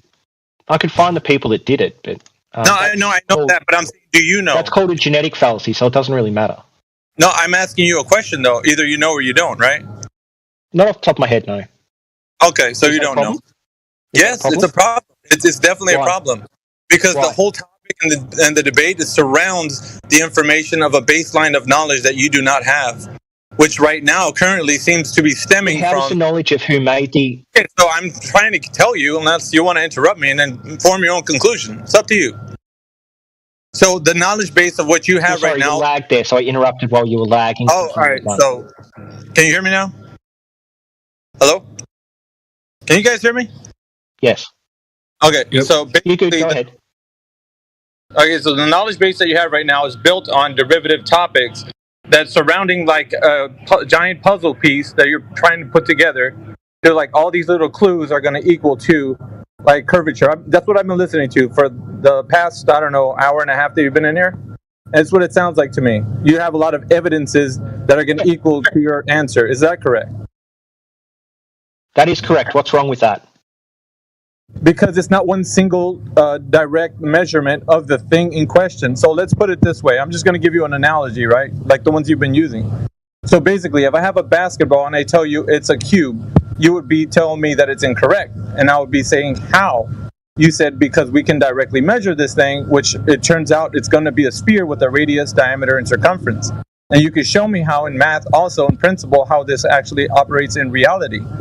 So if I was to tell you to do the same with the geometric shape that you're actually standing on, it would not be the same, and I would ask you why. Because it's the same thing in reality, something tangible, something you can actually look at, and you can actually apply maths and then directly measure the thing that you're in question, right? So in this instance, it feels like it's a bit more obscure, and all these little clues that you're talking about don't seem to add to the single direct understanding that we know that the Earth is curving with the set rate that they're telling us with the diameter and radius. So what we're doing right now is we're going round and round and arguing about derivative topics, never getting to the underlying premise that the Earth is indeed measured curvature, because we have all the metrics, as you may or may not know. They're made public to everybody, so we can pull those up and we know what they are. So what I'm saying is that it's a fruitless endeavor that you're on right now, this quest to actually try to prove the thing that you're actually trying to prove, but without proving it directly, but indirectly. And so maybe to you that makes sense, but to everybody here, knowledge works. I know, but I'm saying, but to everybody here, it makes more sense to directly measure the thing in question, and that hasn't been done. Can you directly measure something that is as large as the Earth? Yes, absolutely. With the variable. Listen, because I'm going to tell you. Can you do it the same as a basketball in your hand?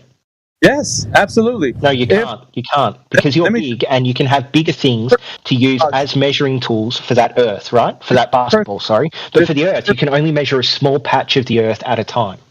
No, that's the thing, though. How did we do it in the first place? Because we have these metrics. Transcontinental arc, the parallel.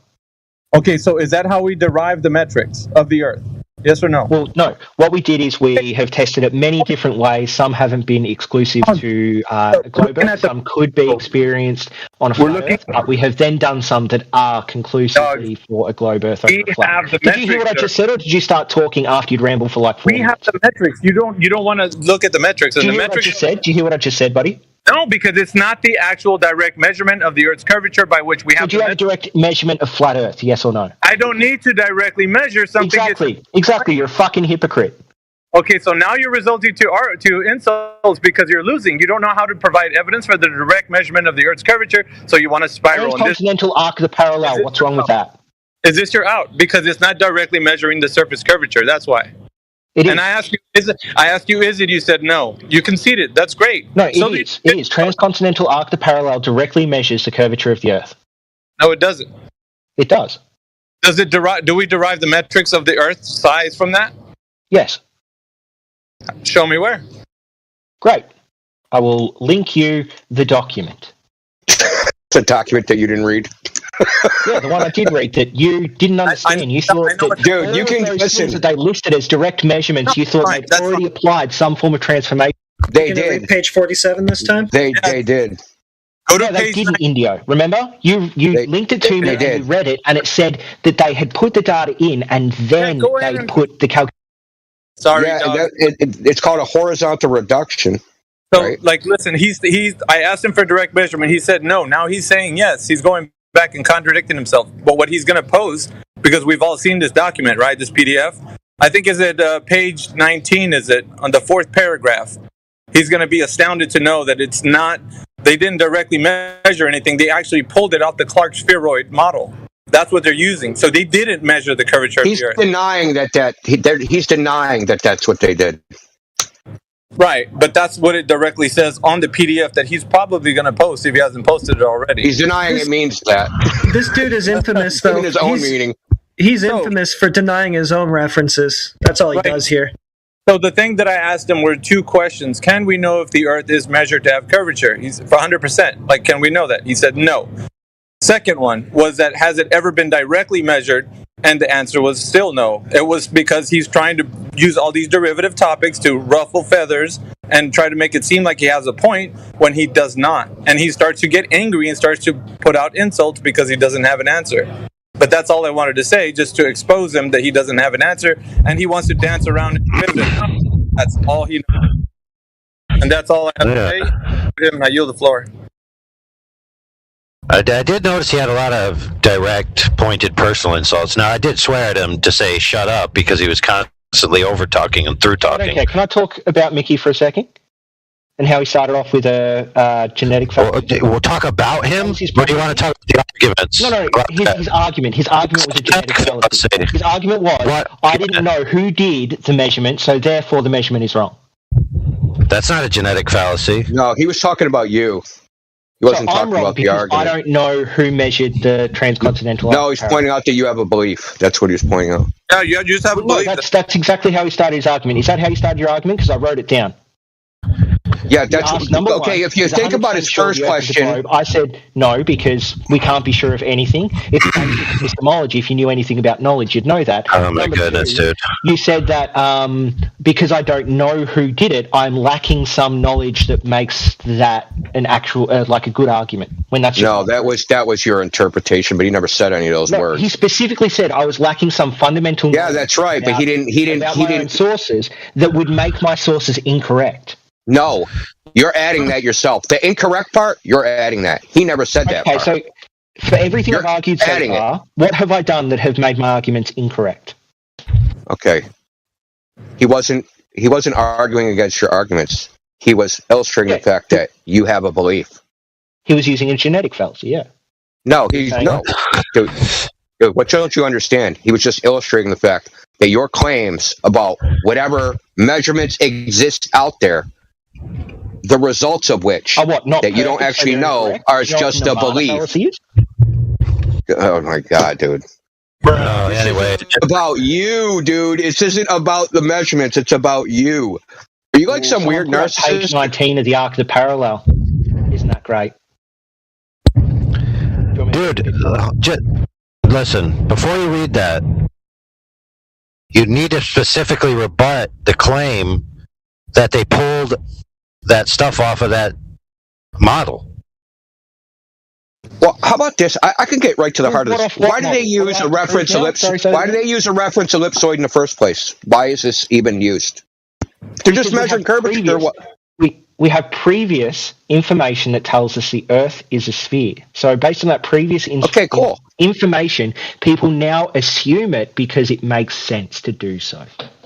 But why is it used in anywhere in any calculation ever? Why do they need it? Why does it necessary?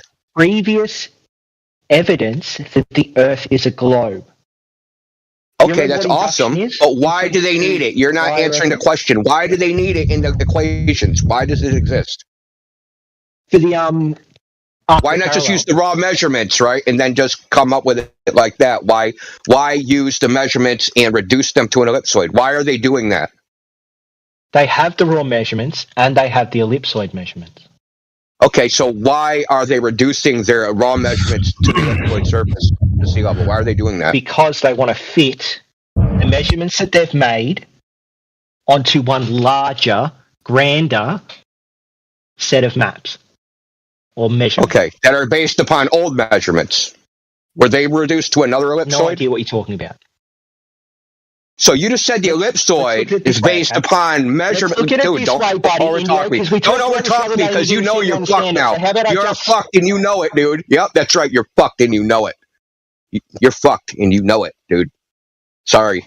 You know you're fucked. That's why you're trying to fucking rabble-rouse right now. Listen, you said the ellipsoid's based upon some previous measurements. So these new measurements, arc of the triangulation, they reduce the measurements to the horizontal directions to the surface of this Clark ellipsoid. Where'd they get the Clark ellipsoid from? And when they took those measurements, did they reduce it to some other ellipsoid? How far back does it go?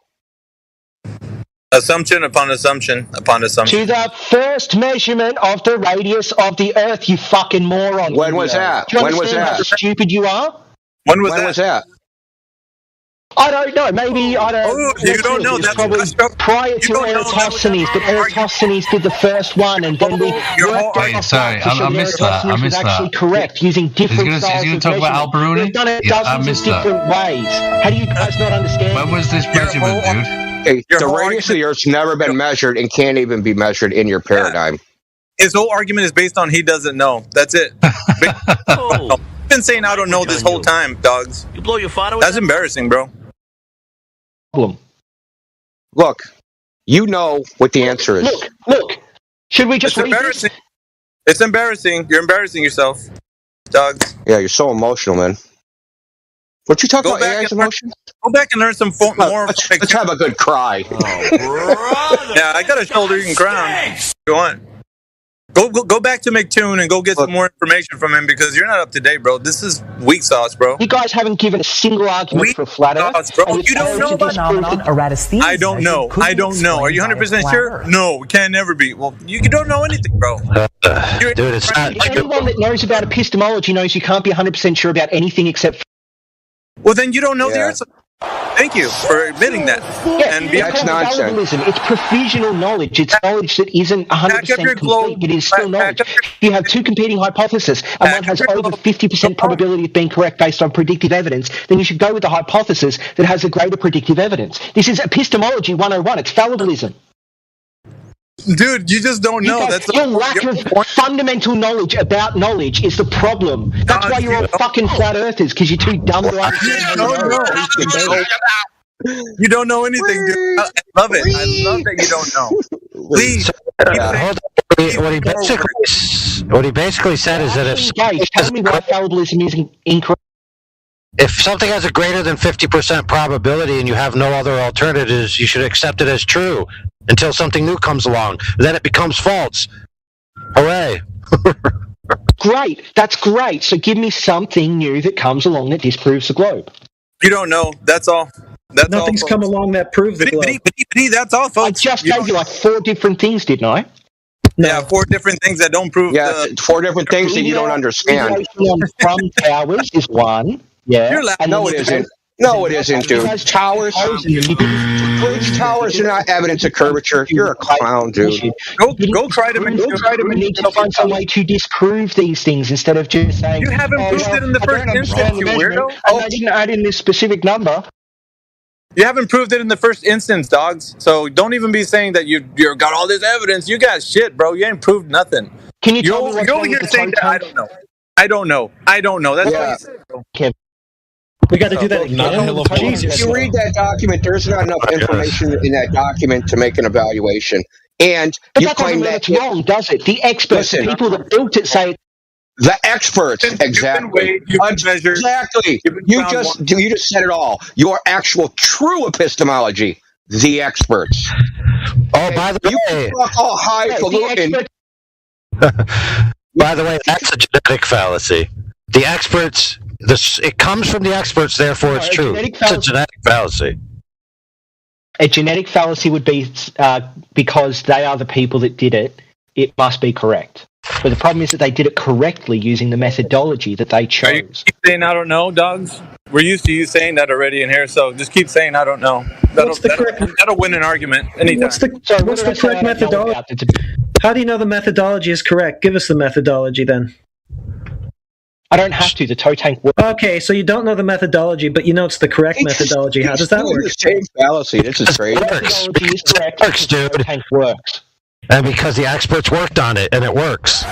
Because the rail and the... So nothing to do with their methodology, just the experts, exactly like these guys just said. Cool. No, the thing itself, the toe tank works. That's evidence that the engineering works. Yes. Works because the thing works. That's how engineers work, you idiots. Do you not understand this? Yeah. So I got a PDF from an engineer from Australia that says just because it... Oh, do you want me to... Okay. Now, hold on. I read your last PDF. Do you remember what happened there? No, I don't. Well, you read what PDF? Big failure in them not calculating refraction across a body of water? Yeah, they don't. They don't need to because it's an unproven quantity. Gee, that's why I asked you. Let's actually go back to that. Wait, is this a YouTube video? Let's go back to that video. This is the calculus they won't teach. Listen, don't mute him anymore. Let him talk. Right? Don't interrupt me. We're gonna have a real interchange. Fucking interrupt me, I'm just gonna kick you the fuck out of here. Okay? It's gonna be like that. So check this out.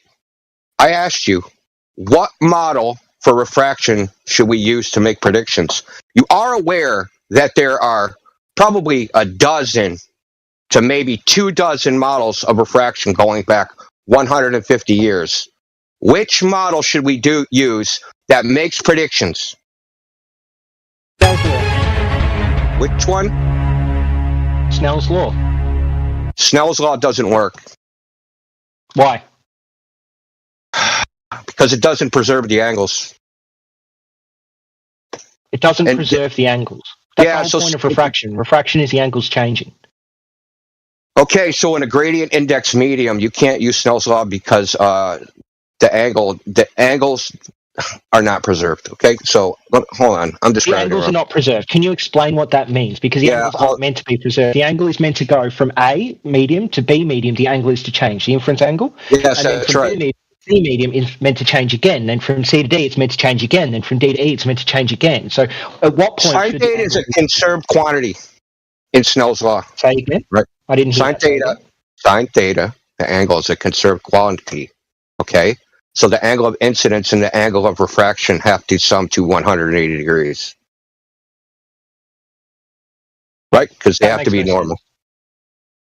Sine theta has to be 180 degrees. The sum of the angles, the sum of the angle of incidence to the medium's interface, right? Yeah. And the angle of refraction have to sum to 180 degrees. Okay, and? Okay, so in a gradient index medium, that's not the case. If you apply Fermat's principle, I just posted a PDF that runs through the mathematics. I don't expect you to go through it now. Live stream text? Yes, right. I even posted the PDF, right? So it says sine theta conserved along the light path. And it goes on. Snell's law states that the quantity sine theta is not changed in the refraction of light passing from one medium to the other. We inquire whether this is true in a general case where the speed of light varies continuously within a medium. That is a gradient index medium. Right? So you have to apply Fermat's principle, right? The principle of least time. So you understand that. Final result of these exercises is that, contrary to initial expectations, the answer to the question in the title is negative. So there's problems with using Snell's law and a freaking on like some gradient index medium, because you would end up having weird ducting, weird reflections, right? So if you modeled, right, so a medium with n number of indexes of refraction mediums, how many freaking layers are you going to use? Right. So what you could end up happening is the light being trapped within one of these layers and never exiting, especially if the light ever ends up going horizontal. So if it ever ends up going horizontal, it's never going to transition some barrier, right? Some interface. So if you look at Andrew Thomas Young's website, he admits this, that results in a singularity if you use Snell's law, right? If you use Snell's law and the Earth is flat, right, and you have a medium at that level, 6 feet, right, and you even have a gradient, right, you can even have a temperature gradient, that light, if it's horizontal, will never transition into any other refractive index medium, because it's horizontal over a flat plane. So if you model out mathematically, yeah, it'll just go on forever, right? The only reason you all say there's bending light, right, is because you have a curving gradient. I'm not gish galloping. Just because you can't comprehend what's being said, because this is above your pay grade, ain't my problem. That's your problem. Well, I'm reading through this and I'm not seeing the part where they conclude. So what page is it where they conclude? The conclusion? Scroll down. Yeah. The conclusion's literally in the abstract. You don't even have to read the conclusion. You can scroll down to it. So in the introduction. So you see, you've never read actually any scientific material, so this is just like fucking Chinese to you. Well, the conclusion is usually. Oh, I've been reading this shit for 20 years. It's in the abstract. The conclusion is in the abstract. The answer to the question in the title is negative. Is sine theta conserved along the light path? That means, says, Snell's law states that the quantity and sine theta is unchanged in the refraction of light. Is sine theta conserved along the light path? The answer to the title is negative. The answer is in the abstract. They don't use Snell's law to model in physics gradient index medium. Abstract. I posted it literally in the chat. It also provides.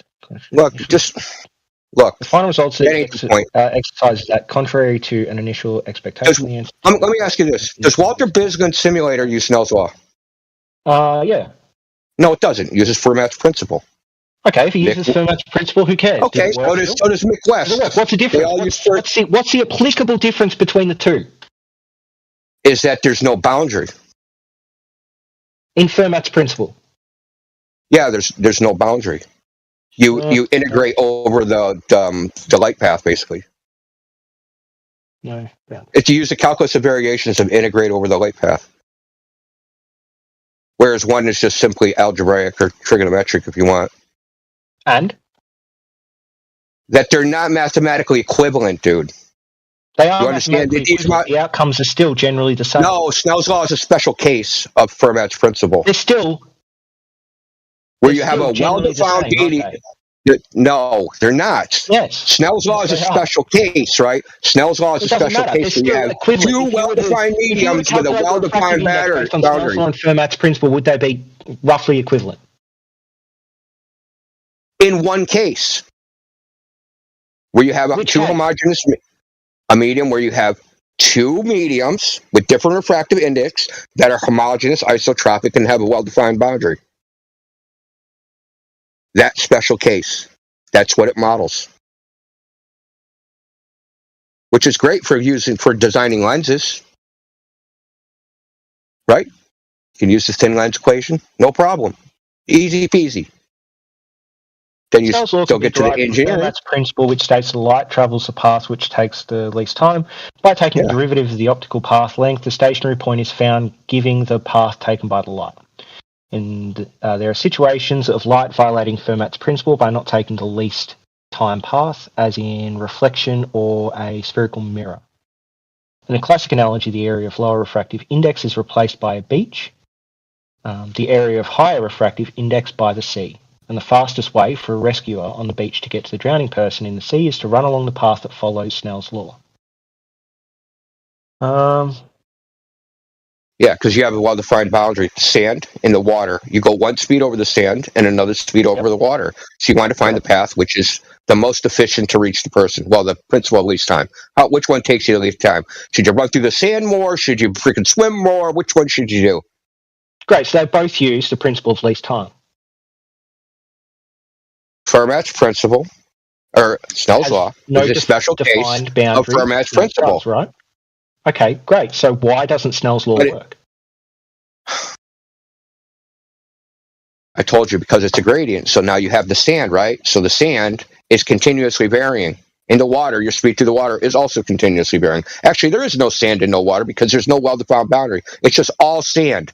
And your velocity through any given point in the sand, like at point, there's 0.0, 0.1, 0.2, 0.3, 0.4, 0.5, but there's a continuum. It's a continuous change. It's a continuous change, right? It's not a discrete change, like at a boundary, which is Snell's law. Why is that a problem? So think about it like this time. You have X speed on sand, X and Y speed on water, and then you replace that water, and you have the speed across just sand being equivalent to the average speed between X and Y.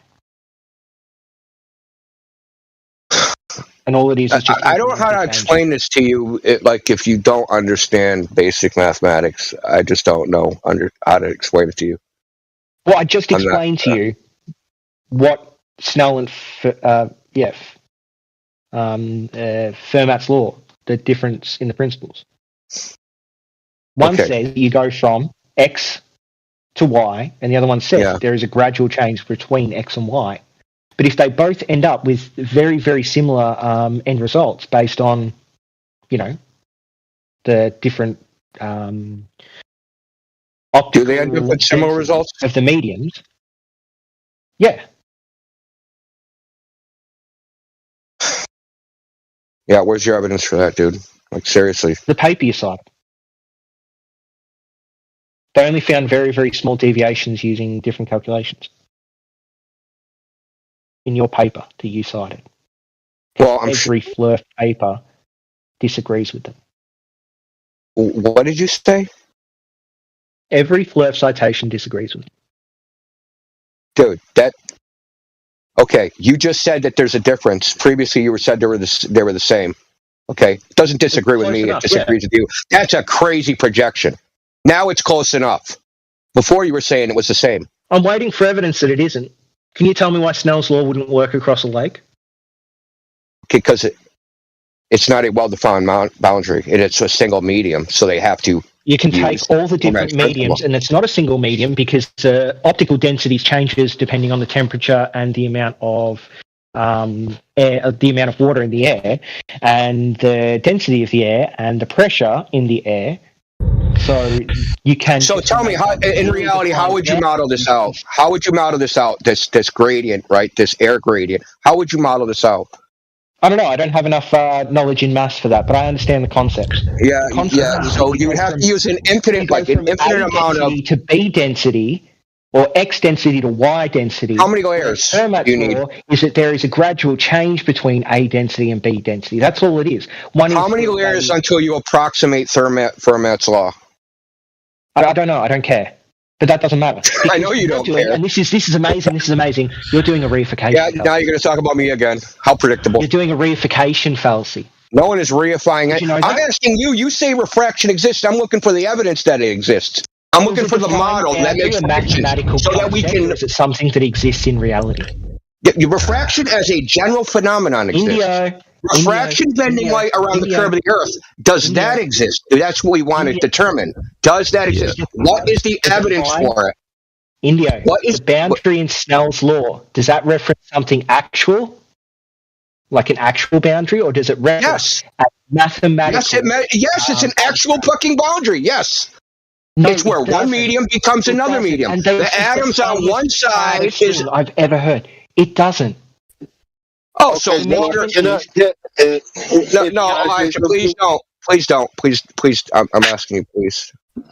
Please, I want to finish this. He's going to try and get off it. I'm not letting him get off of it.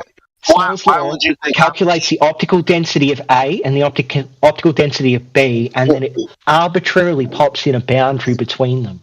Where do you think they would pop in that boundary? What? At the end of A, at the spatial end of A, and at the spatial beginning of B? Do you think that's where the boundary is? So if you have two substances, one's water and one's glass, the water's not the glass, and glass is not the water, and where they meet is what we call the boundary. They can both be water with two different optical densities. So water can be water, and glass can be water and glass at the same time? No. Indio, listen to me, okay? You can have air, just air, but if the optical density of air is different at 2 points, in Snell's law, you'll take those 2 points of measured optical density, so the different temperature and pressure, and you will put a boundary in the middle of that calculation, and that boundary calculates the deviation, the refraction. That's why I asked you how many layers, dude. Going from A to B. Whereas in Fermat's, it will be a gradual change. It won't be a defined boundary they put into the calculation. It will be between A and B, there is this amount of change, not it changes at a defined boundary, okay? It's all abstract, it's all mathematical, and it's called a reification fallacy when you say that there's an actual boundary in spatial reality. No, what I said was there is a continuous change in Fermat's principle, and you just made my argument. Thanks you very much. Snell's law. Snell's law has a boundary. Snell's law has a boundary. I've ever. Dude. Snell's law. Oh my God, the fucking spiral. Snell's law has a boundary. You said that you can make an arbitrary boundary. Where do we make that boundary? How many boundaries? That's why I asked you how many layers. You didn't even understand what that was talking about. Like, how would you model this? How many layers do you have to do? If I take six feet of freaking air, right? How many layers of Snell's law of different refraction index to model this gradient do I use? Do I use 10,000? Do I use 1,000,000? Do I use 1,000,000,000,000? Do I use an infinite amount?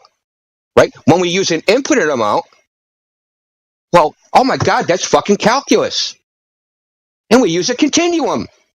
And look, the continuum's more accurate than the so-called simulation of boundaries. I don't know why you don't understand this. Oh, because you don't know anything about mathematics. But your whole idea of refraction is based upon mathematical models, which don't work in reality, which make no predictions in reality. That's why I'm going to ask you again. I know someone muted you. Give me the model of refraction that makes accurate predictions that we can test, so that we know which one to use, so that when we make our post hoc claim, we can be using a model which has some predictive power. You even said We need predictive power to tell us what's likely true. Give us the model with predictive power. Both. Give me the exact model with predictive power. Both. Okay, so those are models. How are they tested? I can find some journal articles if you'd like me to. Yeah, I'm sure I've read them all. Awesome. But are you willing to admit that the boundary is just what they put in? Like it's the maths that they add in to say that there is a defined... They don't use Snell's law for a gradient, you clown. A defined point between the refractive index of A and the refractive index of B, right? So all they've done is they've said there has to be a boundary here instead of it being a gradual change. Okay. No. So you're saying that exists in reality is bullshit. No, when they model it, listen, when they model it in reality, right? Like if they model it between glass and water, they'll use Snell's law. But if they have a gradient, they're not going to use Snell's law. So when I say the Snell's law is an actual boundary, that's what they're modeling. They're modeling an actual boundary. They're not going to use it in a situation you're talking about. They're not going to use it for a gradient index medium. They're just not going to use it. So it's like, why not use it? If it's easier, because Snell's law is because it's inaccurate. Principle, isn't it?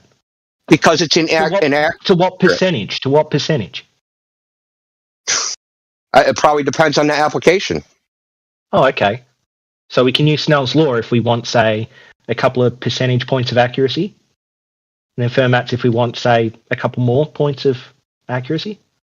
It's the same with Newton's and Einstein's, isn't it? Well, it depends on the distance, right? So it depends on how long the light is within the medium, right? So that's the defining factor. How long the light is inside the gradient versus, or how many layers you model. So there's all different, depends on your model, right? So that you could probably make a situational Snell's law model and use Fermat's principle and get them fairly correct, probably for good enough for practical purposes, and make it quote unquote work. Right, but it's not what's used in the common practice. They just use Fermat's principle because it's more accurate. That's just what they do. So they both would work. One's just more accurate. But the fact of the matter is, you can use Snell's law. You can use whatever the fuck you want. You thought that this boundary was a physical boundary. You fucking goose. No, listen, in the use that they model it, it is. Yeah, in the use that they model it, it is. Whether you actually use Snell's law to model something, it's real. When they model it, it's an actual boundary. No, listen, they don't model gradients using Snell's law. Only dumbass fucking anti-flat earthers use it for that. That's what I'm trying to tell you. Only you fuck clowns use it for that. Nobody uses this. If you go read all the literature, no one uses Snell's law for this shit. Nobody. Not a fucking person. Only Dunning-Kruger anti-flat earthers use this shit. Does it still work? Does it still work? No! Why? What's the percentage difference? How many decimal points are different? I just told you. I already answered that question. It depends on the application. You don't know the implication fallacy, and you don't know, and you're trying to lecture me about the maths. At least I was big enough. No. Listen, I told you the situation. It depends. It depends on the situation. It depends on what you're modeling. The error depends on what you're modeling. If you're modeling how long light's in fucking 1 millimeter of a gradient, dude, yeah, they're going to be almost identical. But if you're modeling how far, like if it's going through fucking 1 trillion miles of air, that's something else. You're going to it depends. It depends on the application. I think we're done with this now. No, you're going to give me the predictive model. Dude. You're just going to give it to me because we want to know when we do our post hoc, ad hoc bullshit at the end, right? So we can't falsify the globe. I want to know what model we have to apply. You're obviously too I want to know what model, dude. I want the evidence. No, I want the evidence for your foregone conclusion. I just want the evidence. That's all I'm asking for. What's the evidence, dude?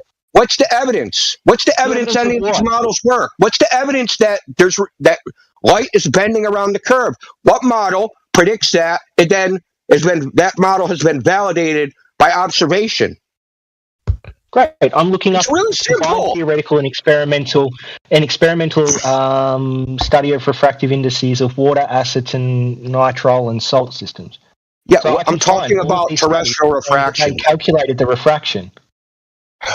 I'm talking about terrestrial refraction. This thing that's supposed to be like bending around the curve, making everything look flat. If you apply it to the surface of the Earth. No, these are physical constants, buddy. Do you know what a physical constant is? Dude. Okay. Dude.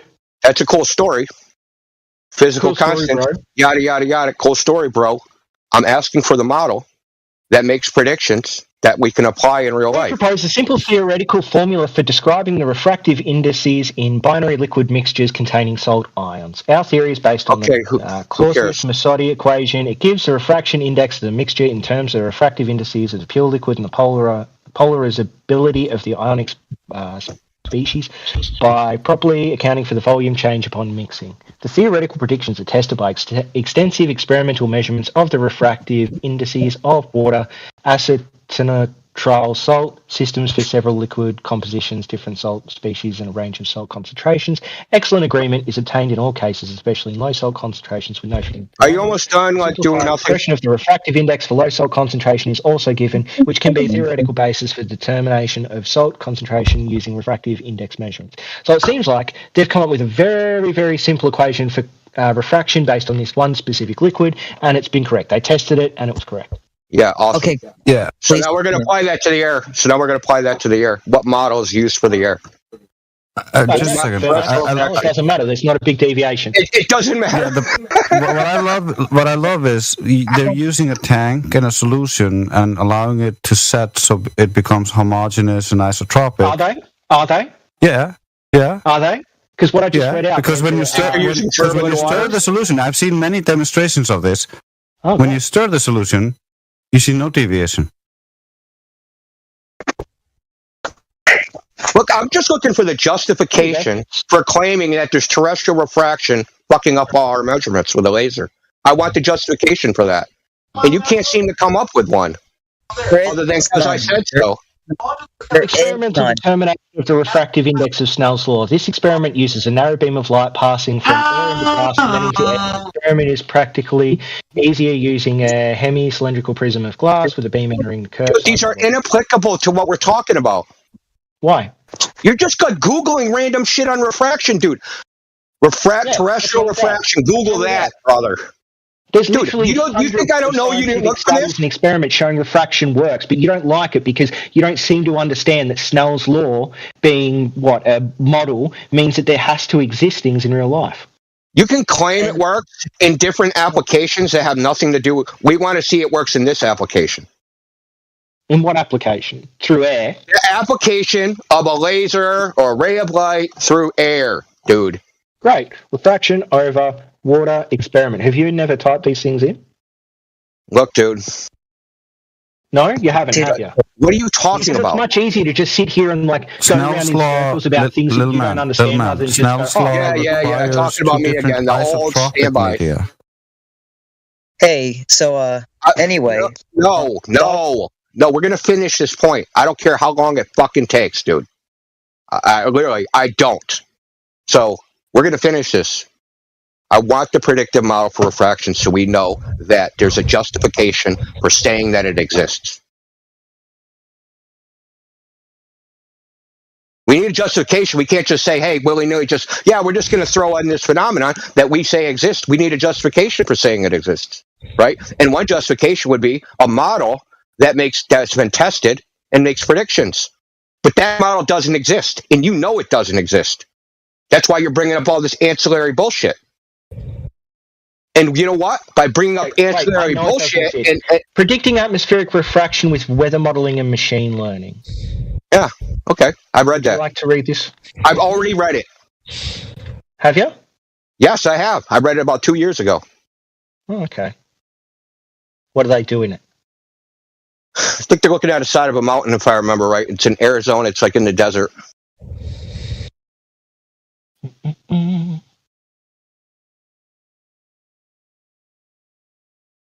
White Sands, New Mexico.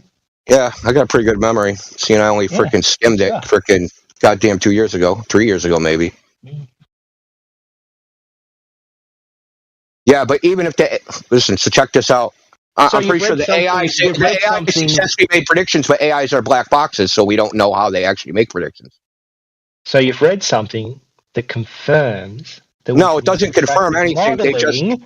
Weather model data results were computed for 10-minute intervals and ray tracing procedure was applied. The data is interpolated in time to align with the time-lapse image frames.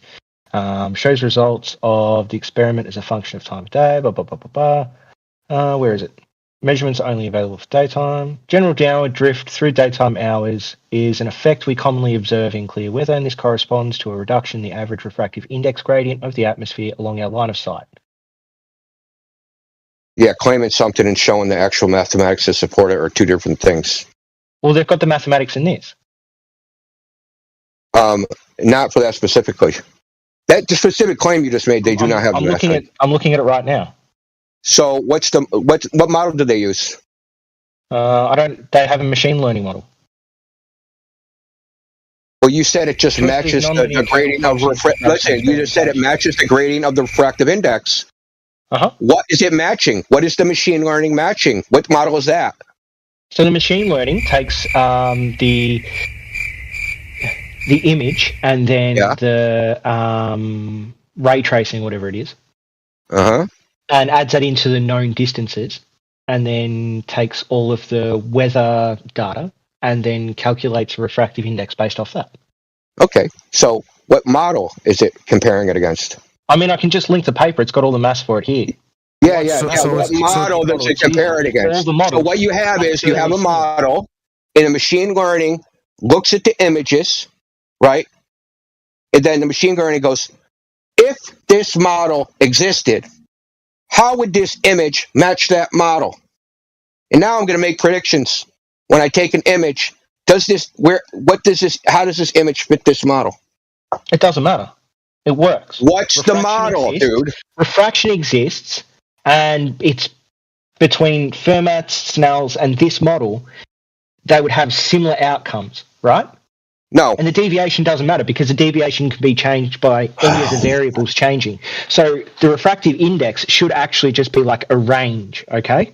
So if you have like the black swan image and then you apply refraction to that, you don't just add a set refractive index. You can make that range of refractive indexes based off the measurements you have and the variables that could change. That's how science and data works. And then from that, you can see whether that image can fit the predictions based off refraction, which would be the range of refraction. What predictions? That's what I'm asking you. How do we make the predictions? What model do we use to make the predictions? It doesn't matter. For math, this machine learning. I'm going to use chicken bones. Be fairly similar, right? No, not really. Not really. Okay, so what's depends on what model you use. They've tested models. In the literature, they've tested these models against each other. Well, then so you actually don't know anything about this topic. I'm asking you this for a very specific. Any literature, champ? Because they're so, dude. You want me to link hundreds of PDFs that say "fuck"? No, dude, we don't know. I want you to link one. Hold on. Yeah, look, I'll add this in showing that machine learning can predict refraction. So what? Machine learning is black boxes. We don't even know how it's doing the prediction. Yeah, we do. If you knew anything about machine learning. Who do you think programs those machines to learn? The machine learning is at modeling anything. You don't understand how machine learning works. So let's not talk about it. Until you know how machine learning works, then there's nothing to talk about. I do know how machine learning works, sir. It's a genetic, fellas. No, isn't machine learning where the machine takes in multiple sources of data and then it comes up with an algorithm based off that data that would predict any two sets of data outcomes further on? Okay. Let's look. Machine learning, subfield of artificial intelligence that deals with systems that are able to acquire their own knowledge by extracting patterns. There we go. Extracting patterns to get new data. Great. So, have you found that study yet? Yeah, I'll just read you a whole bunch. How about that? No, just link one. Where should I pick? Have you linked one? Have you dropped one in voice chat yet? Yeah, I'm going to link like 10. Well, I just want one, so link your best one. I'm going to just look at the top one anyway. Top one better be your best one.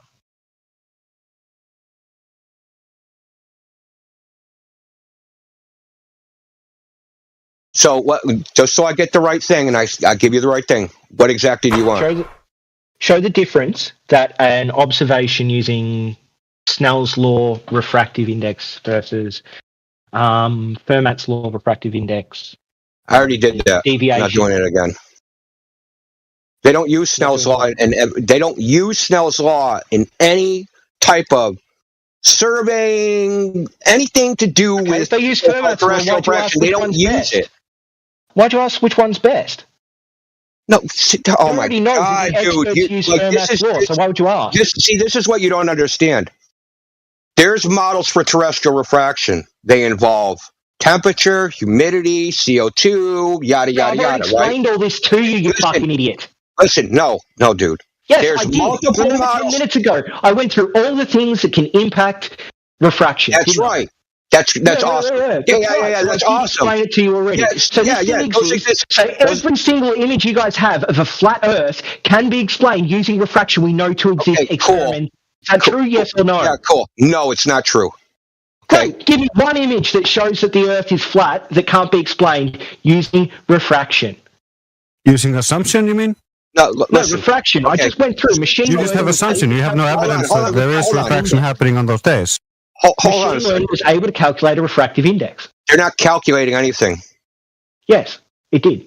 No, they're not. You're just assuming things. You have no values, so you're just assuming things. There's more values in the laser test. Data goes in, it calculates, it comes up with an equation. It doesn't calculate, it does. It doesn't come up with a fucking equation. You don't know what you're talking about. When you get data and you run data dude, machine learning is basically a lookup table, dude. That's basically what it is. It's a lookup table. It isn't. You have no idea what you're talking about. Dude, I got a degree in computer science. You don't know what the fuck you're talking about. B, X equals C, depending on some variable. It's not. They use gradient descent, dude. In this machine learning model, they use something called gradient descent. You have no idea what the fuck you're talking about. Stay like you don't know what you're talking about with refraction. You really don't know what you're talking about with machine learning. Even if I don't know what I'm talking about, I'm not going to explain it to you.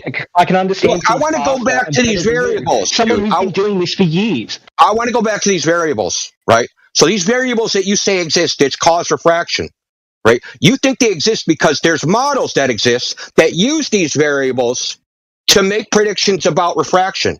Well, none of these models actually makes accurate predictions. They do. No, okay, where is that? The Fermat's law. You just explained yourself that surveyors use it. Surveyors get accurate data over land masses, don't they? I'm not talking about. So listen. Okay, so to apply Fermat's principle, you have to know the refractive index at any given point. How do you calculate that? No, you can average it. Temperature, humidity. Snell's law assumes that there's some set boundary, but Fermat's law can say that given like the known variables, you can average it out over a distance. Well, they don't do averaging, but whatever. That's what Fermat's law is. It may not be an average, but what it is it's going from A to B using a function rather than going from A to B. Right. And so there's different variables that they use in these different models to model terrestrial refraction. So none are accurate. That's what I'm trying to tell you. None are accurate. As a function, it would be centimeter 1 is 9 from 1, centimeter 8 is centimeter 2 is 8 from 1, centimeter 3 is 7 from 1. That's how the function would work. Yeah. Great. Fantastic. How do they figure out what the refractive index is at any given? Maths. I don't know much advanced maths, and I was able to explain to you how that would be. You don't have to explain it to me. You're just you're trying to convince yourself of something, dude.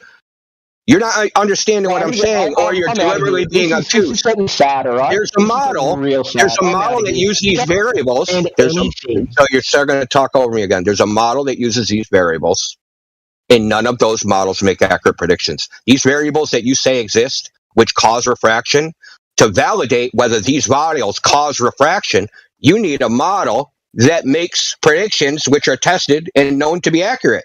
You don't have that. You're putting the cart before the horse. Where's the fucking horse? Where's the model of refraction that makes predictions so that we know these are the variables that matter? These are the variables that cause uncertainty or observation. These are the variables that we need to account for so that we can come up with a refractive index or a change in the refractive index from which we can make predictions with. That doesn't exist. And do you know what? It's been tested. So there was an experiment, this laser experiment across the Hawaiian Islands, and they took 3 lasers. And they went from one Hawaiian island to the other. And they did this experiment. They were measuring turbulence in the air. They picked up all three of these laser frequencies through their telescope. Then what did they do? So there was other research students there. So for his master's degree, he tried to model it. And when he applied the model of refraction, right? Gradient, standard US temperature, when he modeled it across this same distance using the same laser frequencies, he found out the experiment should not have worked at all. Because the divergence, because refractive index is wave dependent, right? You have, what the hell do they call it? Can't remember the name of it. Dispersion of light. That's where the wavelengths separate. Why are you still talking? Have you linked a PDF about it? Oh, I will if you want. Yeah, of course I will. will. I've asked for PDF spiral every into single oblivion, time. but whatever. So,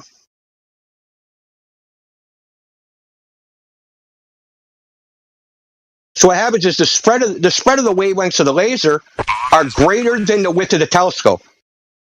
So when you model it, right, when you model it in this refractive index air, the spread, so you have three frequencies of lasers all starting at the same point. They spread out because not all of them refract the same. They refract differently. It's wavelength dependent.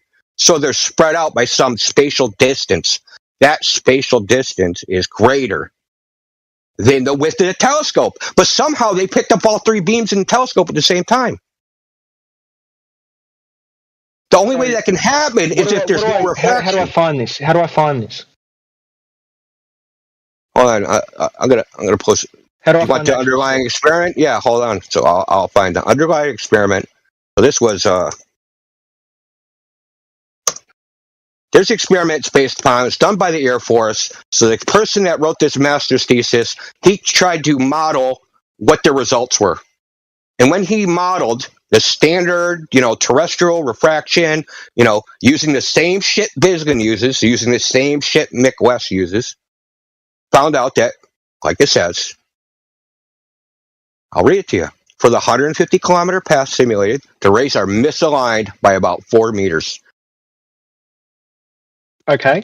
With respect to the point, the telescope's 3.4 meters wide. And? That means they should not have, if the refraction model was correct, they could not have picked up all three lasers simultaneously in the telescope. But they did. What did they say about it? I mean, what did they say about it? What was their conclusion? What was their conclusion? Well, see, they did the test first, and then after the fact, they applied the model, and then realized our test should not have worked. If they would have applied the model before the test, they probably would have never did it. They would have probably designed a different test. Okay, so they came up with there is some variable or phenomena that we cannot explain. Is that what they came up with? What they were testing was... Okay, so was it test was their answer? The presented experimental results on intensity scintillation characteristics reveal complexity of the observed phenomena that cannot be fully explained based on the existing atmospheric turbulent models. Yeah, so there's turbulence models, there's refractive index models, and he tried to use a mixed turbulence refraction model. None of those models worked, but the turbulence model, called a non-Kolmosov model or some shit. Can't remember the name of it because there's actually two of them. There's the non one and there's just a regular one. Anyway, so the turbulence model fit more closely than the so-called terrestrial refraction model. The terrestrial refraction model says that the experiment should not even have been completed. Because you can look at the simulation. He simulates it the same way Walter Bisgan simulates it, using the same methodology.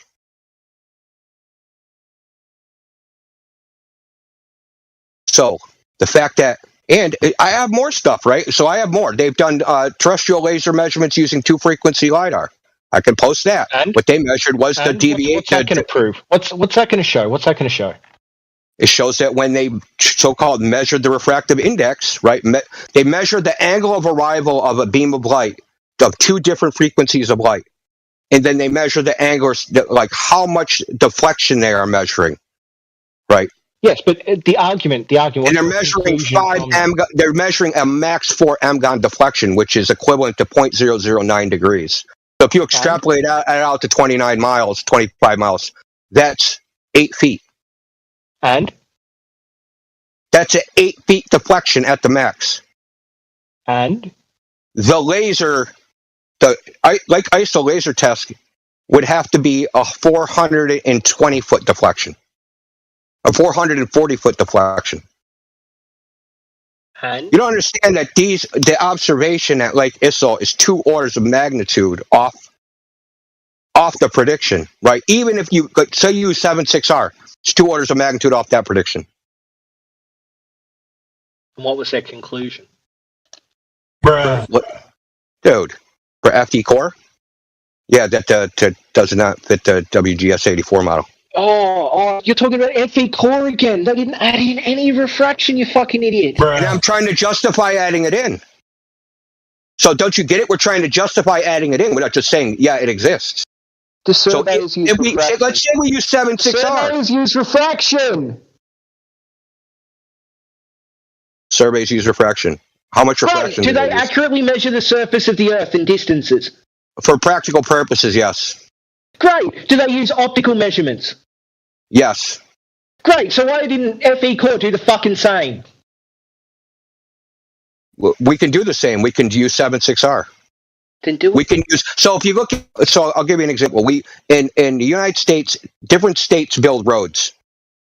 If you look at the surveying manuals for the transportation departments in different states, they all use different refractive index ratios. They use different values for terrestrial fraction. So, for instance, in Massachusetts, they use 0.17. In Washington State, they use 0.13. In Europe, they use 0.13. So, different places use different values.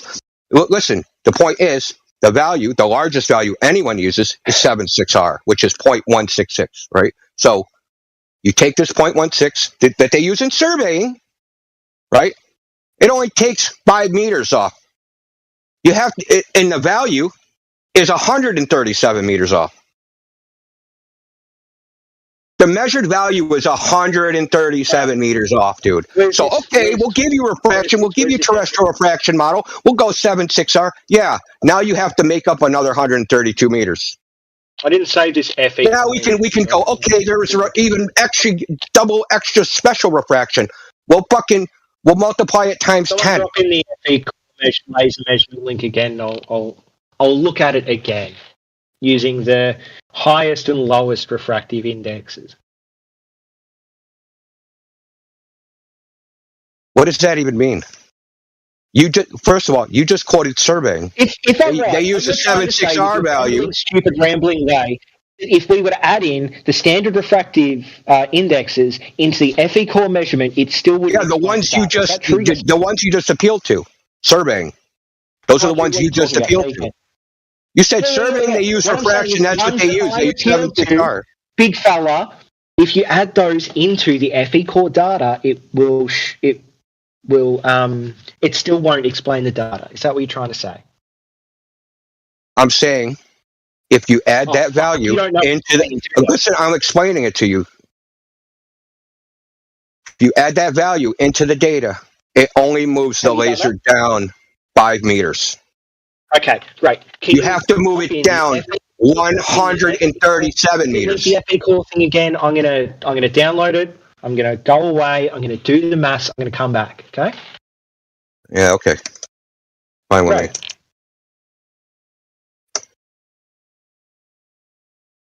I want you to keep in mind that they didn't this isn't a one-off. They did it 3 weeks apart. So make sure that you read the dates. Don't care if they didn't add refraction. I don't give a fuck. You don't even know why they should be adding it, other than somebody told you they should add it. No, I know why they have to add it. They have to add it because as light moves through a medium, if there's any change to that medium, then the angle of incidence changes. And that means what? And that means that the light can make things look further up or further down. Okay. Yeah, you're claiming that. Sake, buddy. But you're claiming that. But what's the evidence? Dude, that's what you don't understand. You don't understand there's a difference between claims and You ever evidence. opened the fridge, mate? All Have of you them ever opened the fucking fridge and looked at it? You cold air when it hits the warm air and things get all goofy behind it. Well, that would be evidence. What about experiments? But there's one where some dude like pours cold water over, or I think it's liquid natural gas over a propane tank, and you can see some, I don't know, colours that you couldn't see before, some bands of colour. Thank you for proving. Thanks, you just proved flat Earth. Thank you very much. Affecting what you see. Yeah, that's great, dude. Do you know what that proves? Because you have to use it's butane. Listen to me. Because that proves that you're applying fridge as well. Listen, you don't get it, dude. Butane has a okay. Can I finish? Can I finish? Can I finish? Can I finish? Okay. So the refractive index is butane, by the way. And the refractive index of butane is 1.33. Right? I don't care. I don't care. So check it out. The fact that you have to use, listen, the fact that you have to use an extreme, non-physical, unequivalent demonstration to simulate what you say is happening all the time demonstrates that it's not happening all the time. The fact you have to use butane to show it to happen demonstrates that it's not happening all the time. It happens with cold air. It happens How with cold cold? air. Yeah, with cold air, but that has a temperature gradient of something like 70 degrees per centimeter.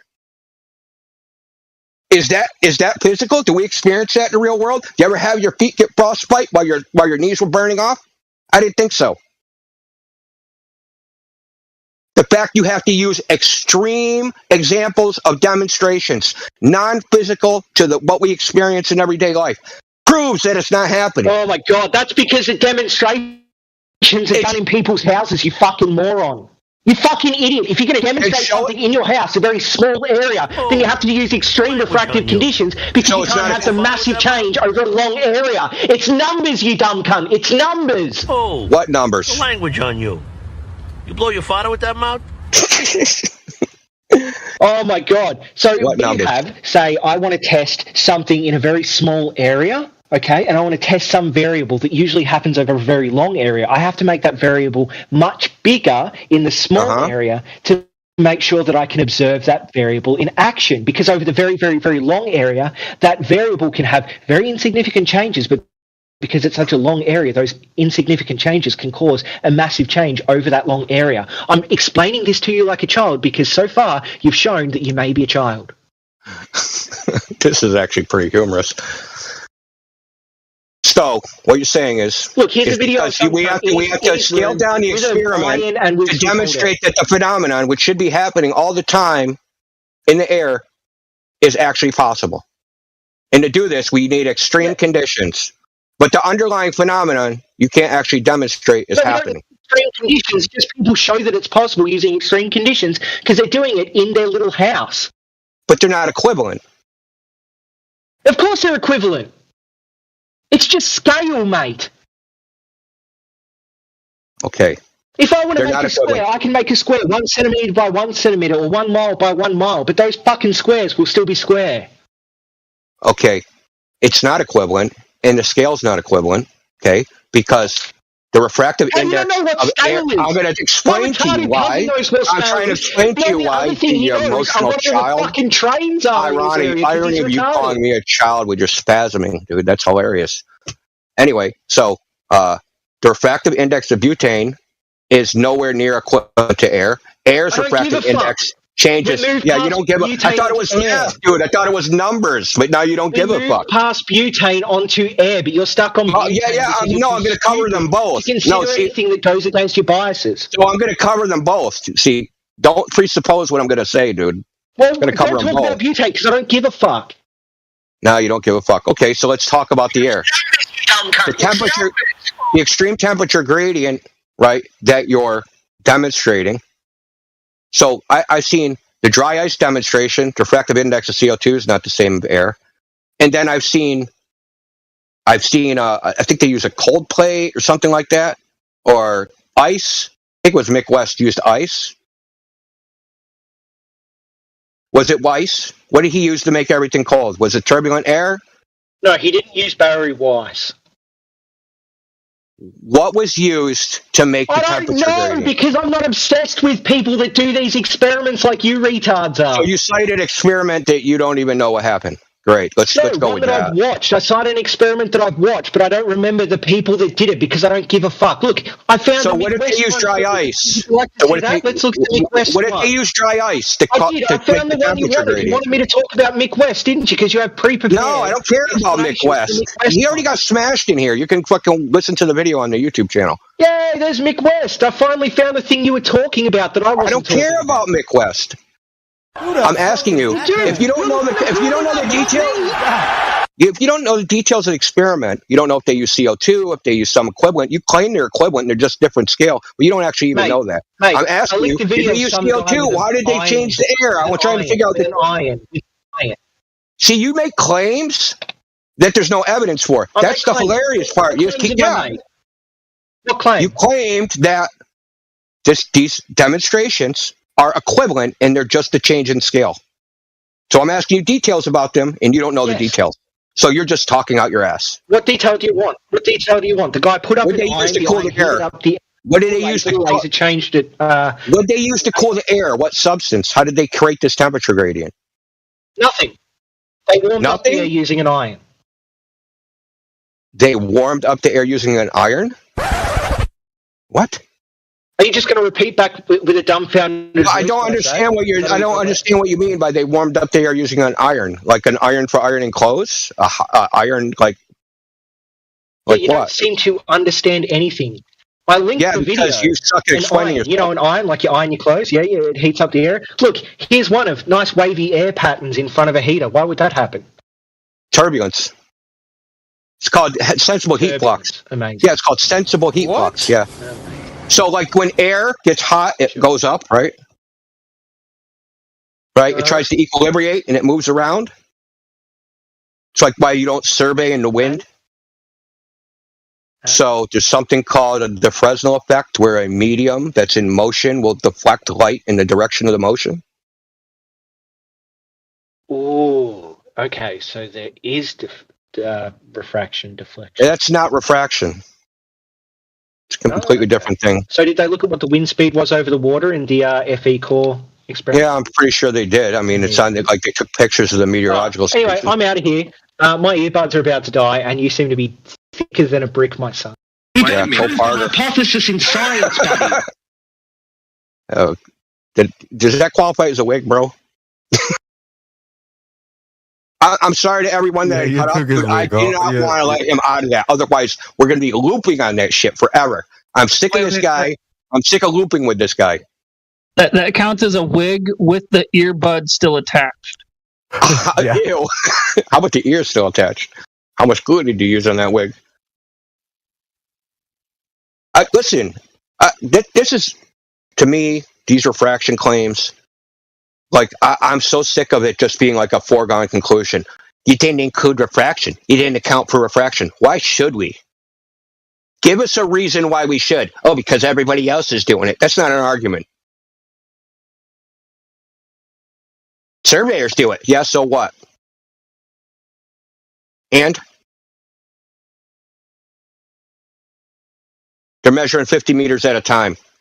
The uncertainty is like 2 millimeters. Do you think that like if they don't use refraction, it's like, oh my God, now the fucking road's all fucked up. It's a 1,000-mile road and now it's messed up because we didn't account for refraction. I mean, come on, man. Dude. Get serious. Did they account for refraction when they used the microscope on that fishing line? Dude, that's somebody that's like, have you ever done asphalt AI? Not really, no.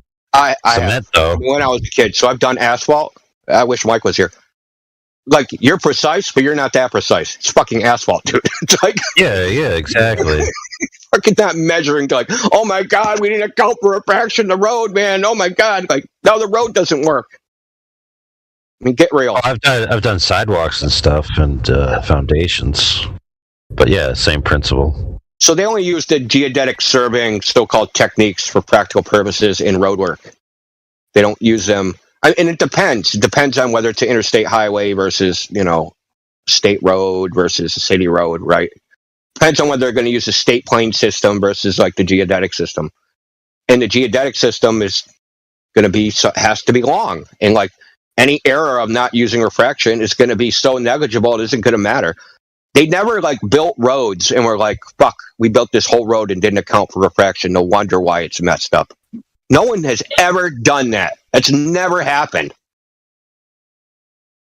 Yeah, you were trying to tell me. I thought that the point that I wanted to jump in that was annoying was that he was trying to say boundary wasn't like the part he was missing was that to spell law it's two mediums.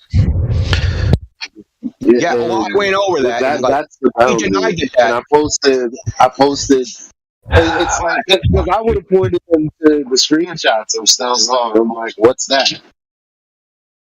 Look, I really didn't want to go into these rabbit holes with him. I just wanted to point out that there was like I was laser focused on one thing. Point out that he has no justification for including refraction in any calculation of anything ever.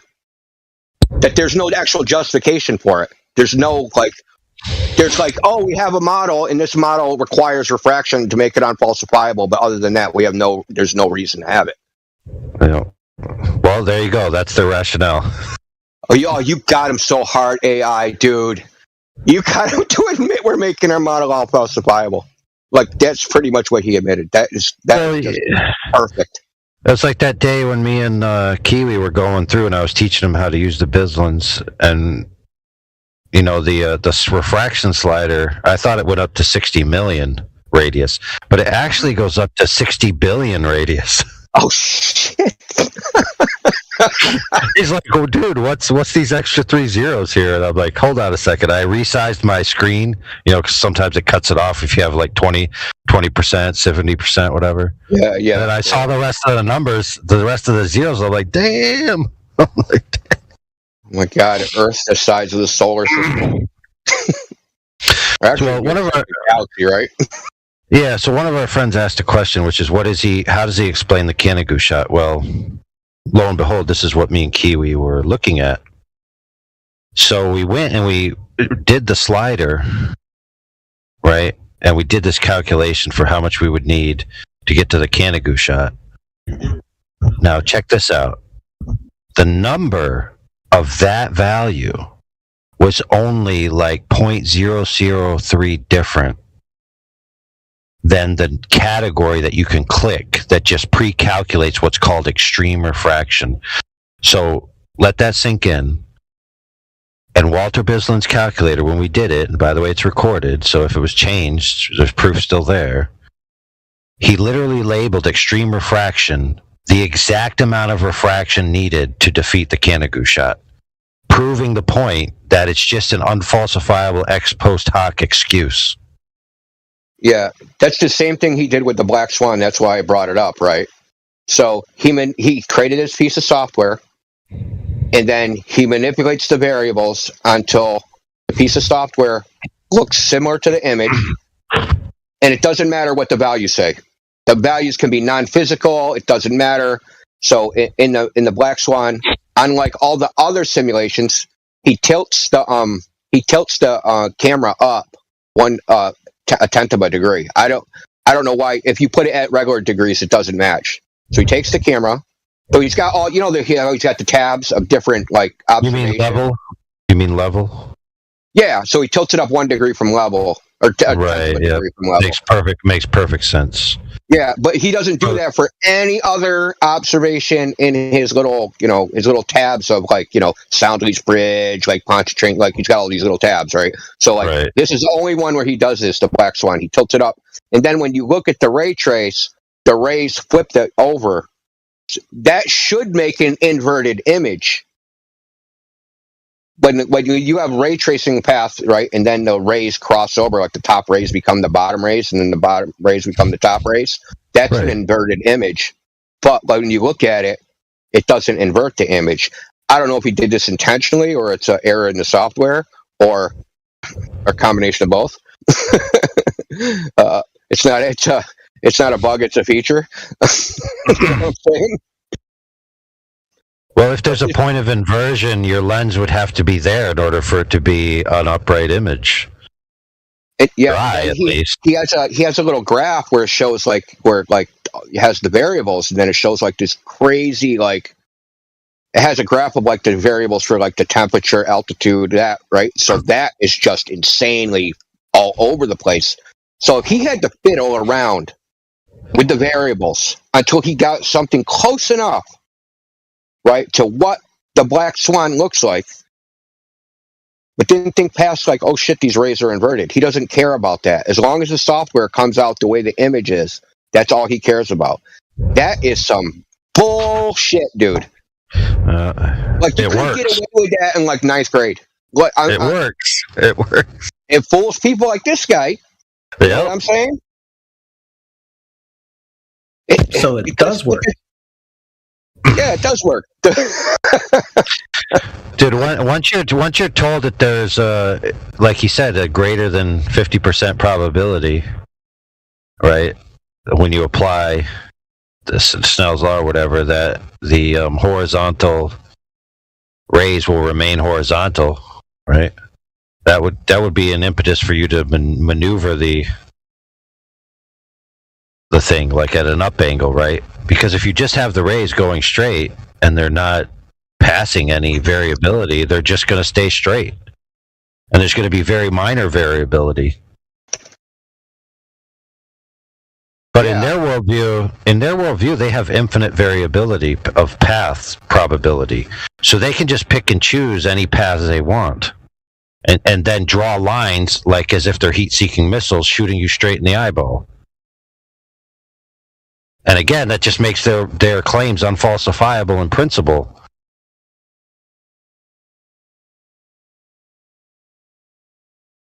So I'm going to take a screenshot of this shit. But by the way, all his claims also backfire on all optical observations that the globe makes, because the scrutiny that he demanded of the flat Earth side was not applied to any of the globe Earth observations. Yeah, like, did you measure in the middle? Remember that? We got to measure in the middle. He don't. But Yeah, the middle that's is my where you're going to problem. actually have to measure it, right? You're not going to measure it at the edges. Yeah, all the models, all the refraction models are based on measurements that were taken at some point, not current measurements of the current conditions, anything like that. And then it's like you can stretch those boundaries, so it's just used to fill in the gaps to make things match. Yeah. Well, the Itchel test, they did measure in the middle by hitting the panned targets. And they demonstrated the variableness of whatever alleged refraction would have been there.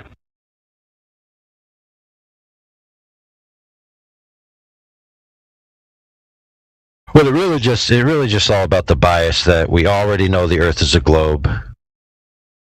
This observation doesn't fit geometric-wise.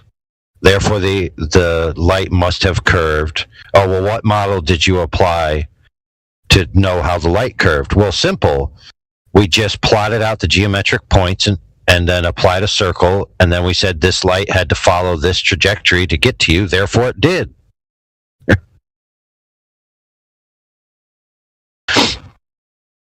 It's the most ex post hoc bologna sandwich of rationale.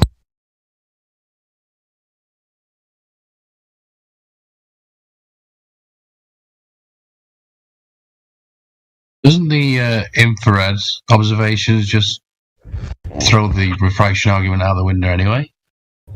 Yeah.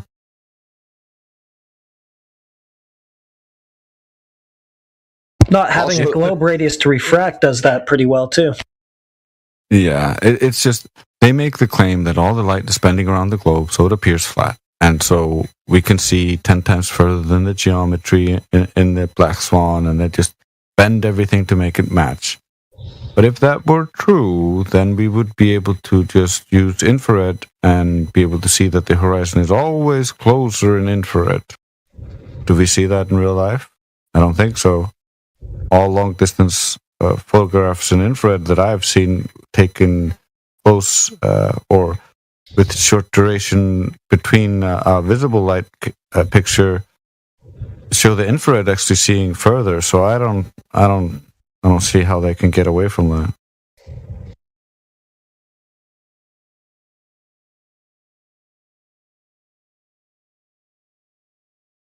Dude. Well, that was. Yeah. Hold on. I gotta show you all something. How far is the Black Swan? How far is 10 kilometers? Or 10 miles in kilometers? That's 16. Okay, 16. Yeah, I should have known that. 1.6. Should have been able to do that in my head. I'm sad. That's just sad.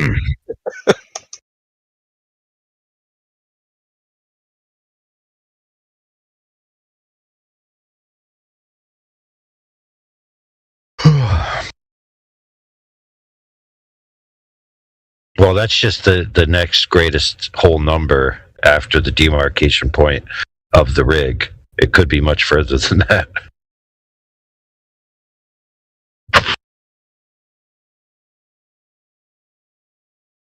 Yeah, how interesting would it have been to see that Black Swan taken, one with infrared and one with visible light? Like, how far would we have seen the beach of the island that's back there? I don't know. It's hard to see because it's the light is so diffused near the horizon.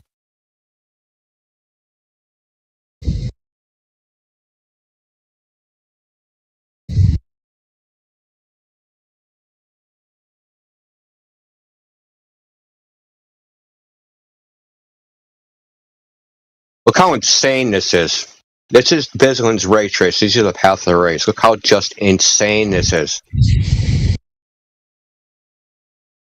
This is what it takes, right? These extreme situations as evidence for the globe, right? That there has to be an extreme, and that's the only way that they can even approach what they're claiming is happening all the time. That's the thing, is you're claiming that this is the general condition, right? That we see too far, and we have to apply this refractive index, this standard refraction all the time.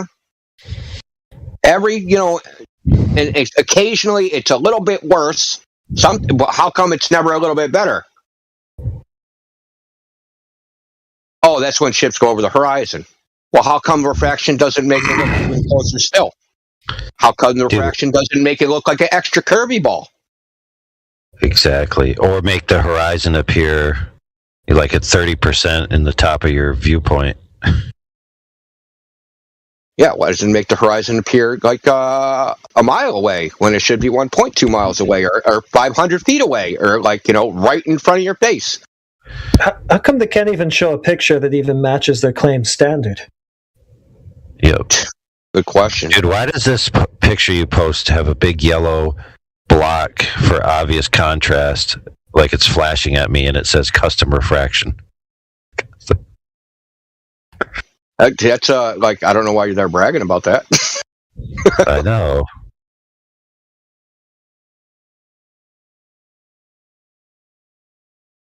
So the way I figured out that this was tilted, right? These rays are tilted up. Was I'm like, man, look at all those rays that are all really close together up top. I mean, that's kind of weird. I'm thinking, and I'm like, he must have did something. So I start clicking through the tabs, and these rays are tilted up, right? So they tilted the camera up, so the rays that are entering, so what you're taking is, so what they're doing is, right, they're taking the image, right, and they're taking one pixel in the image, and they're moving it across the grid, right, and moving it up and down based upon, the angle of change of the refractive index, and then they're projecting it onto the image that is going to be presented on your screen, the one that quote unquote matches the observation, right? So there's just moving this pixel up or down relative to that. But apparently that must be clamped because they're not moving it into their correct actual location. But in order to do this, they had to tilt the projection plane. This is being projected on. He had to tilt it back to get the geometry, the shifting to match to match the so-called black swan, and it still isn't even a match. You know what I mean? Yeah. It's A for effort, but not quite. It's also if you look at like your image at like 2 minutes after the hour, like if you follow those rays, why like on the globe, you'd be seeing the ground like up in the air, really high up in the air. Yeah, it's all messed up. Like this is I just use this as an example of like post hoc, right? It's just completely post hoc. We're going to sit here and fiddle with the dials until we get it to match, right? And we're going to make, refractive indexes that are absurd and not seen in nature. Like dogs are gods was citing, right? We're going to do tests that aren't seen in nature to prove that these phenomena exist in nature. No, dude, that's not how it works. If you have to do an absurd test, then that phenomenon does not exist in nature because you're going outside the natural order to demonstrate that it can happen at all. Yes, a roided, jacked up, serum-induced, Neanderthal can lift, 2,000 pounds. Therefore, I can lift 2,000 pounds. Therefore. Yeah, everyone can do 2,000 pounds. 2,000 pounds is happening all the time. People are just like picking up 2,000 pounds.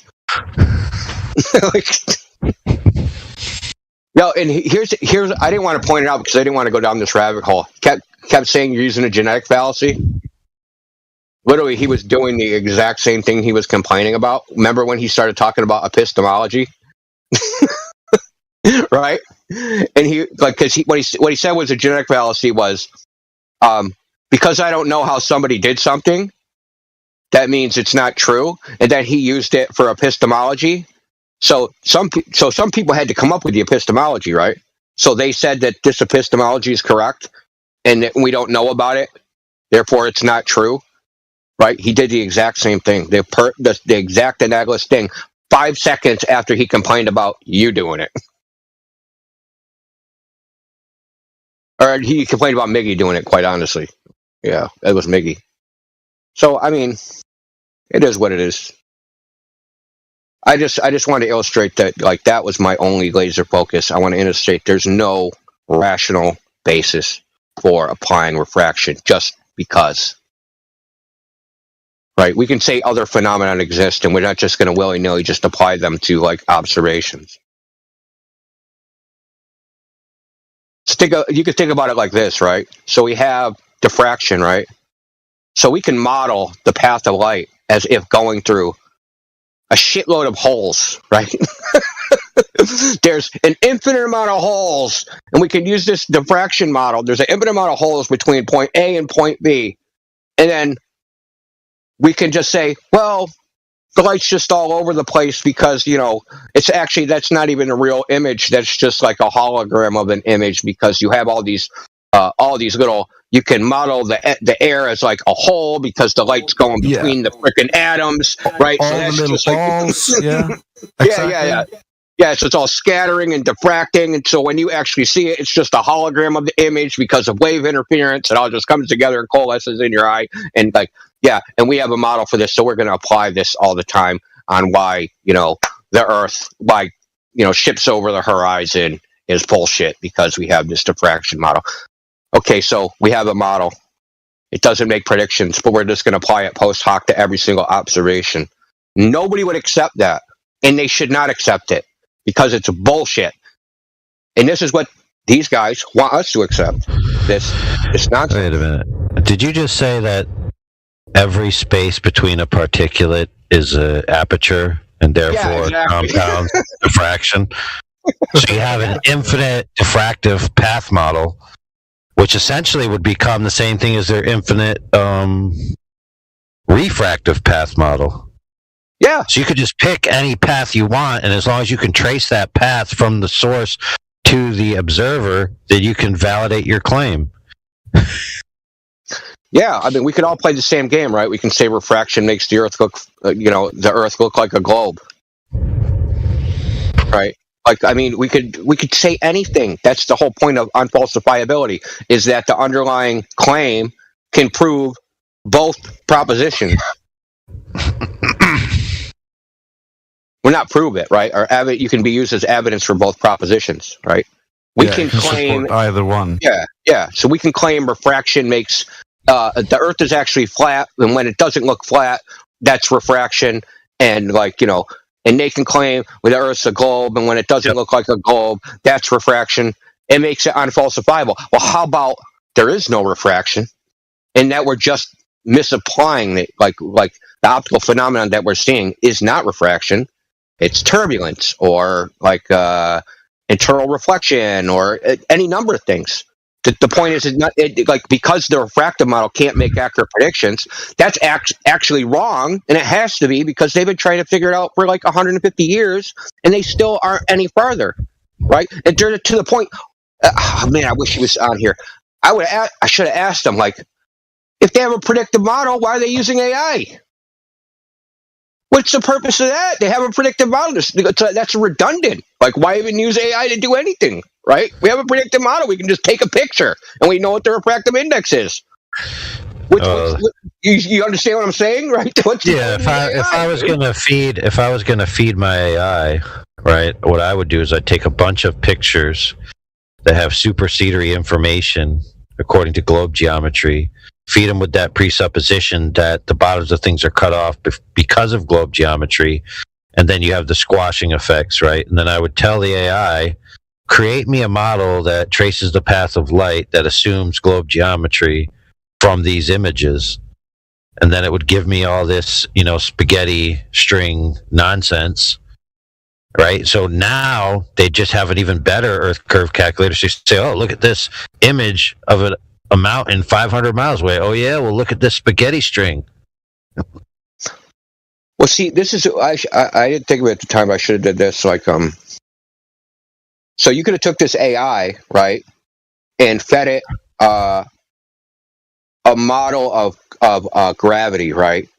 So little g, not big G, right? So that when the mountain is displaced down, that means there's a greater acceleration, and you could put in the equations for it, you put the mass of the mountain and the acceleration of gravity at that particular spot, and you would just say, okay, what's the acceleration of gravity if the mountain's in this location? What's the acceleration of gravity if it's displaced this much, right? And then you could feed the AI a bunch of data, and the AI would say, yes, it matches. When the mountain's here, the acceleration's this. The mountain's here, the acceleration's that, right? And you could just come up with, because you're making correlations between one model and the AI, in the image, right? So you have a model, right, the equations of gravity, and then you have the images, and the AI is making a correlation between a particular image and a particular value in the model, right? But it has to start with some reference location, and as long as it has that initial spatial reference, right, then it can measure the displacement of the pixels relative to that, and so you have a reference, okay, the image is here, the acceleration of gravity is this. Now we're going to show you all these images. How does the acceleration of gravity change based upon the images? And you apply the vertical displacement is because acceleration increases. And the AI just figures out what's the correlation between those two. That's what I was trying to tell them. You don't understand what machine learning is doing. It's just making correlations between two pieces of data. But you have to start at some reference, right? You have to start at some reference location so it knows how to make the correlation. And you could have literally stuck in any mathematical model of any phenomenon and told it programmed the AI so it said, oh, if any causal mechanism for the displacement of the pixels, right, up or down in the image. Yep. You literally could just said anything. I choose women's feelings about the color blue presently. You could actually do that, which is kind of scary. So the more women who are happy with blue, the more refraction is present. You could have correlated to the menstrual cycle, how many times freaking someone watches clown porn on Pornhub, you could have done anything.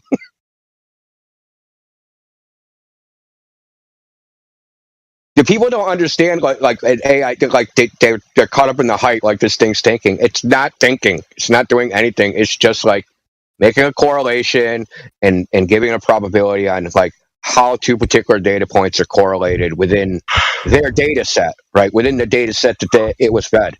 Because when you start increasing the size of the data set, values change, right? Or if you decrease the size of the data set.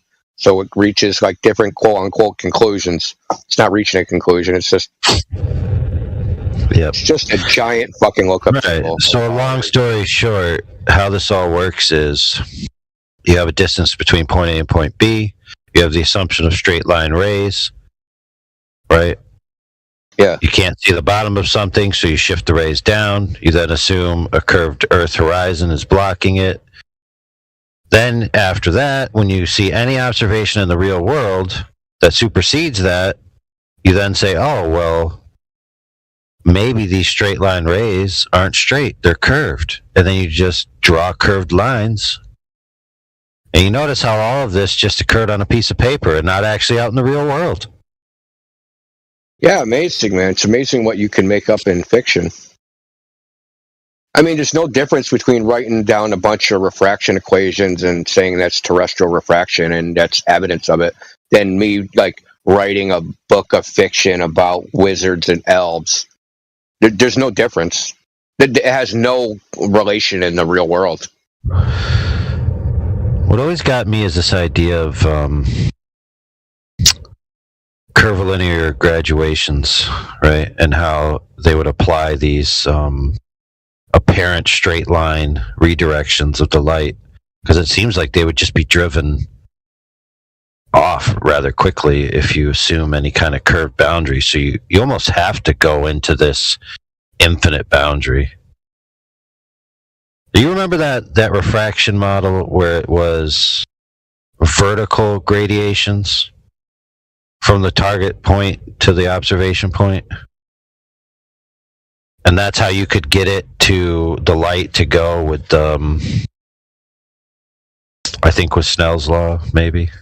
Yeah, well, yeah, what they use, like, yeah, it's like, I'll pick graphics. I mean, there's the best really way to just show it in images. Wherever the hell it is. Yeah, so I got,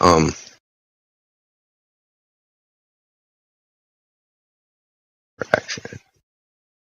So we got this. So this image, right? So each one of these, this is how you would model Snell's law, right? You'd have a bunch of layers like this. If you look in live stream voice text, you have a bunch of layers. So it's like how many layers do you want to use? Basically, you're like, how cheap is my computer? That's what you're asking, right? How long do I want the simulation to run? How cheap is my computer? And as you start adding layers, right? Like, it deflects more because it has like this set value. It's not like a smooth curve, and like it'll approximate a curve, but that curve isn't going to look like the curve of the Fermat's principle. And like, I don't know what he didn't understand. Like, it's a divergent value, right? So, say you compare them at like 110 kilometers distance, the divergence is going to be small. But if you have a longer and longer and longer optical path, the divergence becomes larger and larger and larger, obviously. It's not like a ratio. It's not like they stay like in this ratio. It's only 10% different forever. No, it's like the difference like increases over time. The divergence becomes greater.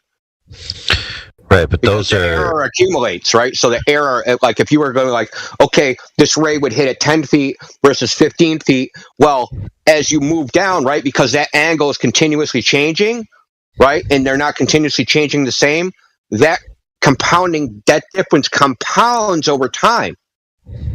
Right, so now one ray is like shooting up at a 45-degree angle, and the other one's only going up at a 10-degree angle after some distance. Well, now when it starts like curving some more, it's going fucking straight up, and the other one's going up at 45 degrees. That's a huge difference. That difference went from 30 degrees to freaking 45 degrees. Right, so like I don't like he just didn't. I don't know if you don't understand or what the issue is. I don't think he wanted to understand quite honestly. Probably how I should have characterized it. He didn't want to know. Yeah, well, he did call you a cunt, so... Yeah, well, he could be right about that. Right, but those are still horizontal gradations, not curvilinear gradations. Yeah, yes, exactly. So what they're saying, like, you know, with calculus, like, if you take an infinitesimally small straight line, it'll approximate a curve and yada, yada, yada. What? You're hot. Way mixer, you're hot, dude. Your mic's hot. Also note that, like, there's a specific angle here. They would require all these specific angles and boundaries to get things around the ball. See, in Snell's law, you have to calculate where the light intersects, the angle that it intersects the boundary, and then it bends towards the normal. So you need to know 90 degrees from that. That's what the normal is. The normal is in mathematics is called, it's 90 degrees from a boundary, right? So that's the intersection point. So that normal in a gradient keeps shifting, right? So you have to keep calculating that over and over and over again, and then like to get to the angle of incidence at the boundary, and right, like one location isn't going to be the same as some other location, which is why they just use Fermat's principle, because it's just simpler. It's simpler, more accurate. It's just like, why would you use? They just don't use it. So like saying it's this whole shit about like whether the boundary is physically real, not in the application you're using it for. Well, look at my picture there, man. Look at that picture. You see what I'm saying? Yeah, man. See where I'm going with this? Yeah. If you got curvilinear gradients, bro, your little 180 degree summation is going to take all that light and just drive it into the ground. Yeah, man. It just ends up a mess. That's why they don't use, like I said, that sound redundant, why they don't use it. Like, they don't even think about using it. They know it doesn't work. They know it, like, you know. Right, but for a long time. And does nobody remember that vertical gradient thing where it says this is the way it would have to be, and it shows like it's black and white, and then it's got vertical columns, but they're splayed out in radials, and then it shows the path of the light going through. Yes, right that, there. Yes, yeah, Trace, you're the man. Yeah, like that's what you need to chart it out nicely and spicely. Otherwise, you get my this is wrong. Goldberg say this is wrong because the gradient is radial, right? It goes up from the center. Right, but if you have a radial, like curvilinear gradient parallel to the alleged curved surface of the Earth, then in my opinion, you get the nonsense that I drew.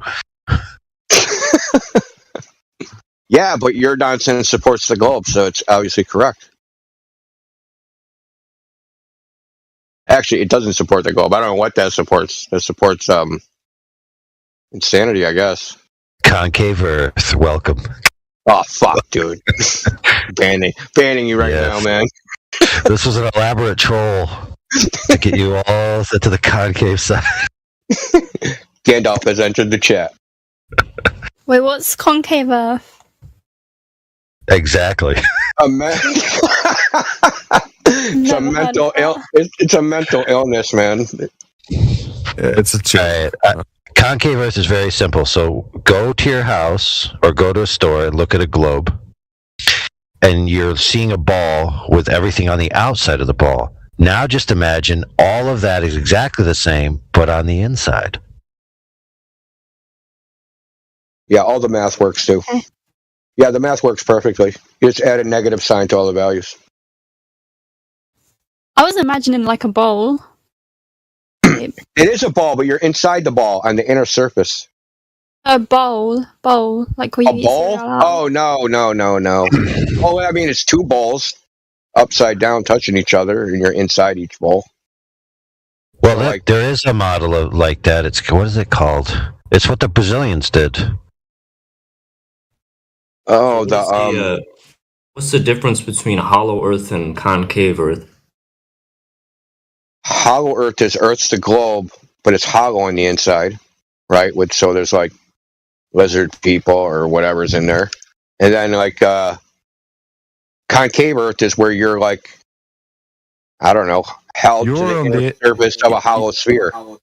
Yeah, it's basically concave Earth is you're on the inside of the sphere right now. Hollow Earth is like there's like a concave Earth on the inside of the sphere. Although there's also hollow Earth conceptions under like many different other conceptions. It's just there's a bunch of hollow Earth ideas. Like they're pretty varied. Some think they're just subterranean, right? So that there's subterranean stuff. Some think there's there's a whole land, like a different, complete ecosystem. So like the concave also has different conceptions. Some of them are just like our ball wrapped on the inside, so we're just the same sphere, but just we're on the inside of that sphere. Others are just like it's a flat spot on a gigantic sphere, and there's a ton of them. Yeah. So concave Earth versus globe Earth is globe Earth thinks your feet, someone is antipode to you, your feet are pointing at them, and then hollow or concave Earth, if you're antipode to somebody, your head is pointing at them. Your heads are pointing at each other. They're at the top of the inner sphere and you're at the bottom. And what's in the center, the thing called the stars, right? The night sky, is also a giant sphere that is too big, that it's so big that you can't see that it's a sphere, right? So it goes all the way to the horizon. And that, like, when you travel, right? So if I, quote unquote, fly, do they even have a word for it? I can't say fly around because you're not going around anything. So what happens when you go quote unquote around the world in a concave Earth? What do you call it? Is there a word for that? Like, is there like a mathematical term? Okay, so you can't you go around a ball, but if you're inside the ball and you go like you're on the inner surface and you like trace a path on the inside, that can't be going around. Yeah. It's called centrifugal navigation. Going within? Just like skimming the crust. We call it in-round. We call it in-round. You go in-round or in-round? I don't know, man. I'm grasping at straws here, man. So the Brazilians called theirs convex Earth. Yes, that was it, convex Earth. Yeah. I'll show you the picture. Since you're since you're gonna love it. So also about the concave Earthers, they're led by someone. Did he pass away, Lord Stephen Christ? Well, if he did, he certainly didn't rise again.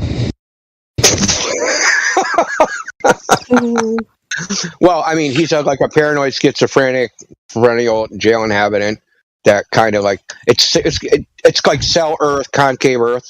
So what they think is that the sky is a big giant ball that you can't see the edges of, but like when you walk around the Earth, you are basically walking around this ball thing. But the sky is projected from the Great Pyramids in Egypt. It's called the Black Sun, right? So the sky is the Black Sun, and the sun and the stars and everything are within it. So when you look at the stars, you're not looking out, you're looking in. Everything is backwards. Like I said, all the math is the same, just add a negative sign to all the values. Yeah, but there's a big problem with negative curvature. What's that? I'll show you. 1 second. Oh my god, that image is so cringe, man. Dude. That really is, man. That image is mad. Dude, it's mashed potato Earth with blue gravy and a little parsley. I know, man. There's some chives in there. Is that chives or parsley? So a sphere with negative curvature. What is it going to look like? You guys ready? Hold on. I got to get the photo.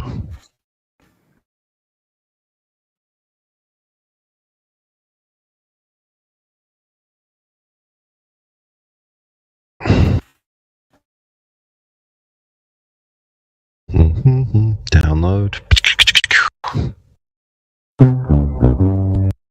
Now, this is actually very relevant to what we were talking about earlier, which is the catenary curve problem. Because a sphere with negative curvature forms a catenary curve. If you take the two ends and flip them around, so the inverse, the negative, and then you end up with a catenary. Here it is. That whole debate was a train wreck, man. 100%. That's where I live, man. Ouch. That, my friends, is a sphere with a constant negative curvature. In 2 dimensions? How many dimensions is that? 3. You sure there isn't a 4th dimension I can't see? I don't know, maybe. That's a black hole.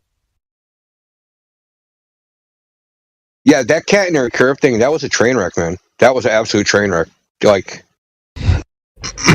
okay, they pulled the string taut. Well, there's a catenary curve. Well, it was negligible. How do you know? Did they measure the string? No. Like, what? How long was the string? He said it was very slight, so there was curvature of the string.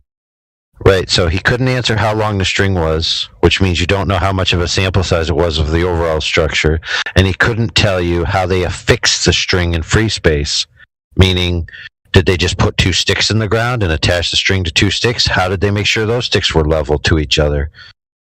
Because the whole point was, he claimed, is that they were referencing the curve of the Earth based on calculations that they were applying to the string, and then they were using a string as a reference.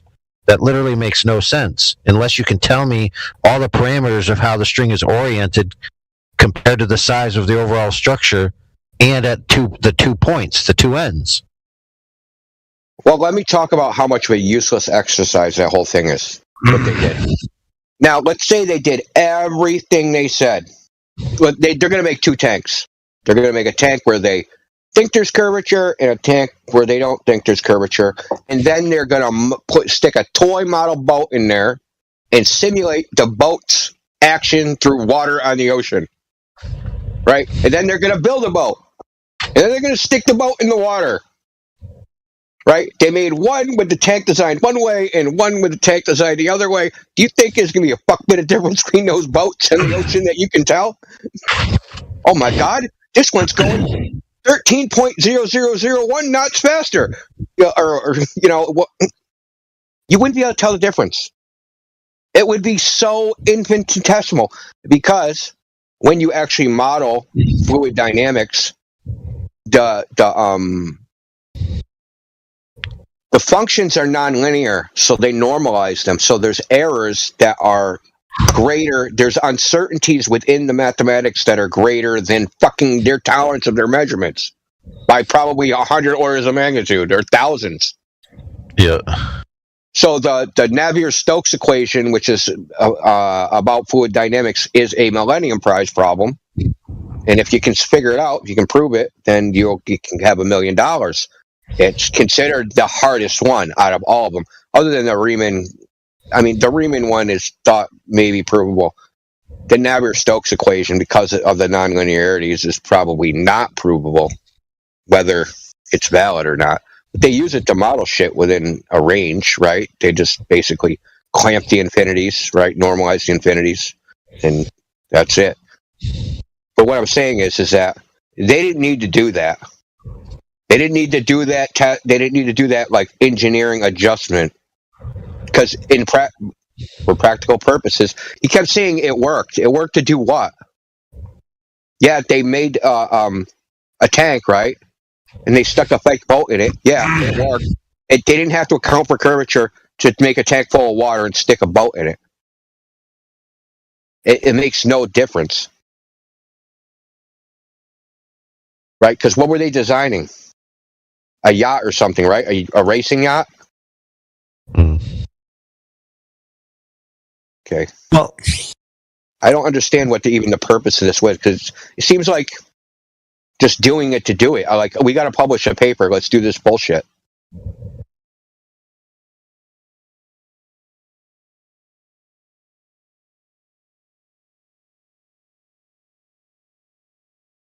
assuming a curved water level and lining stuff up to it worked. Would it not have worked if they hadn't assumed the curve that they never measured or verified? What's his point? Yeah, that's what I'm saying, man. That's exactly what I'm saying. Yeah, they used like when they built the boat, when the boat like sank because they didn't curve the fucking tank 0.06 of a millimeter. Like, yeah, that step is key. Yeah, you first have to imagine that there's 0.6 millimeter of a bulge, and then everything will work. Yeah, and then everything will work, or your ship sinks to the bottom of the ocean. No, but you got a good point, which is, I believe he read they used a bubble level. Yeah, it said they used a master level, whatever the hell that is. Yeah, it's probably the brand of level that they used. Which, by the way, you can only level with the precision of your ability to hold it level, and your ability to judge the bubble between the lines.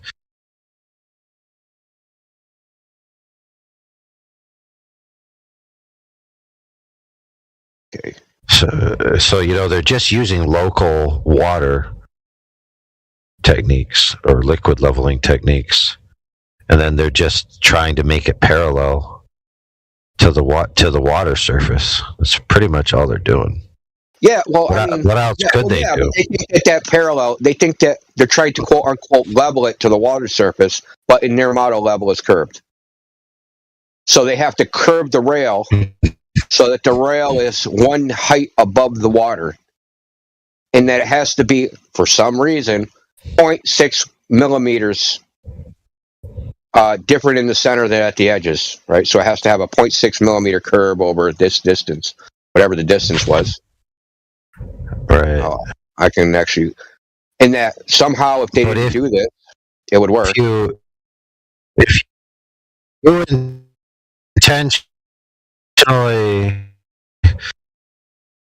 you intentionally put a curve that's higher than the base with the water, it'd be arced in the center. Yo, what's up, fellas? Just trying to figure out why they would even do this. Like, what was the purpose? I really don't get it. Like, if you have a 170-foot long piece of metal and you just go to the middle and jack the middle up, dude.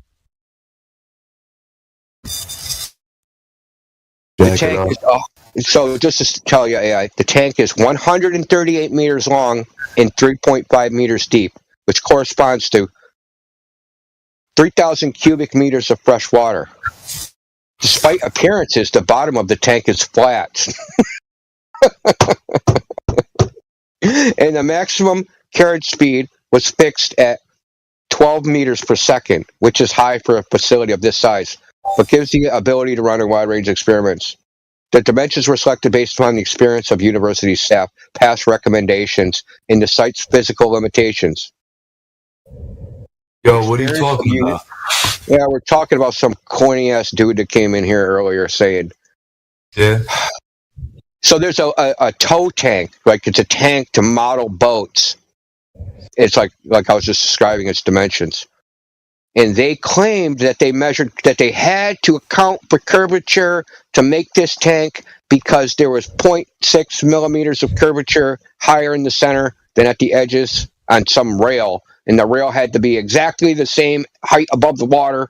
So they took a string and then they measured, they pulled the string tight, and then they measured and adjusted this railing to make sure that it was curved exactly with the water.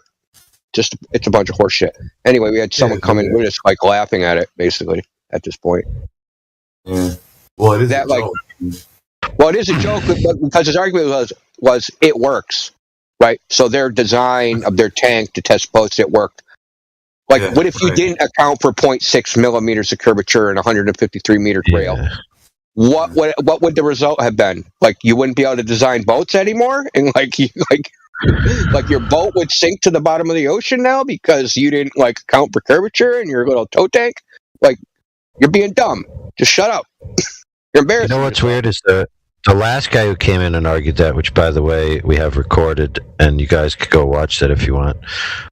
It was much more technical, but his argument, I believe, was that the sled or whatever that pulls the boat wouldn't be able to ride correctly on the rails if they weren't perfectly, in tune with the curve of the Earth, to the degree of like what, a 0.6 millimeter or 0.06 millimeter or some nonsense. Less than a credit card thickness, supposedly. I'm reading like what was the justification for doing this? Like I can't find anything. Like I just can't believe that people still in 2023 people still think we live on a spinning ball. It's just crazy to me. Dude, it's worse than that, man. The last week, man, we had 3 people coming in. I think it's a ball because of the authorities. After what just happened with that Mexican beer germ, why you're trusting the authorities is beyond me. And they call us, conspiracy theorists and nut jobs. And no, they're the nut jobs for, they're just brainwashed. Like zombies. Like the Night of the Living Dead. Safety, man. They think there's safety in numbers, right? Yeah. So you ever seen the penguins in Australia? They like all huddle together, and like birds do the same thing when they flock. They all flock together because if they flock together, there's a probability you won't be the bird that gets eaten. It'll be some other bird. Because I've seen it, right? Like where I live, there's pigeons that fly around in flocks. But when there's a hawk around, they go mad, but they stay in the flock. And you're the bird in the flock. You're hoping I'm not the pigeon that gets like snatched by the hawk. Some other bird that's right next to me. So that's kind of like a defense mechanism that they have, right? Stay in the herd, right? And they do it with antelope, elks, bulls, you name it. Go ahead, Trace. Sorry. It's all good. Say, I've been listening on YouTube all morning. I couldn't get in here, but I tell you what, it'd be more productive to shit in your hands and clap than listen to dogs all day. Yeah, that's how I feel. I mean, thank you. Yeah, I like listening to India though. Man. But the thing is, they're the conspiracy theorists. They're the ones saying like, you shouldn't believe your eyes. Like you see the sun moving, it's not moving. It's trying to fool you. It's actually you that's moving. Like the Earth looks flat. It's just the light is all trying to fool you. The world is all just out there, out to get you. It's actually a globe. I really don't understand this tow tank argument because all that rail is doing is towing a model boat. What is that boat going to, not float on top of the water? Is it, what's going to be the I don't that's what I'm trying to figure out by reading the document is why did they do this? Why did they go to all this effort? Because one way or another, it doesn't make any difference in what they're doing. Dude, right now, check this out, friend. I specifically told him because I said they parallel this with the water. Did I not say that multiple times? He said the tank is empty when they do this. I told him they have a leveling trough that runs along the sidewall, and they use that to level against the rail. Okay? He said, oh no, I said, I know that we did that in the other one that we did, right? He said, well, I don't know about this one. Now keep in mind, this is something he posted as proof. So let's read from it right here. The tanks are fitted with a small trough in the concrete. This trough was filled with water. 2 steel pins were precisely machined. A datum bracket was installed at one end of the tank to adjust the length of the pins, so their pointy end just broke the surface tension of the water. Another bracket was then moved along the tank to the desired alignment location. Each pin was checked and readjusted. Was the curve, did I get it wrong, but was it like 0.6 of a millimeter? No, let me pay attention. Pay attention, you ready? I'll read it for you. The rails must be aligned vertically to follow the curvature of the Earth, horizontally and in roll. In Southampton, the Sagataw for an east to west oriented tank of 138 meters is about 0.06 millimeters. That's an assertion based on the model. It's not a measurement that they did. Or took. It gets better, AI. Read farther. Dude, this is hilarious. Listen to this, though. Sorry. The towing tank only has a walkway on its south side, so the north rail alignment had to be performed from a floating pontoon, which was complicated. Dude, I can't believe this.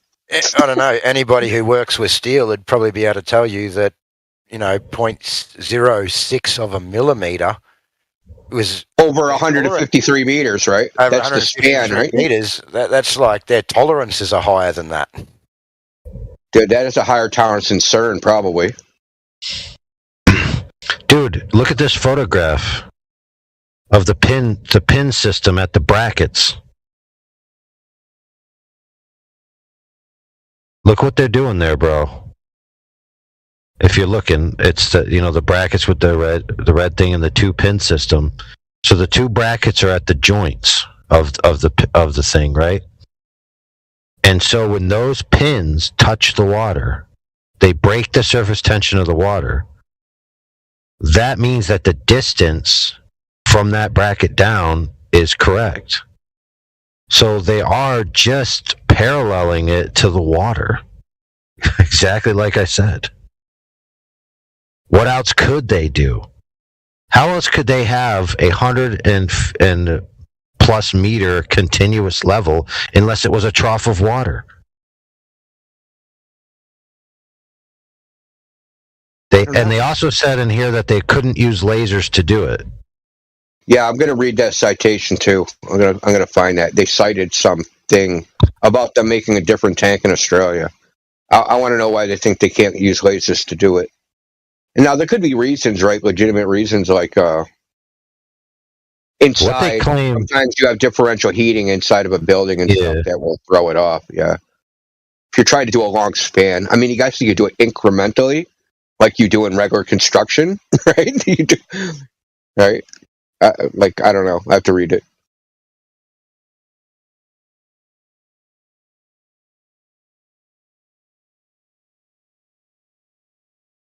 My God, dude.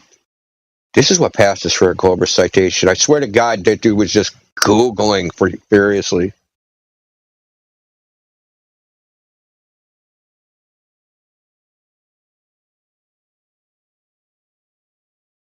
The most frustrating part is that he didn't understand when I was predictive model, I'm talking about not Snell's law, not Fermat's principle, an actual model for terrestrial refraction as a phenomena, right? Not like the general role of refraction, right? That model, generalized refraction model versus a model applied to a specific phenomena.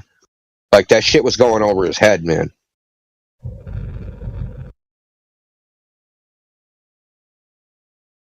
They just try to talk big so that they sound important and they know what they're talking about. And then, as Miggy would say, they get their wig snatched. They like to repeat. But not that must have been frustrating to listen to, like from your point of view, right? Like when you're in it, it's a different thing. Like, dude. I just want to get in there and tell him what a fool he is. That's all. I've had some experiences with this guy before, as well as heard a fair few debates that he's had, and I just can't stand him, to be honest.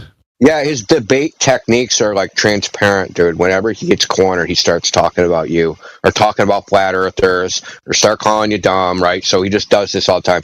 Or he postures and pretends like you don't know something and he did, or you're freaking but it's a pretend, it's a freaking ruse, right? It's a diversion, right? To take eyes off the topic. Look over here. No, look over here. Look over here. Just don't how long did I talk to him? I never got an admission that there's no predictive model. I had to go through every goddamn iteration, right? Of just I call it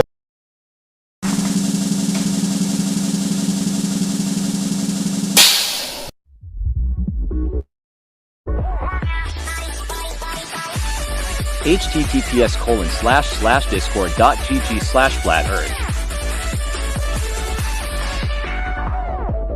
Welcome to 24/7 Flat Earth Discord channel. Be sure to go to VC Chi Check-in 1 to get your VC verification tags to get involved in the conversation about our Earth. Be sure to bring your verifiable Earth curvature evidence, though. Enemy spotted. Brenda. Let's get to for some people that have been in here, we already know who Brenda is. A long-standing anti-flat Earth proponent. So she will say that she's going to debate flat Earth. If I'm not mistaken, not unless you change your mind. Are you still with flat Earth and globe Earth arguments? Number one, let me know if there's feedback from my mic. No. Okay. All right. Yes, I'm a glober. Yes, I Sir, please mute your mic as I asked before, or you'll be muted. All right. And a lot of people may or may not know who Brenda is, but this is the person who has been debating flat Earth for some time now. So, Brenda, welcome, Brenda. Some people know who you are, by the way. Yeah, I would expect long time no see. All right, so the case is here, and we asked everybody this question: is there any scientific evidence for the Earth being a globe?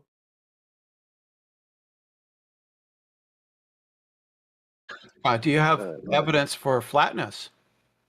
Yeah, but we're asking the questions here, and also giving it to the room. So if maybe you don't want to answer it, perhaps somebody else does. Because this room is continuously having it's like a revolving door. We're getting people coming in, moving out. But we do want to ask people if they have evidence for it. Oh, yeah, sure. Ships go over the horizon. That's evidence for curvature. Wow, really? Yeah, it is. Okay. Go ahead and try to justify it for everybody here. Why ships going over the curve is evidence of globe. Well, if the Earth was flat, ships would not disappear over the horizon. Yeah, but we're asking you if you can give us evidence of the Earth being a globe, not if it's flat, if it's a globe. So if it is a globe, how does that justify the Earth being a globe? I said curvature, number one. I said if the Earth was flat, we're not looking at the Earth being flat, Brenda. We're looking at if it's a globe. Yes, I know. This part of just wait for me to complete. Let him cook. If the Earth was flat, right, then ships would not be obstructed by the horizon. Ships are obstructed by the horizon. So the Earth can't be flat. So that's evidence in favor of curvature. He's funny. He sounds funny. So the evidence that you have right now is that ships are being obstructed by the Earth's curvature, right? Ships are being obstructed, right? The hypothesis. Ossified. That's your last warning. You're going to be sitting on red mute for a while. It's up to you. You don't need to be doing that. Go ahead. The observation is obstruction. The hypothesis is that the obstruction is caused by the curvature of the Earth, and that we make additional observations based on that to validate our hypothesis. You can't run a shape through the scientific method, Brenda. Why not? Well, it's not science. You can't. But what is question? You don't go to the shoe store to measure your foot and say we're going to conduct scientific experiment. You go over there to get a measurement of how big your foot is, and then they give you a shoe the size that you need. Doesn't science determine causes and effect, relationships? Yeah. You got to finish. You got to finish that, Brenda. You haven't identified the curve. To use science to prove a geometric shape, it's like wearing safety shoes at a drag show. It's not to prove a geometric shape. It's not to prove a geometric shape. It's to prove the relationship. The shape. You're begging the question with your hypothesis. No, that's not begging the question. The curve exists already. That's the thing you're trying to prove. No, that's the hypothesis. So it cannot be your independent variable. It's not. First of all, that's we what can't you said. run. It's caused by the curvature of the Earth. That would be your independent variable. That's a hypothesis. That's a valid hypothesis. Right, so the curvature would be your independent variable, which is the thing you're trying to prove. So why are you trying to prove it if it already exists? No, the observation is obstruction, right? Yeah. I hypothesize that obstruction is due to the curvature. The Earth is. But you're gonna have to. What curvature? Okay, so wait a minute. Curvature? All the constituent parts of the scientific method are going to have to be used here. You can't just use half of them and then say, "Thus saith you, now the Earth is a globe," because you just said you used a hypothesis. You're going to have to run a hypothesis test. Oh, okay. Or use all the constituent parts of the scientific method. You already, Huey and Nathan run you through this every day. You should know this by heart. No, I do know it. So, all right, so how my would you do it? my variable is my height above the surface. Variable. Yes, I vary my height above the surface, and the amount of So height causes obstruction. Height causes obstruction. No, the curvature of the Earth causes the obstruction. The height is Oh, variable. then it can't be height. Then it has to be curvature. Yeah, it has to You be can't have curvature that one- you manipulate. It's got to be one or the other. That would be begging the question. That would be begging the question, and I don't want to do that. That's what you're trying to manipulate in order for you to know. You're going to vary and manipulate the thing that's causing the effect. The effect that you see is curvature from the Earth obstructing. So you have to vary and manipulate that thing that is causing that to see if it is or is not the case. Yeah, so you I can't vary. Yeah, I vary my height above the surface. That's not causing the obstruction. Curvature is. Yes, it's the relationship between the observer and the horizon and the distant object. Yeah, we know it's a relationship, but that's not the cause of the effect. The cause of the effect is the curvature obstructing your view, Right, not the person's. And the way you vary that is by changing your altitude, changing your height. So then, just like Timbo said, it's your height. It's not curvature. It's your height that you vary and manipulate. So that's what causes curvature. So you're saying now it's height, it's elevation. That's what's the causal relation. The causal relation is the function of the observer's height, the amount of curvature, the distance to the object. What curvature? So the higher you are, the more curvature. Yeah. The higher you are, the less. The higher you are, the higher you are, the less obstruction there is. That's the function. It's a mathematical function. Oh. I see. All right. So what mathematical function are you talking about? 8 inches per mile. 8 inches per mile. 8 inches per mile. Yeah. So here's the thing, though, man. People don't say this, but you do, and so you say that's correct to use as far as the parabola goes, and you can use that in accordance to this scientific method that you're actually talking about. You're running this curvature through. So the what is question, not a how I question, because we're actually not observing a naturally occurring phenomena. That's not the Earth's shape is not a naturally occurring phenomenon. Not? It's a shape. No, it's not. Yeah. How do you know? No, it's not. Because is it something that's occurring in nature, or is it just is? It just is. No, it's a part of nature. Absolutely, the Earth is not part of nature. All right. What are you talking about? As far as you're talking about nature, is it a phenomena? Curvature is not a phenomena. It's a consequent of something. It's not a phenomena. It's the consequent. So if you're saying that a geometric shape is a phenomena, then everything else would follow that every shape is a phenomena and it's not a consequent of the geometric. That's not my claim. That's not my claim. Yeah, that's what you're implying. You're saying that it's phenomenon. I'll tell you what my phenomenon is. My phenomenon is obstruction due to curvature. I know that. So it's not curvature then. It can't be curvature because that's what you said. It's obstruction caused by curvature and the relationship between the observer and the thing observed. So because the geometric shape is curving, it is the curvature that's obstructing, and that is your phenomena, which I told you is not. It's not the naturally occurring phenomena. A shape is not a it's a consequent Shapes of are the thing. absolutely naturally occurring. Phenomena? Does a tree have a shape? No. What fucking Trees shape don't does a have tree shapes? Okay, what shape is a heart? Wait, Gabby. What shape is a heart? Yeah. What shape is a rock? Whatever shape it happens to have. Well, what shape is that? You can't. Depends. Listen, some are man. flat. Some are flat. Some are round. Some are squarish. Some are pyramidal. Squarish is not a shape. Okay, you're talking about ideal geometry, which in the case of nature, talking about you are. I'm not. I'm not talking about ideal geometry. You're trying to put everything into shapes like that. And in the case of the globe, right? We're talking about geometric shape because they say that you're standing on an oblate spheroid, and you're saying that the shape of the Earth is a naturally occurring phenomena. And I told you it's not a naturally occurring phenomena. Is it man-made? Is it man-made? It's not man-made, but it's not a natural. If it's not man-made, then it's natural. How is it occurring? How is it a naturally occurring phenomena? Because it's not man-made. Okay, so is it your dependent? Is it your dependent variable then, or your independent variable? My independent variable is my altitude above the surface of the Earth. So that's what's causing obstruction. Just your altitude. No, it's the relation. It's again. No. It's either. It's this or that. That's the way this goes. It's this or that. It's either the curvature of the Earth or it's your height, your altitude. What is it? What's causing the obstruction? Pick one. The function between me and the curvature and you the can't object. do that. No, because the researcher has to vary and manipulate the thing that's either the cause of the effect.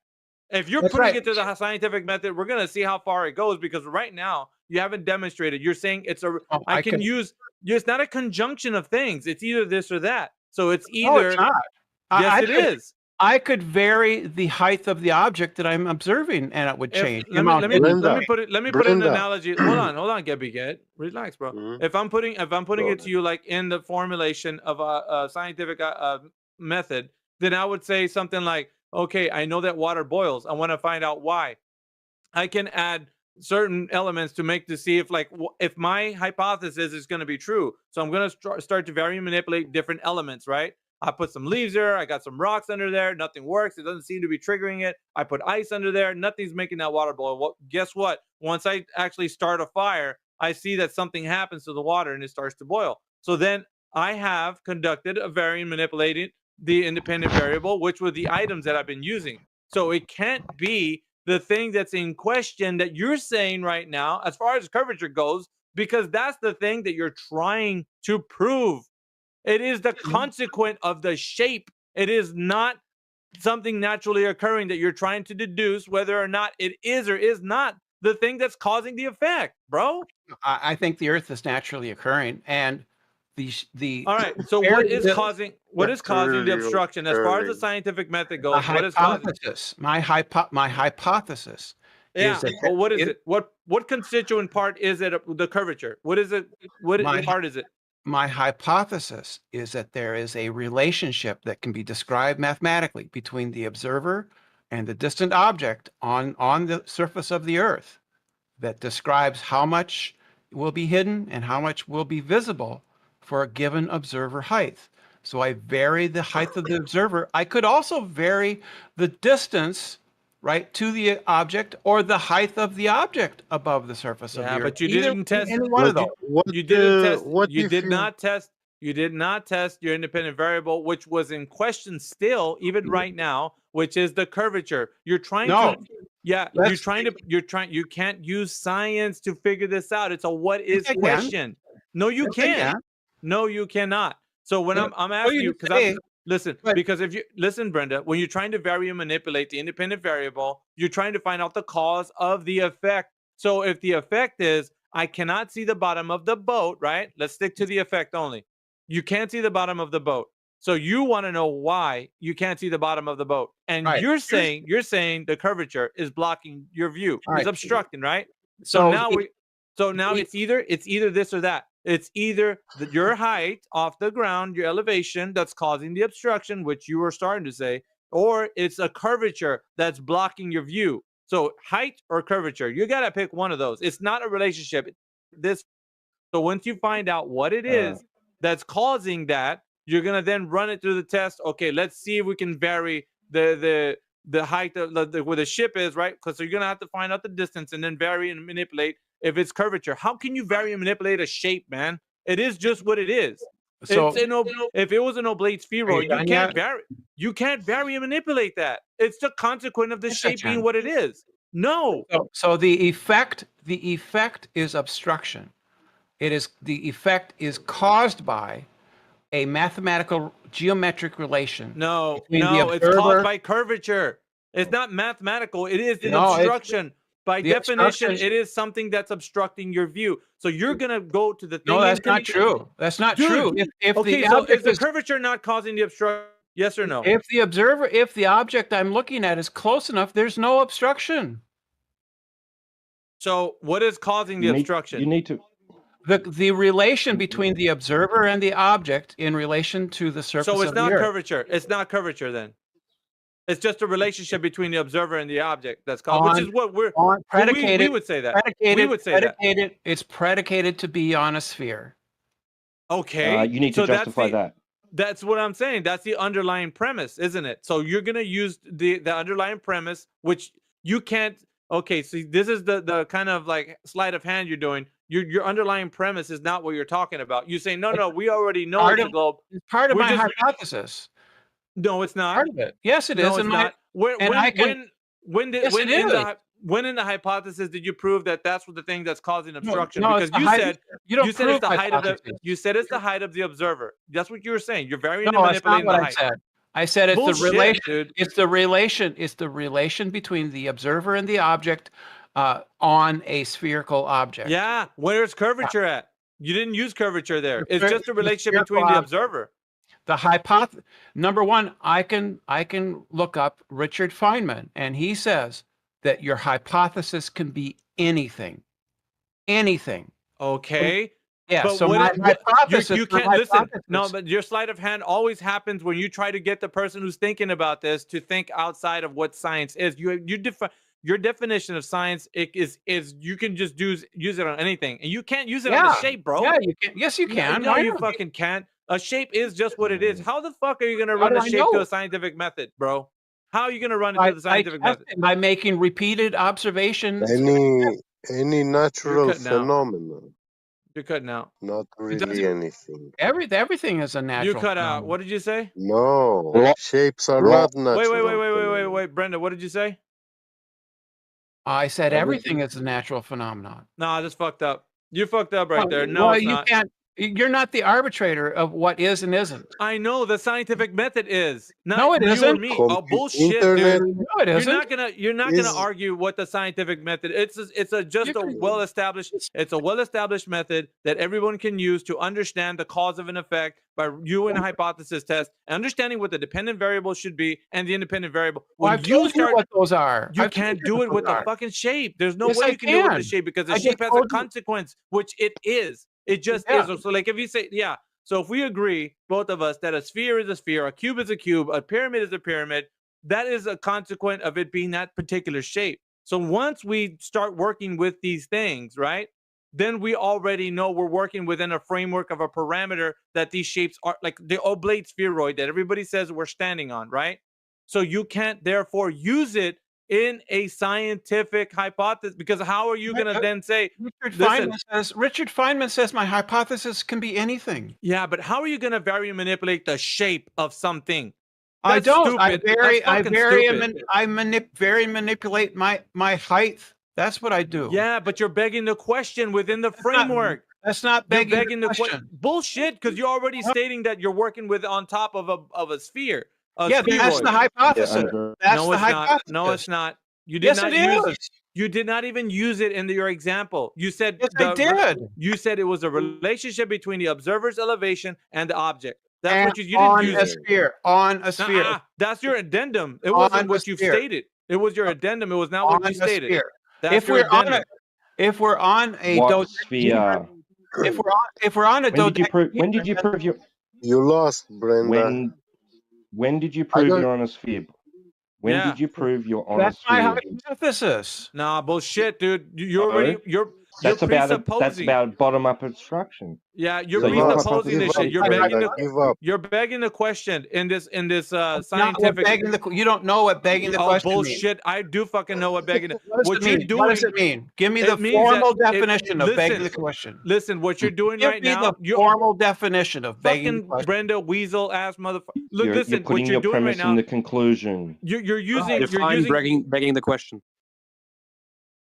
Listen, you're That's not using begging the that. question. You're using that already formulated within your hypothesis test. It's already baked in. You can't do that. That's right. the thing. It's my hypothesis. You're trying to prove the thing that's in question. So you're begging the fucking question.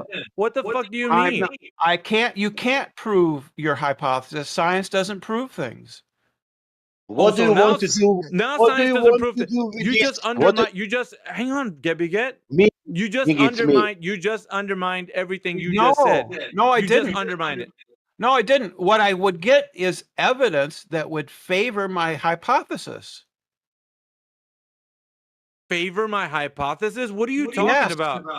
It increases the probability that my hypothesis is true.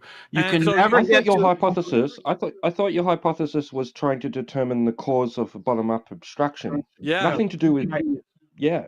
What my the heck? my hypothesis again is that there is a relation between the observer and the thing being observed when it's on a sphere, right? There's a mathematical relationship. 8 inches per mile squared is a good first What approximation. sphere? What sphere? The Earth. Can I ask You a haven't question? demonstrated that to be true that's yet. That's the very definition of begging the question. That's No, the it very isn't. definition. Yes, it is. It fucking is. Because I There's no don't, way. I don't make a deductive inference. I make an inductive one, and I falsify my hypothesis. Can I- You did And not you fucking can't verify falsify it. it. Science can never prove deductively that a hypothesis is true. That can't be done. Can I ask a question? Miggy, you know that people will come inside and ask for the globe and why we think that is flat. This is Brenda, Miggy. I don't think the globe is I know flat. she is. I know, Miggy. Isn't this spending time on the best anti-flat earther in the world? I would say. Goddamn right I am. You're goddamn right I am. I would say one of them. I wouldn't Yeah. put her in the top tier, but she's up there. Yeah, with but them. if you're going to give it to me, I'm going to take it. buddy. Yeah, well, no, I'm Yeah. saying you're Miggy, probably Miggy. one of the top tier ones that these guys Miggy. don't know about you, but we do. But go ahead. Somebody's asking Miggy. me a question. Miggy, say, thank God space-time doesn't have a shape. Actually, space-time does have a shape. The only phenomena. The only. No. Wait. So for the people in the back row who don't know who Brenda is, but like asking about these logical, because listen, you can go look these up, okay? So don't hang around and say Right. no, define it. I know what the fuck begging the question means. I've been What does studying it these mean? logic. What Oh does it my mean? God! Will you let me finish the end of what I'm saying, Brenda? I already know you're anti-flat earther. You got those flowers, so just chill. All right, check this out. I'm gonna put it in the text chat for everybody. Now, once you have a grip What's the name on of that? this, Can you show me where that is? I haven't seen the text go chat. go Where to is the it? go to wait. Go to the top of what we're talking. There's a little chat bubble where it says open chat. Just go there. On the right, on top It's right. right above where the person on top is Wave Mixer. Right above him, there's a chat bubble, and then you see it. Your hypothesis reduces to this, Brenda, right? If globe, then globe. No, Alright, that's not my hypothesis. so- at all. It does, and for fuck's sake, that's exactly what it is. Yeah, No, it it is. isn't. I Fuck, told it you what my isn't. hypothesis The fuck is. it isn't. Hey, hang on. Let me re-beg in the question for the guys in the back row, right, that are chanting behind Brenda. You just wait. Begging the question is any form. Brenda, let me fucking read this thing. Begging the question, any form. That wasn't God me. damn. That wasn't me. You're gonna All be right. behind me or not? Listen to me. If you're gonna be behind me, around me, fucking let me know. Who's that? Jesus Christ.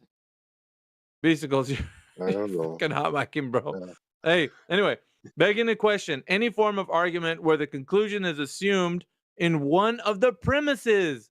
Many of the people use this phrase, begging the question, incorrectly when they use it to mean prompts one to ask the question. That is not the correct usage. Begging the question is a form of circular reasoning, which is what was stated because it was baked in your fucking premise that the earth is a globe.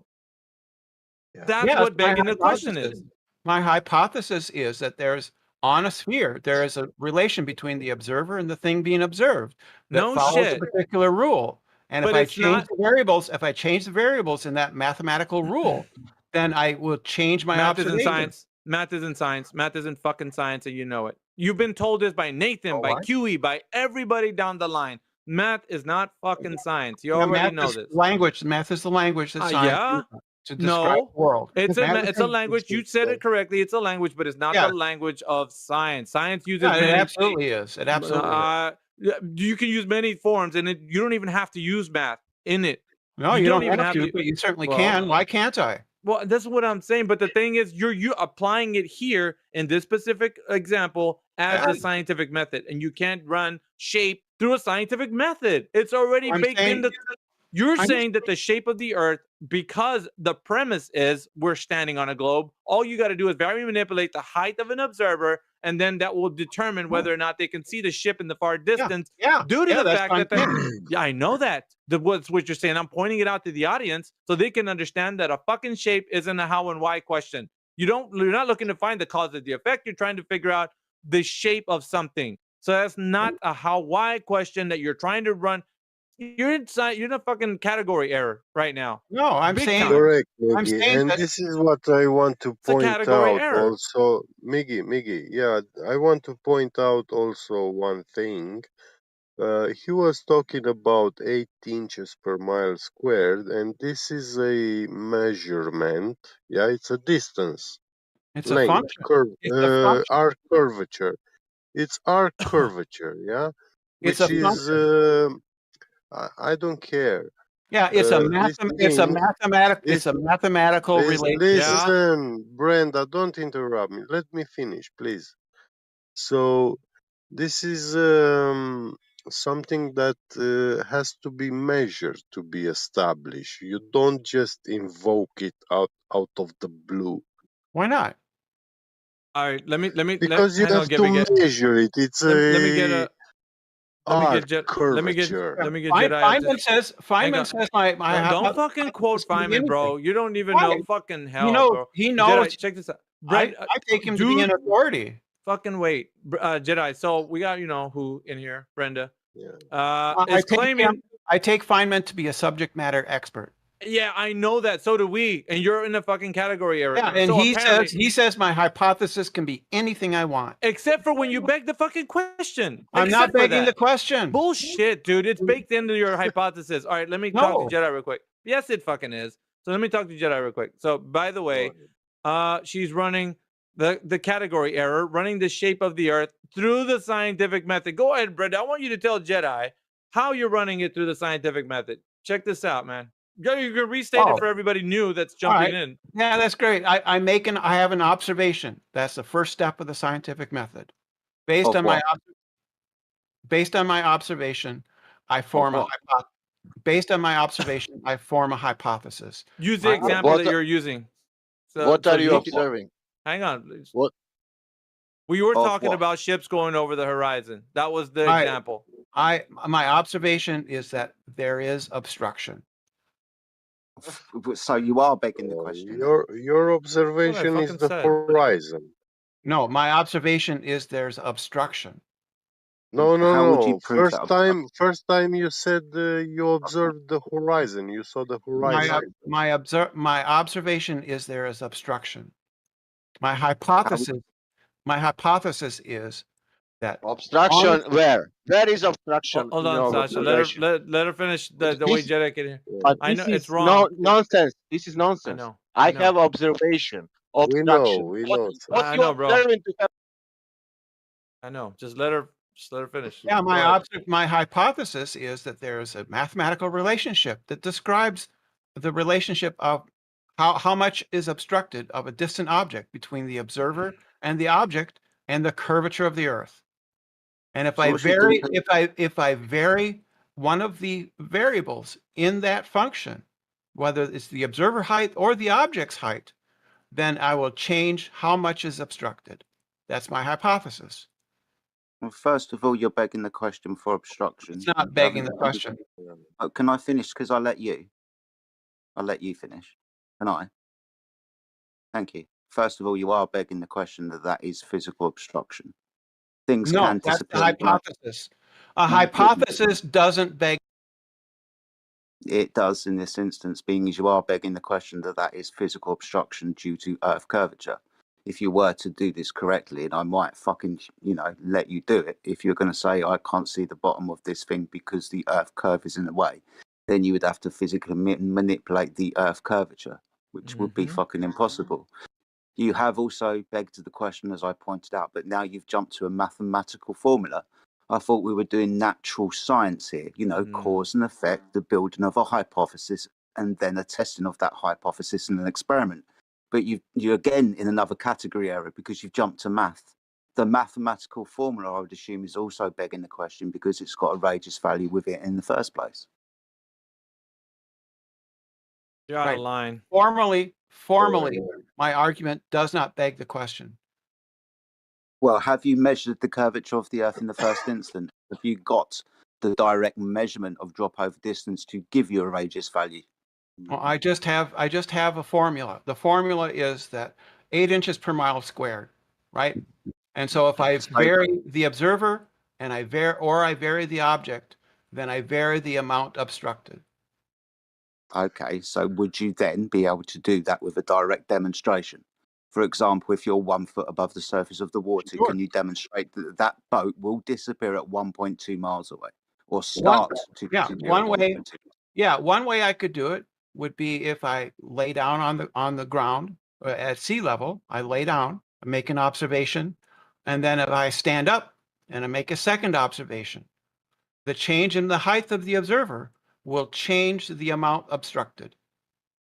Well, fuck me, I can do that on a known flat surface and stand up on that flat surface because I've increased my angle of view, see further across that flat surface. That's not proof of anything.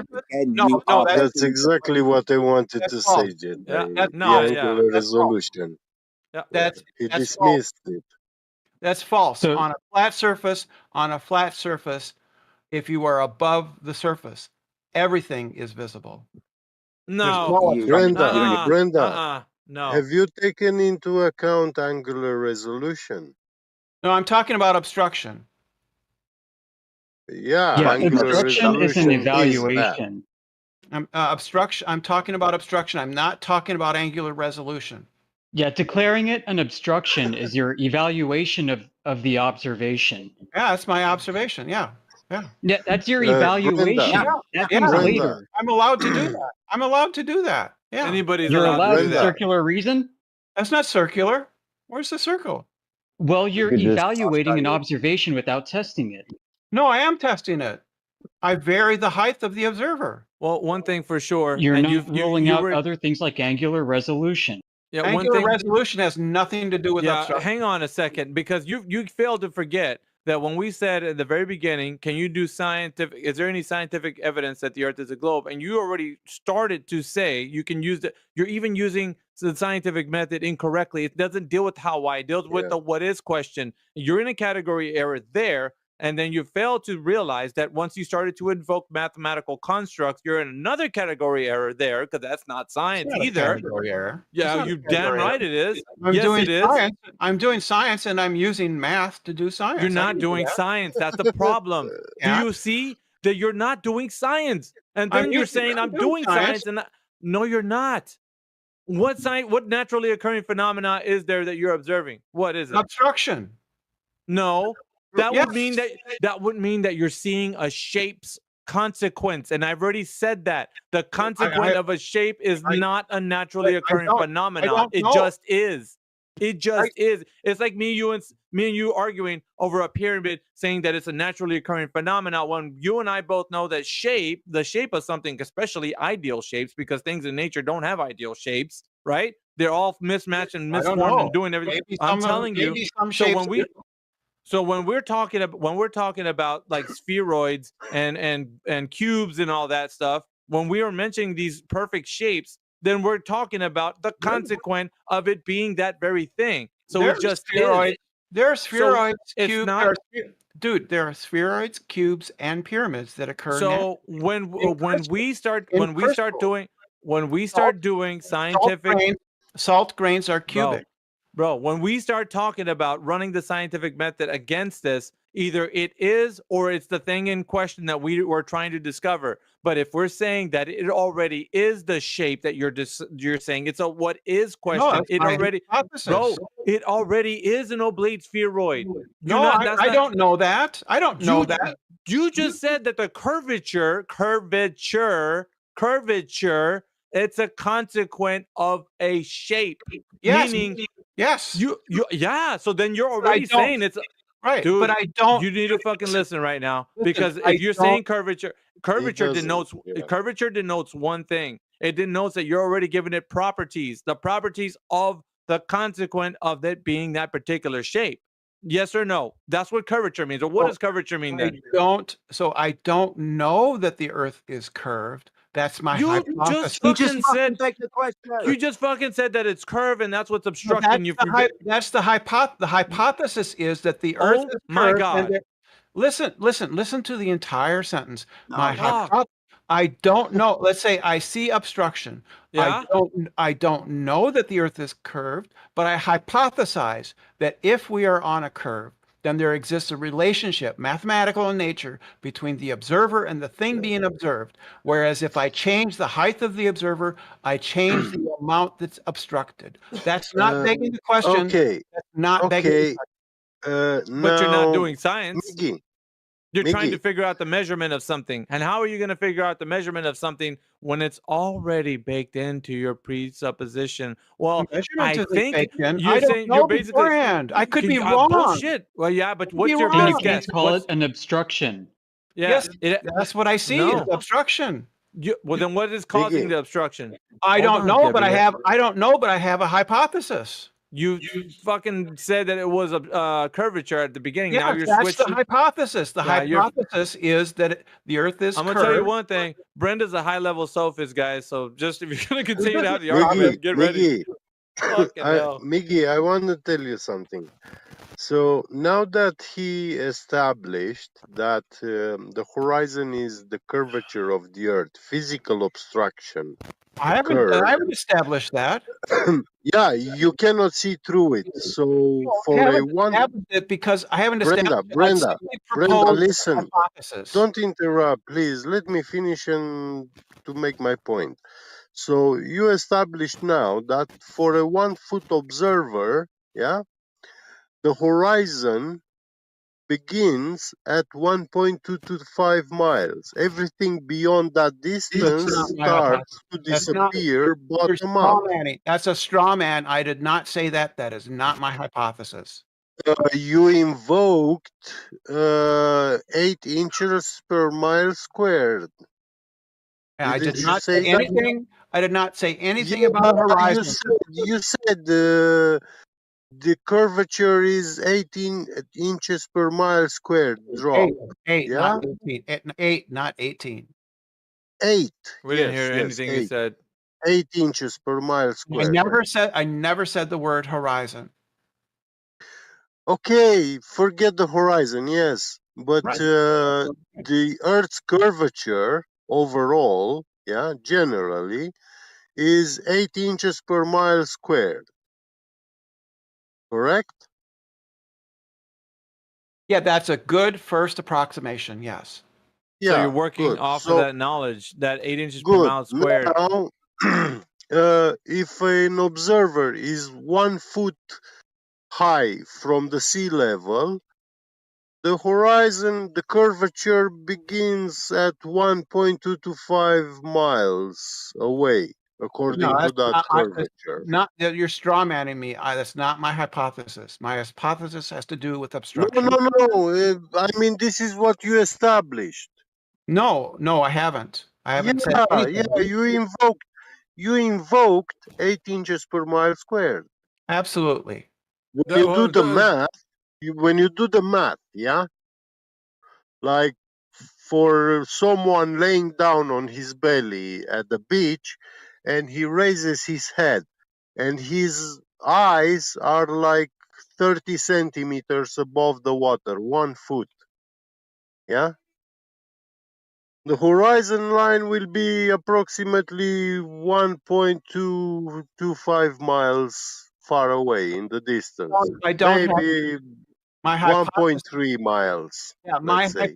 my hypothesis doesn't mention the horizon at all. Not a fucking hypothesis. I Sure, know.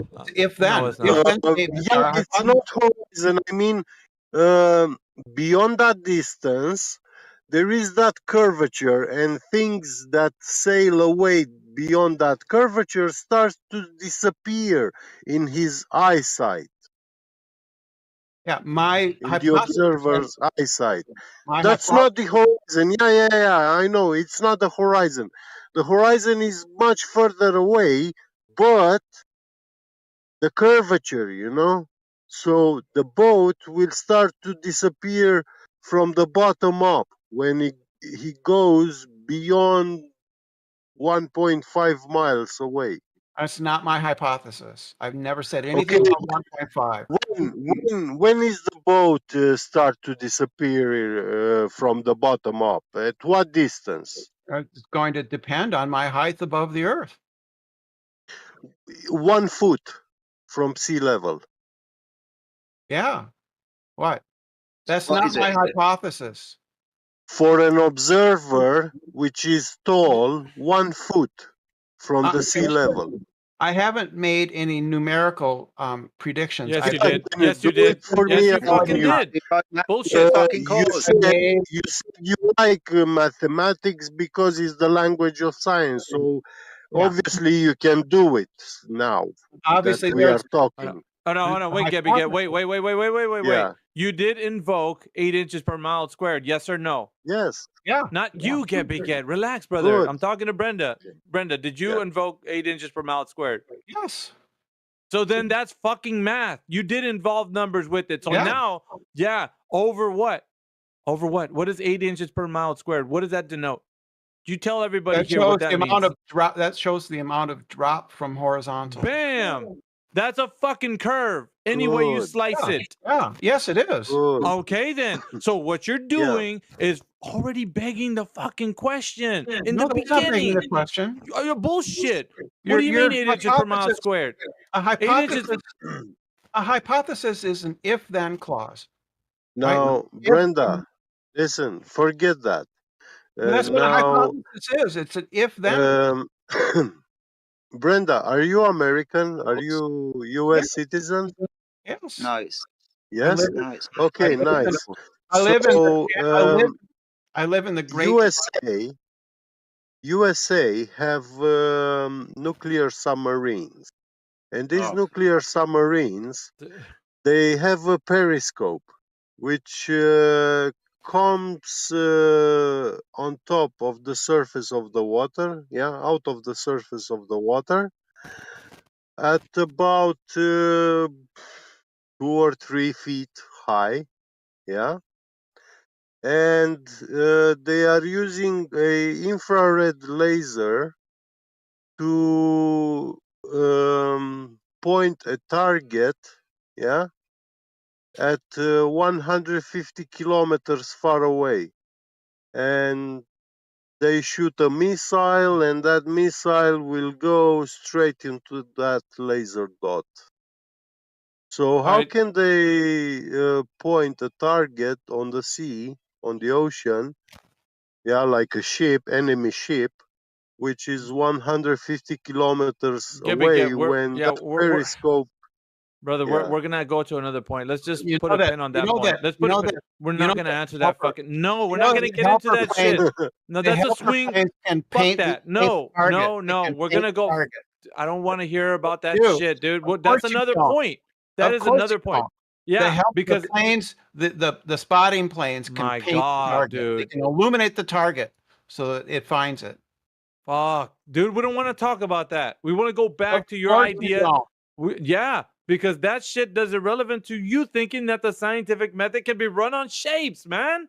And then on top of that shit, you said that you didn't talk about any math. I said fucking bullshit. I called you out on it. I said you It's said just 8 inches. relationship. It's You not said eight. numbers. You said 8 inches per mile squared, and it came straight from Absolutely. you saying that you are already saying that the Earth is dropping over the distance, curving at 8 inches per mile squared. What do you think shape that is?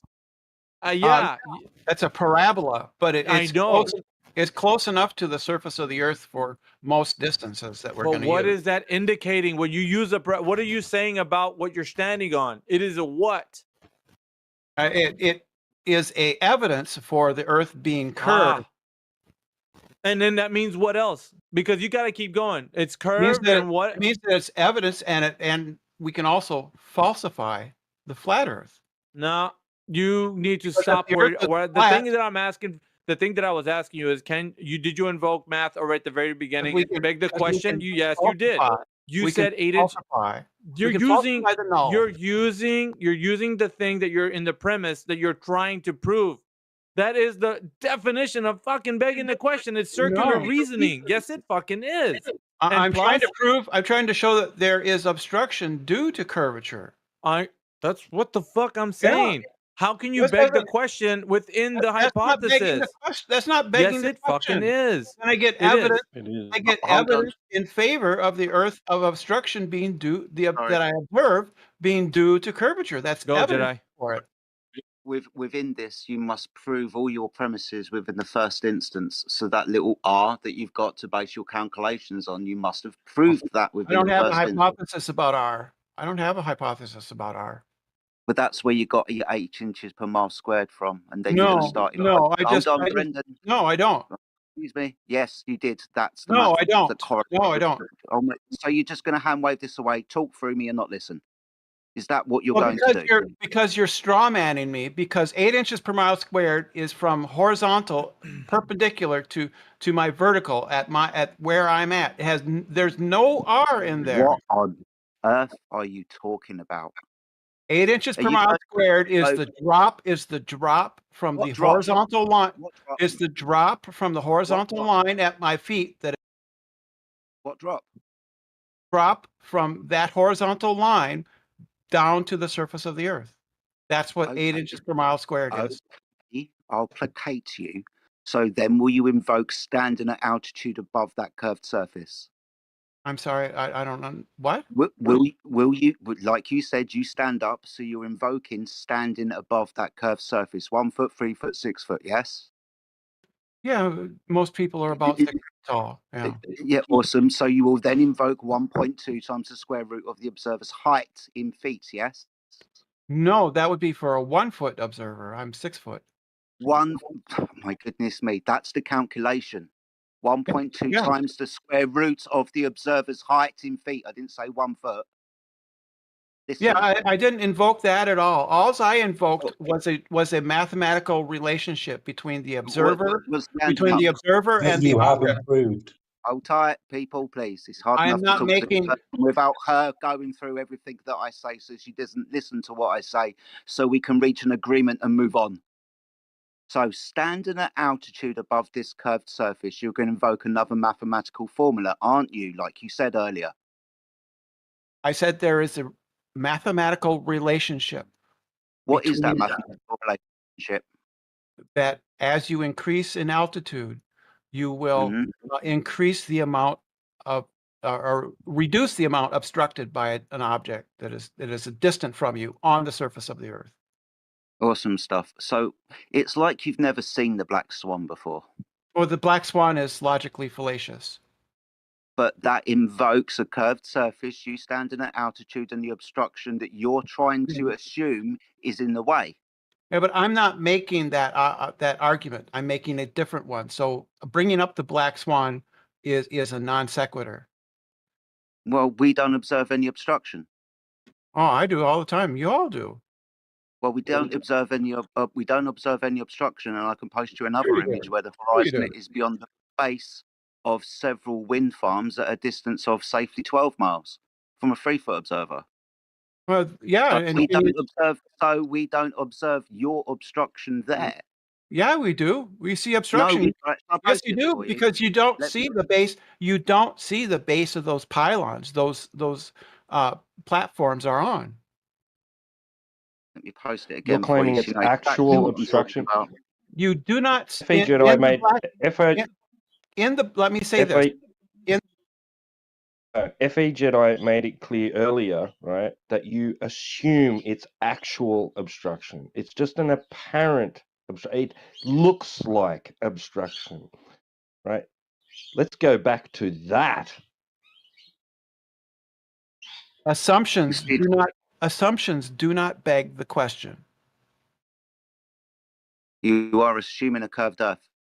Yeah, that's my hypothesis. Okay, so when I give you the image of the bottom of these wind farms where the obstruction should be before the wind farms, the horizon is beyond the wind farms. I'm not talking about the horizon. I'm talking about obstruction. And in Well, the we black, don't see that then. let me because finish that my would be the sentence. point- No, Let me finish. because Let me that would be finish the- my sentence. No, because you're talking shit. No, You are let me literally finish my talking sentence. shit. You're Come talking on. shit, though. No, but No. come on. It doesn't matter. No. You're talking. No, I'm not. So in my observation that I've posted with the two wind farms, your physical geometric obstruction is beyond the limitations of your calculations based on 8 inches per mile squared and invoking the height, which then invokes a mathematical formula of 1.2 times the square root of the observer's height in feet. You are begging the question in the first instance, my friend, because you have just brought a mathematical formula that you have not directly measured. You have made an assumption that if you were to stand on above that surface, that it would cause obstruction. It's like you've never seen the black swan before, or the image that I've posted in the live stream of the horizon is 12 miles away, which would be the top of the Sagatar if it was a curved surface. You fucking idiot. Diffraction is also an obstruction. So no, it isn't. So my yes, the light interferes with itself. It obstructs itself. Hello. Excuse me. So my my hypothesis says nothing about horizons. It talks What are you only about, manipulating? What's your independent variable? it only talks about obstruction. And in the black swan image, you cannot see the base of the pylons of the platforms. They are still obstructed by waves. You can still see the 6-foot plateau between the two rigs where seals like to sit on. So what's right up your next to independent them, and variable? you can't see that. There's the buoy. Brenda, There's the buoy next to him, and you can't see it. Brenda, what's your independent variable? Again, Where's tell the me that. buoy? There's a buoy tied. There's a buoy tied up to one of them. Where is it? What was your independent variable? Buoy tied up next to one of the platforms. What was your independent variable? No, answer the question. There's a buoy. What was your independent variable within your hypothesis where you assumed obstruction? I'm saying that there exists a relationship between the observer and the thing being observed on a sphere, and that as you vary the observer's height or altitude, you will change the amount being obstructed. I'm not making a numerical prediction. I'm making a qualitative prediction. What was your observed phenomena? Obstruction. Obstruction of what? Just obstruction. Something is of obstructed. What? There's something. There's something in the way. Where? That's my observation. Where? There's many observations where there is something in the way. Show me one. Yeah. What, like a hill where I can't see behind a fucking tree? What are you talking about? Yeah. Typically, ships over the horizon, but it could be other things. It could be other objects. Horizon. So you have now invoked horizon, which you've been saying for the last 5 minutes. You haven't fucking invoked. You lying little piece of shit. That's right. I have not. I've still not invoked it. You just did. Boats go over the horizon. You lying piece of shit. Yeah, but that's obstruction. My hypothesis has to do with obstruction. Then. So it is the horizon then. Boats go over the horizon. Not necessarily. Not necessarily. I don't know. Necessarily. You just said boats go over the horizon. So not the horizon or the horizon. What's the fucking horizon? I see obstruction. There's the horizon, you stupid fucking bitch. I see obstruction. You said boats go over the what? It seems like they go over the horizon, yes. Oh, so yeah, geometric horizon. The geometric horizon? No, I didn't say anything about that. So then what are they going over? Don't know. My goodness. Yeah, now you're just dishonest. My hypothesis, I don't know because I have my hypothesis. Then I have to do experiments to test my hypothesis. They're not going over a mirage, are they? Because what if there's a mirage? Can they go over a mirage? No, you're invoking curvature. I'm not talking about mirage or refraction. I'm talking about obstruction. You're talking about curvature, which would be the obstruction. Yeah, that's the hypothesis. Yeah, your wig fell off. The hypothesis. Right, the hypothesis I can't is talk to that there's- liars.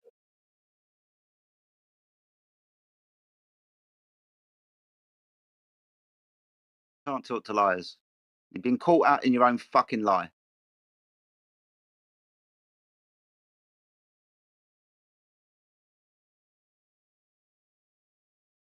Unmute Brenda. Why? She's lying. I never said horizon. I'm not invoking horizon. Ships go over the horizon. What the fuck?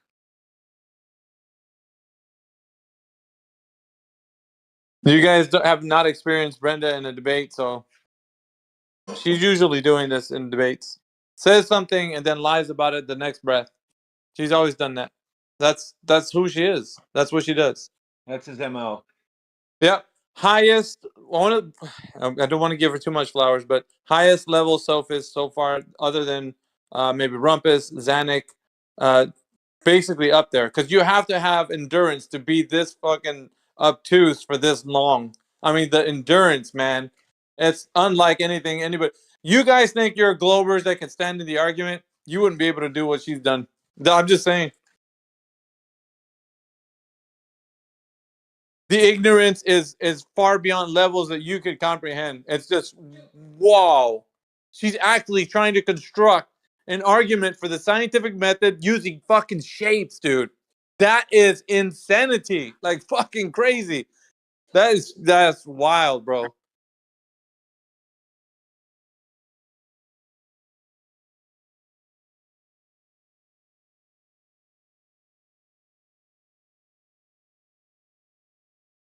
Anybody else want to step up?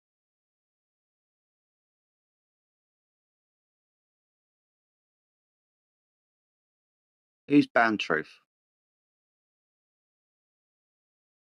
He wants to chat Skank from the sidelines. I mean, look, we bloody placated her. She was in a bloody category error, and even within a fucking category error, she used maths, which put her in another fucking category error. She's not doing bloody science here, so we tried to go through it with a hypothesis. The dependent variable was a fucking assumption of fucking Earth curvature, and then her independent variable was height above that curved surface, invoking 8 inches per mile square, 1.22 times the square root of the observer's height in feet. So math then, not science. Geometry then, not science.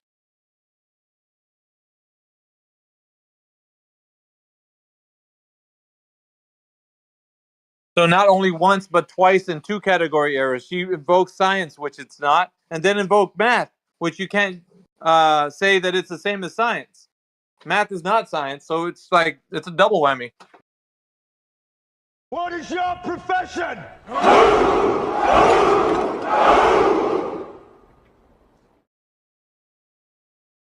The old friend. I brought more soldiers.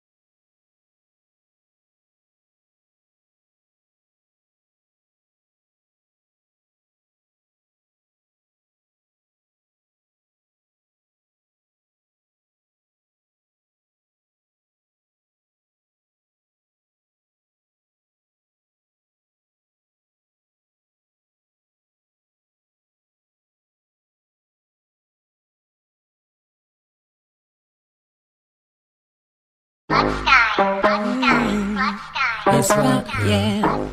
It's black, yeah. It's black, yeah. We the best music. It's black, yeah. Another one. It's black, yeah. DJ Khaled. You gotta make your mind up. I gotta ask you, bro, just how'd you find us? I got flat earth on my mind, is that a crime, yeah? Don't wanna go back to days when it was a globe.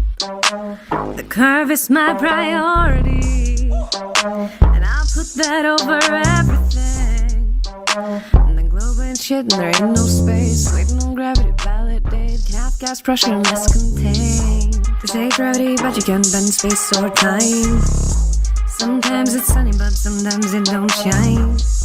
Like love don't exist, it's only in your mind. So let go of the space glow. Let it go, oh, that glow. Oh, let it go, oh, that glow. Let it go, oh, that glow. Oh, let it go, that glow. I let it go if you say that this curved in that shit better show. Don't try to play like I'm slow, cause I've been running the block and I know there's no glow. Ask for proof and I give you some more. And I'm proud of myself cause I used to be glow. Now I just hustle and grind it flat smack into all of my muscles or so. Asking me say it's a ball, he ain't got no proof at all. Keep asking why did it fall, don't try me, it's gonna end up in a brawl. Brenda's clocks like a dog, see too far less is some fog. Ask for curvature measurements, they can go claims without no evidence. Globe's too big, can't see curve. Hopped in a plane, but you still ain't high up. Red Bull jump, no curve, can't see none. Parallel race with some shadows in a stick up. Think you measure shit, no hiccups. You know what's some bull that they whipped up. This is flat as little baby, it's CB, I ain't got no choice but to tell ya. They say gravity, but you can't bend space or time. Sometimes it's sunny, but sometimes it don't shine. Like love don't exist, it's only in your mind. So let go of the space glow. Let it go, oh, that glow. Oh, let it go, oh, that glow. Let it go, oh, that glow. Oh, let it go, that glow.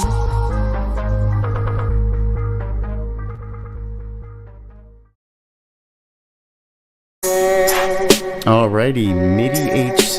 Yeah, that's a funny name.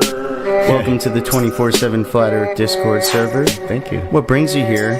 And be honest, what shape do you think the Earth is? I'm just here to troll. The world is a stage, Shakespeare. You think you live on a fake sphere. There are no curvatures, ain't there. That means it's not an oblate pair. NASA's lying, it's obvious, yeah. Look at the bloopers of sloppiest. Like they're not even trying to fool half the audience. You have to buy it up. You say you're woke, but it's diet, yeah. Want to debate, do not try it, yeah. Leave them unpacking and crying, yeah. Take out the rinse and then dry it, yeah. If you got proof, then provide it. You are VC verified, and either you're seeking the truth or you will just go into hiding. Give it me to bug FE, give it me gravity, give it me philosophy, give it me pure comedy, give it me to bug FE, give it me gravity, give it me philosophy, give it me pure comedy.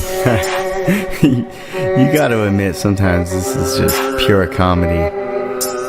I mean, you know, don't get me wrong, we're looking for some evidence for this globe theory, but it's pretty funny.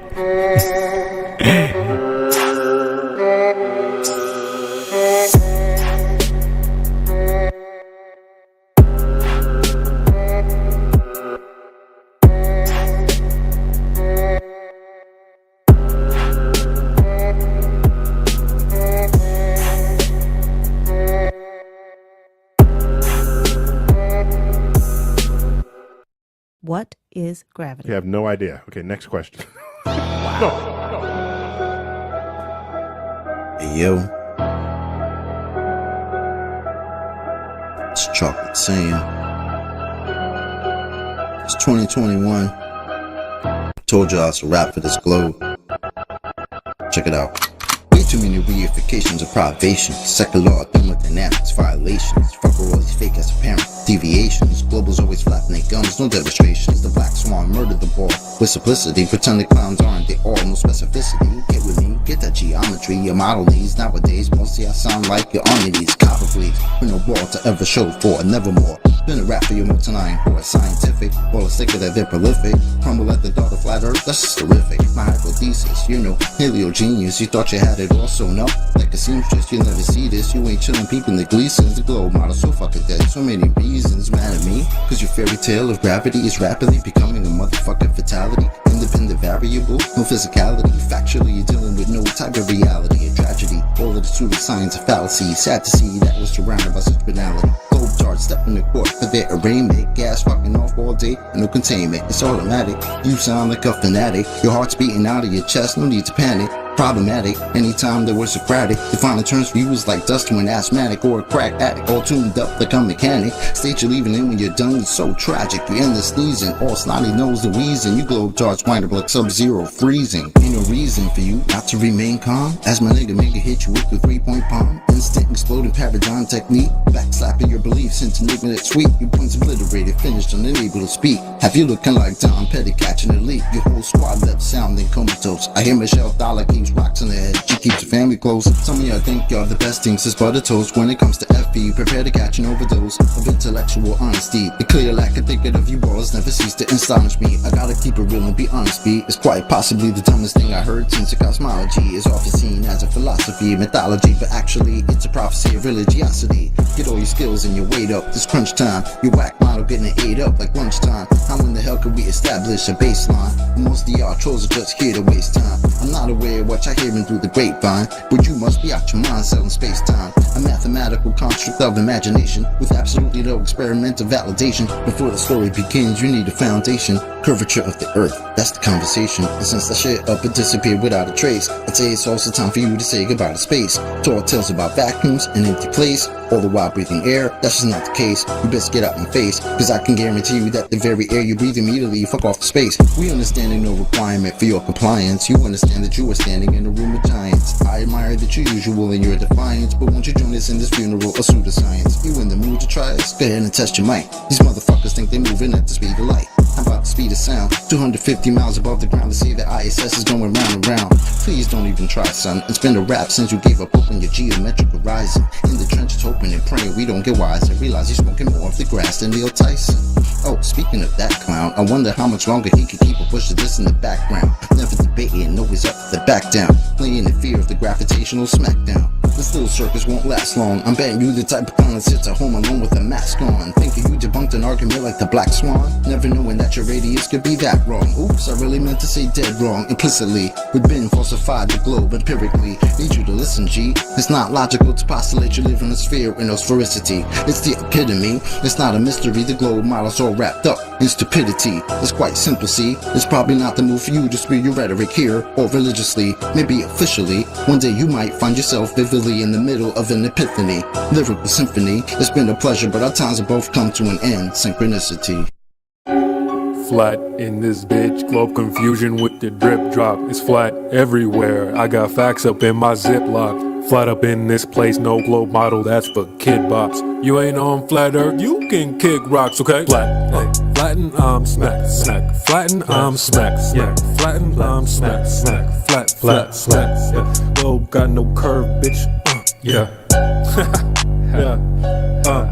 Yeah. Yeah, flatten, smack, smack, flatten, flat, smack, smack, flat, flat, smack, smack, smack, flat, flat. Yeah. Globe gone flat, got no curve, bitch, I'm flat. Turn the globe into a ghost punk, bitch, yes, I'm flat. Hey, take it off, yeah, globe off, yeah, live stream, yeah, everybody here, bringing up air, gas pressure, yeah. That is my fate, the globe is gon' hate, the truth I chase, and it don't break, we just killed space, yeah, it's all fake, the acting is safe, now hand me that tape, 10 toes in the mud, measured earth, and it's flat, yeah, Glober dunked on in its fields, and that's facts, yeah, I ain't tryna fight you too emotional, now take this flat smack like it's supposed to go, fade it out the globe, had to bounce right quick, wonder how I drop out, learn to count like this, got a folder with no earth curve where I keep my shit, hit up bay first with a laser, ain't no curve in this bitch. Okay, I'm flat. Hey, flat, smack, smack, flat, flat, smack, smack, flat, flat, smack, yeah, flat, smack, flat, yeah. Globe no curve, turn that flat into facts, turn the globe into a ghost punk, bitch. Yes, it's flat. Hey, flat, smack it, flat, flat, smack, yeah, flat, flat, smack, flat, smack, smack. Globe gone flat, got no curve, bitch. I'm flat, turn the globe into a ghost punk, bitch. Yes, I'm flat. I'm a globe destroyer. Yeah. F.E. Doyum. Doyum globe smoking ass nigga. In the live stream joking. Took his globe like it's stolen. Broke brain can't focus ass nigga. Pause about we gotta call up. Call up nigga, he gon' chop his head off. Can't run the game round here, bruh. Cause we're hang no sphere, bruh. Little nigga, do you got a problem? What? Little nigga will come and solve it. Yeah. Facts coming in, can't stop it. We getting to the money, y'all jogging. Yeah. Good times represent victory. To the same globes just dead to me. A washed up glove don't mean shit to me. I'ma surf off the curve in a Tiffany. Globers do nothing for me unless you leave in VC where the curve be. I'm flat gang, savage free. Globers get smoked just trying to diss me. Okay. Yeah, flatten, flat. Yeah, flatten, smack. Flat, smack, flat. Yeah, flat. Yeah, globe gone flat. Ain't no curve, bitch, it's flat. Turn the globe into a ghost punk, bitch, yes, it's flat. Hey, flatten, smack. Flat, smack. Flat, smack. Yeah, flat. Yeah, globe gone flat. Ain't no curve, bitch, it's flat. Turn the globe into a ghost punk, bitch, yes, it's flat. Yeah. CB, you know me.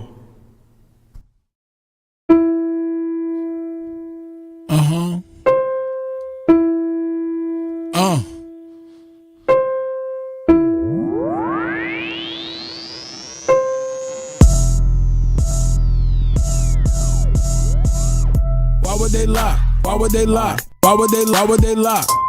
Why would they lie? Why would they lie? Why would they lie? Why would they lie? Why would they lie? Why would they lie? Why would they lie? Why would they lie? Why would they lie? I know you've been hating this, but how about that radius, huh? What is he saying though? Broken geometry. Okay. I just pointed out, now you're at hominy. Went to your mommy B, trucking and driving, Globers be wildin'. They went out of style, 8 inches per mile squared, never been measured out in the wild. Why would they lie? That's what they cry, when it just can't be denied. Defending the government, slave till you die. You ain't got no reply. That stuff is flat. Who told you that? Like I can't trust my eyes? There ain't no curvature, and the swan is black. But nice try.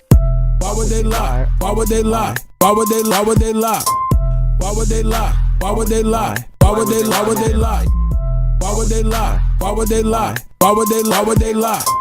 Once you go flat, matter of fact, you never go back. You never go back. Why would they lie? Why would they lie? Why would you ask such a question? Coming here crying to ask why they're lying? Dude, may I make a suggestion? It seems to me in your mind that you could use some introspection. Instead of advancing your thinking, you're headed straight to a sad state of regression. People keep thinking it's our job to find them the model that they've been questing. Meanwhile, they're walking around every day in the world never ever suspecting that the very own senses a human possesses have never attested. Something that's absolutely and completely reversed to the world manifested. How can you think that a person like me could take someone like you even serious? Why would they lie? Why would they lie? Bro, are you fucking delirious? How can we even engage in a true conversation if we can't surpass this? I'm gonna need you and your little fundy friends to pull their heads out their asses. Why would they lie? Are you fucking high? You really gotta be kidding me. The world that you've known, all on its own, has been nice and flat since the beginning, see? No 8 inch per mile square, that's why y'all scared to have this become mainstream. So as a result, we transform into nightmares, waking folks from the daydream. So proceed to ask why they are lying without verifying your story. And at the end of the day, maybe all I can say is that y'all fucking bore me. Why would they lie? Can't even deny. You're sounding just like a baby. Maybe a hero is all that you need. Maybe else somebody save me. Global abortion, all applauded. Cheers, big heads, small, enormous. From cradle to grave shall be like tortoise. NASA Tower lies every day is exhausted. Nothing more boring than the stream they recorded. Yeah, that looks real, is that a joker talking? Composite mind nuts is not a bore you foreskin. Ignoring, distorting the facts where they store is. Entering your mind irrespective of warrant. To say levels curve we expect from a zealot. Spherical excess, now we don't want it. Delusional puppet digesting the stomach. Without any warning, hick on the shoremen. Are you a moron who's not that important? Similar to Karen, always reporting. Endorsing the fraud and effects without cause. Manifest force from a pseudo source. Reversing the curse of what you've been taught. They've been rehearsed in the dirt, but they still fall short. Imaginary planetary alignment coincide with space warp. Astronauts monetary paid for. Submerging the water while they claim that the orb. It's a circus show, clown circle in the globe. Why would they lie? Obvious the creator. If the glove don't fit and the earth don't turn, that's a whole lot of that they have to earn. With the horizon swan, we eliminate the curve. All our eyes are on, only what we can observe. Global lies are wrong while they're hiding flatter. Keep my spies like on hide for the research. You rely upon priest and pirate like a bird. With your lying glove, preach religion like a church. How should they die? How should they die? Why would they lie? Why would they lie? Why would they lie? Why would they try? I got the math and science on my side. I'm running circles, it's easy as pie. Your reification is all falsified. The education is all just a lie. No need to replace it. All I need is you to face it. All I got is time and you just wasted. This is a gift staring you in the faces. Where you gonna get the truth from if not from us? Then who you dum-dum? Made the bed of your demise and chose to sleep to count the sheep since 9 to 1-1. Never been a fight, a fact of life, a choice of wrong and right that I would ever run from. State the truth, defend the youth and stop the coup. It's just a job that got to get done. Why would they lie? Why would they lie? Why would they lie? Santa was real, the fairy was real. Why mama lie? My brother died, healthcare was bad. Why mama cried? The system is broke, your son is woke. I'm setting this shit on fire. Why would they lie? Why would they lie? Why would they lie? Why would they lie? Why would they lie? Why would they lie? Why would they lie? Why would they lie? Why would they lie? Why would they lie? Why would they lie? Why would they lie? Why would they not? They're plotting to ride by watching the sky and they know it's a clock. They picking both sides and listed with lies. The people pretend that they pick who they got. The people divide and then they disguise and now they're devising a plot. You ask why they lying from behind closed eyelids. You disguising an iris that's lifeless. You're denialist, but this lie is why you're a nihilist. Guess you're lying for the pride then.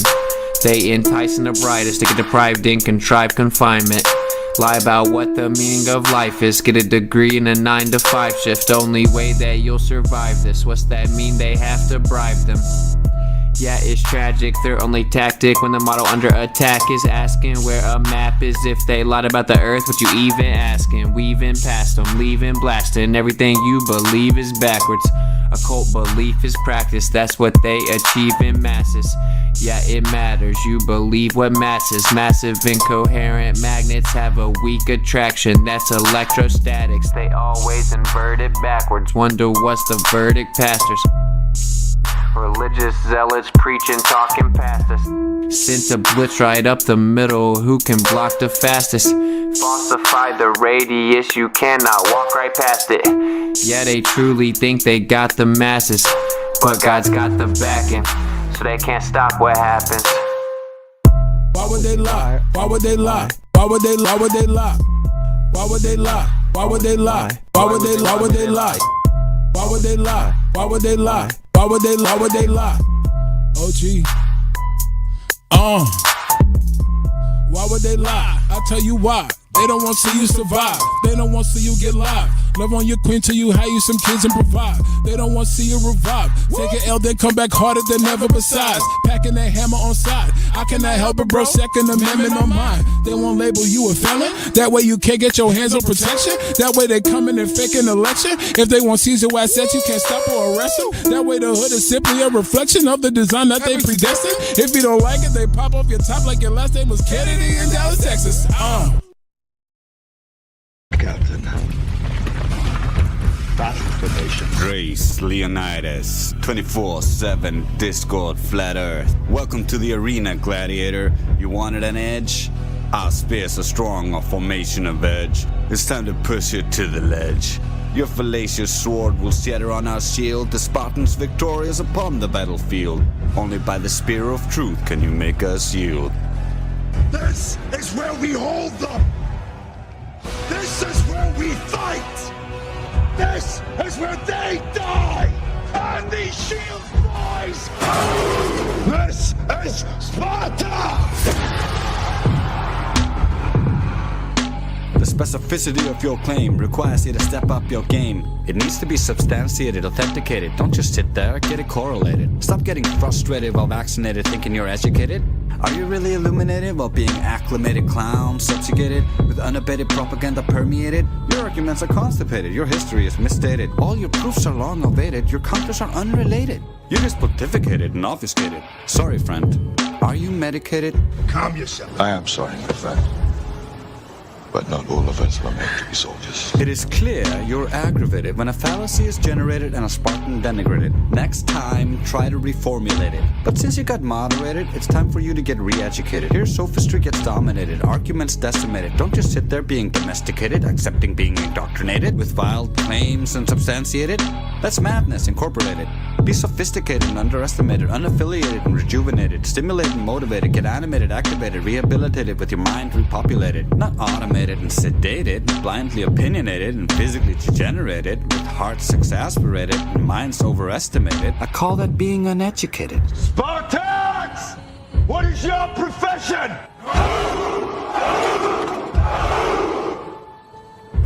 See, old friend, I brought more soldiers than you did. It's not complicated. Globe model was evaluated, radius invalidated, black swan reverberated, percolated, and penetrated, and the globe deflated. Do you understand what is communicated? Light attenuated, perspective appropriated, density understated, entropy violated, Saros cycle assimilated, and the Coriolis conflated. Or do you need it illustrated, perhaps translated? Is it really necessitated to be restated? Gas dissipated, yet container is ventilated. You should feel liberated, it's been corroborated. Religion has evaporated while blind faith was annihilated. Do not be humiliated. This was dictated, slated and fated. Now outdated, antiquated, needs to be updated. And thoroughly investigated with science invigorated. Its potential unmitigated. Be elated, elevated, fascinated. Don't you feel exhilarated? It's long been belated. It's something to be celebrated, not debated. Find trust. This was all premeditated, all of it orchestrated, perpetrated, perpetuated, all of us regulated, designated, and desecrated. The whole world manipulated. We were told it rotated, that it was calculated and demonstrated, when it was really estimated and speculated and fabricated and misappropriated. The lies are completely overrated. It's time for the truth to be reinstated. Go spread the word. Let every Greek assemble know the truth of this. Let each among them search his own soul. And while you're at it, search your own. 1, 2, 3, 4, 5, 6, 7, 8, 9. It's the 10 Black Commandments. Yeah. This globe, you can't tell me about this earth. Can't tell me nothing about this curve, this speed. I'm a real truthist. Truth is on the beach. I ain't forget about you, brothers. My Nikon PD shooters. Shout out to the lobby. I've been in this game for years. It made me an animal. It's rules to this.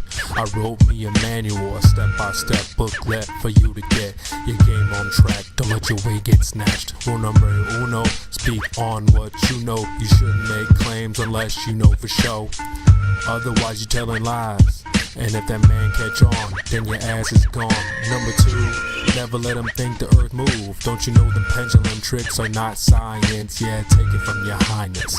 They need to be set up from high up and kicked or fired up. 3, never trust nobody. Your science guys will set that ass up properly gassed up. Fallacy to store it up. Shit for the fast buck. They be lying in the comments, just confuse that ass up. Number 4, know you heard this before. Never get high on the CGI. Number 5, never speculate on the unknown. I don't care if they fight with an ounce, tell them bounce. Number 6, that goddamn citation, get it. You think a globe be backing up the claim and forget it. Number 7, this rule is so underrated. Keep Flat Earth Society and the servers separated. Shadows and sticks don't hit this bullshit. 2021, man, that shit's archaic. Number 8, DC checking 1 or 2. Stop typing and get a mic or something to speak through. Number 9, should have been number 1 to me. If you ain't trolling back, get your ass in BC. If the team must get you slipping, they ain't trying to listen. They be pitching your ass out, straight out to cog this. Number 10, a strong word called a measurement. Strictly for honest men, if not, just watch them spin. If you ain't got the globe proof, say hell no. Flat earthers want that proof, rain, sleet, hail, snow. All these rules, you'll smash globes until they break up. If not, 24 trolls who won't wake up. Truth hits your mental, watch your mind shake up. You were sleeping now you about to wake up. Snacks in the back on your way up. Bathrooms on the left, urinal caked up. DJ on the way, about to play something. Chairs good, stogies lit, feet up. 24/7. Discord.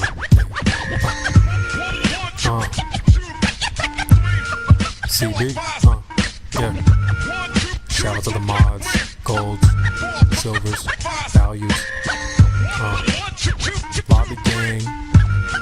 Yeah.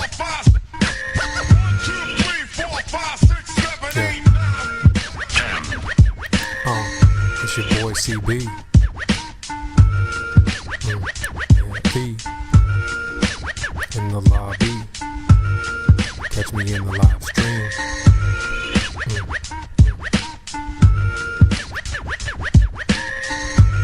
24/7. Shout out to India, CJ, El Baba Yaga. Yeah. Nemus. Effie in the house. Tell him bounce. Drace 24/7 Flat Earth Discord with Robert Tarr on the beat. Shout out to Jemsy for his tireless service and great ideas. Ooh, Jemsy's here. Judgments have a way of festering until you become what you hate. So don't hate and don't judge. Understand and transmute hate into love, rising above the cycle. Don't be the cycle, break the cycle, and be free as you were meant to be, operating empirically, embracing your destiny, living in reality. The globe is a no-show, the Antarctica no-go. The seafloor plateau, you don't know what you don't know. The story I just so. Paddle knows, uh-oh. Status quo, no photo, the only curve is a GoPro. Fight the flow, the fallacious combo. Metal judo, be a FE commando. With knowledge as ammo, a 3-point KO. Lost your wig, bro? It's a belief, yo. Celestial navigation, relative to the location. It's called exploration, using the constellation for thousands of years without deviation. Not possible within orbital imagination. It's a faulty conceptualization. Your ears are not just for decoration. You feel no sensation. The vestibular operation proves there's no axis to rotation. All sight has limitation. Perspective is our vision. We see by light propagation, but light has attenuation and diffusion, so seeing forever is a pure delusion. Space is a privation, not a bendy dilation. Einstein's smell position is a dated apparition. FE has no competition. Its opposition is only repetition, a supposition, and superstition. We're all around false decognition. Welcome to the globe deposition, the lie abolition, or the truth petition. Don't give up your critical thinking of your own volition, even if it has become tradition. That is submission to the mathematician, the sophistic cognition tactician, bringing you the war of attrition and the contradicting redefinition. Become like us, a logician, a sophistry demolition technician. Requisition your intuition, transition to erudition. But be quick, the mission to dumb down the population is so close to fruition. We pay our tuition for our own indoctrination with lies and a mission, when learning the truth should be your ambition, regardless of the optics and previous conviction.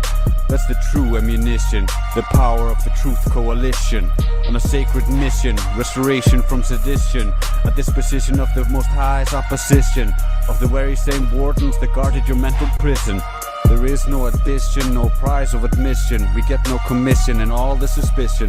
But there's one condition, be honest. This is not a competition, it's a collaborative exhibition, a recognition of rhetoric superstition, with 24/7 repetition, a non-stop globe demolition. I have become a globe funeral mortician.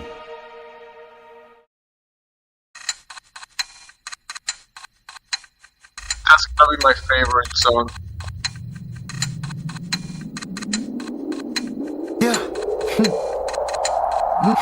Hey.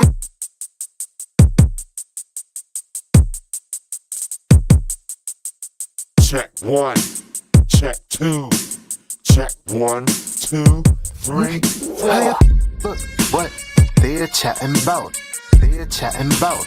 They're chatting about. Look what they're chatting about. They're chatting about.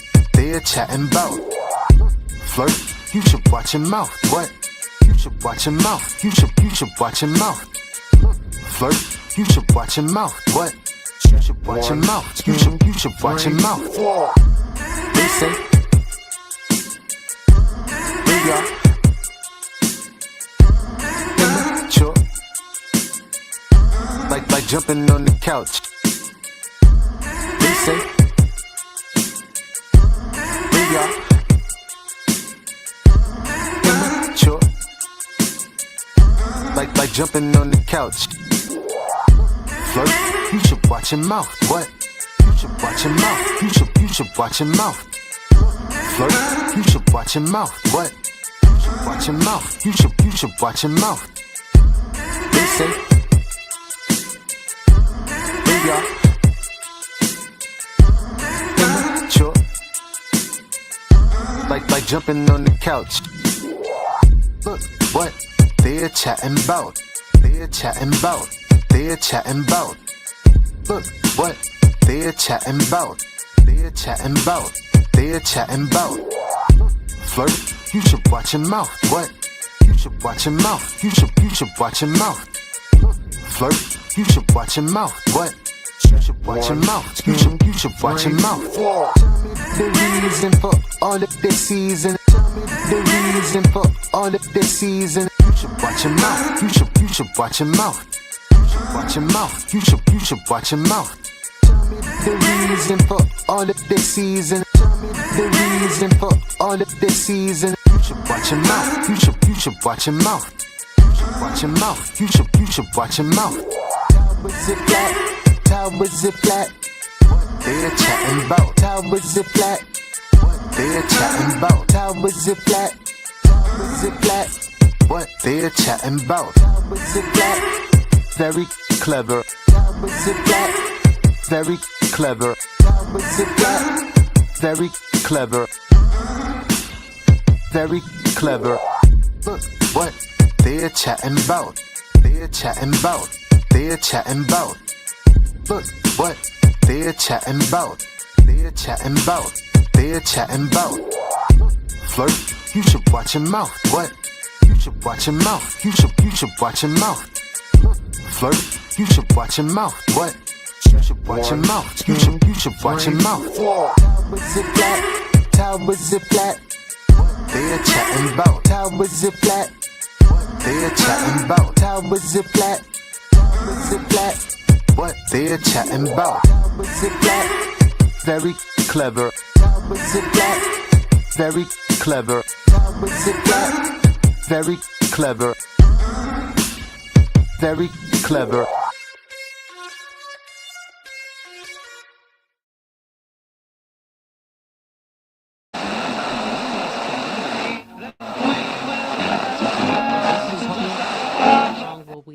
Be getting live views, do you think, from the car? Well, I think it looks so ridiculous and impossible. And you can tell it's real because it looks so fake, honestly. We'd have way better CGI if it was fake. And, you know, the colors all look kind of weird in space. People just research what your eyes do. Research what your eyes do. As soon as you do that, then everything, all the pieces start falling into place. Then you'll understand what you're looking at. And these globies just don't get it. They're like, I'm like, well, it's scientific fact. I mean, you can Google it right now. I mean, look at how your eyes work. I mean, you're saying no, like we're taught no. Like, I mean, the problem is, you know, I don't care if somebody doesn't believe me, but when you don't even look and then you tell me how wrong I am, and it's like, dude. And it's like, I mean, you've seen some of my shows, and I've seen your posts, and you just as well as I and others. I mean, we break it down really simple for these people. That's exactly how. Schon gar nicht leicht. Everybody put your hands up.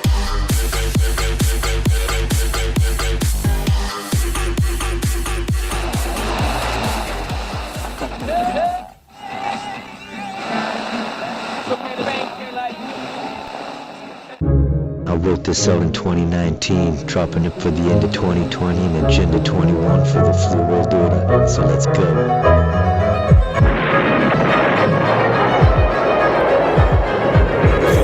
Hip-hop and the truth can't be stopped. I'm climbing to the top so I can sip as I got. While we sip and collide, while the listen to bars. Tries a thought, Roddy's thought I gotta keep it behind bars. Now I love this hip-hop and the truth can't be stopped. I'm climbing to the top so I can sip as I got. While we sip and collide, while the listen to bars. Tries a thought, Roddy's thought I gotta keep it behind bars. Now I shatter glass, ceiling strap, metal with debris. Orange tag on the beam, true troopers on the scene. And this could be the anthem when I'm claiming that feed. For planting seeds all around me with the truth that I see. So step up and get rocked, and smack to get dropped. From the power that we got, from the armor we got. Everybody stand up, true troopers squad up. From Zenji, Marcelli back to Rob Skiba. This age-old concept destroys a global object. Evolution turned to rubbish like the disk Star Trek. 2019, focus cameras what we see. CGI images claiming to be what we be. No stars and no moon and no galaxy. Claiming space is real, flipping another 60. Harness the green screen, alter reality. You blindly believe in programmed by the TV. And Neil deGrasse says your tiny ass is not large, well enough to earth and notice the track. To notice any curvature with that up his fat. So go and drop the mic and watch these globes react. Well, these sticks and stones and these shadows alone you're the earth that's cursed. So why don't you go wrong? The fat tarts alone, the bastard, you're wrong. The why can't I see China outside of my home? Show me the edge and now show me the dome. I got proof where we came from this bone. Poof, we ground from this explosion. From poop soup to monkey goop to homo sapien. This is ludicrous. Flying space is the root of it. Pagan sun god worshipping ritual Jesuits. Sun dog, Masonic, Nimrod, the Illuminate. Fallen gods take charge, then they end up ruining. Just before God cracks open up the firmament, just sound the trumpet loud. It's a turn of the permanent, and ain't no stopping it. God's word is the ultimate. You're testing all things, in the end it'll be positive. Gospel to the opposite, hostile environment. The apostles stood for the Messiah. Now our honor is the going bound wonder. The true God of thunder, with more power, more powerful than any other one. So I shatter glass ceiling, strap metal with degree. Orange tag on the beam, true troopers on the scene. And this could be the anthem when I'm claiming that feed. For planting seeds all around me with the truth that I see. So step up and get rocked, I smack to get dropped. From the power that we got, from the armor with God. Everybody stand up, true trooper squad up. Send G to carry weight, no rock, keep up. Theoretical philosopher, true trooper officer. Radical, tactical, even lateral, the monster. No why bother globe, God would even be on it. With your worthless, pathetic, redundant, circular argument. Playground bullies with your loser asking tactics. Grade 2 attitude, high school antics. And I don't talk about it, I mean all about it. Cooking cows ain't got nothing, verbal showers every hour that you want it. Teaming up with some of the most incredible. Streaming live shows straight to your telephone. I know what you know and what you views to know. And all my views are on mine and on mine alone. And time will show with all these lies they throw. And how they compromise your home and how your child will grow. Indoctrination, globe told operation. My control, occupation, stay woke and tell the nation. While these kids is getting raped and killed in the pavement. While you meet in the street and debate out your enslavement. Divide and conquer is what they're gonna aim with. Religious, skin color, history, you just name it. Mystery up and hidden from the public. Retelli in the Vatican and the Queen's got all of it. Locking away providence, God's documents. His promise to his creation, which is us, and we should honor it. Don't shatter glass ceiling, strap metal with degree. Orange tag on the beam, true troopers on the scene. And this could be the anthem when I'm claiming that feed. For planting seeds all around me with the truth that I see. So step up and get rocked, I smack to get dropped. From the power that we got, from the armor with God. Everybody stand up, true trooper squad up. From Zen G, Nathan Tito, Rob Skiba. Let's Blaze Jones. Right. Yo, I love this. Good morning, Nathan. Morning, Brenda. How are you? Ready to get destroyed again? Ready to be lit on fire, Mrs. Strawman? You mean you came in ready to be destroyed again? Yeah, we accept that, Brenda. Hi, how are you? We got our torches ready, Strawman. I've destroyed your argument every single time. Oh, what a way to start a morning. Yeah. I love this. Here's 2020. Chocolate scene. It's coming at you. Yeah. My squad blazing through like robots in this. Y'all get dissed, annihilated off the list of a long line of globals who will just insist we're living on a spinning ball that does not exist. As I sit back and wonder why they persist, like some pissed gorillas living in the mist. Always lacking evidence, they just get dismissed. But here's the twist, they won't cease and desist. Their illegal activities seems all they got are fallacies. Begging the question and never saying please. Claiming flat earth is only arcade, while you sit back and paint his mosaics of Aristophanes. Like what the fuck, bro, it seems profound. 2,000 years and still sight 6 to the ground. Meanwhile, what's really going 6 feet deep is the value of your radius, it's RIP. Rest in peace to your little RADIUS. It's just a fantasy. Can't you see that your little globe theory is about to be in the fucking GRAVE? Come on. Keep it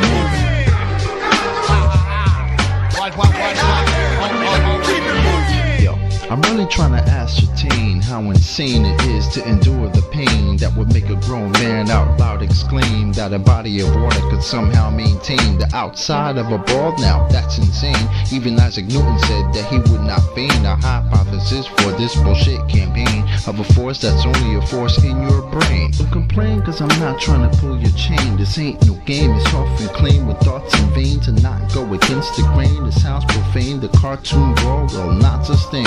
Its reign has been now deemed as inhumane. Me and my fam only wanna help you be attained and reclaim your sense of home and your domain. Your life has been spent on the top of a plane, yeah. In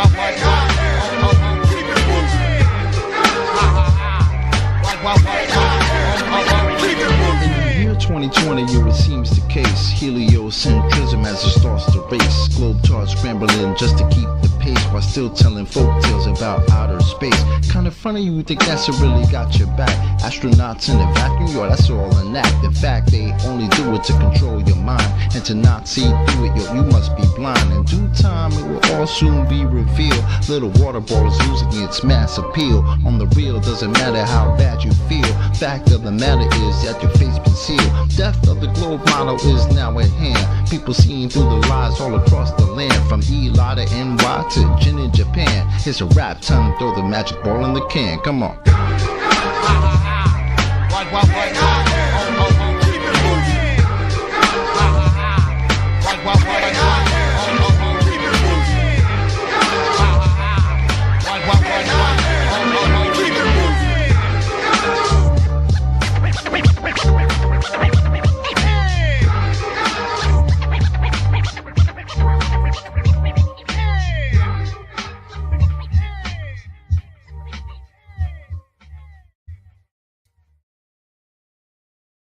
Had to make a song for the Globers, they ain't even know what they told us.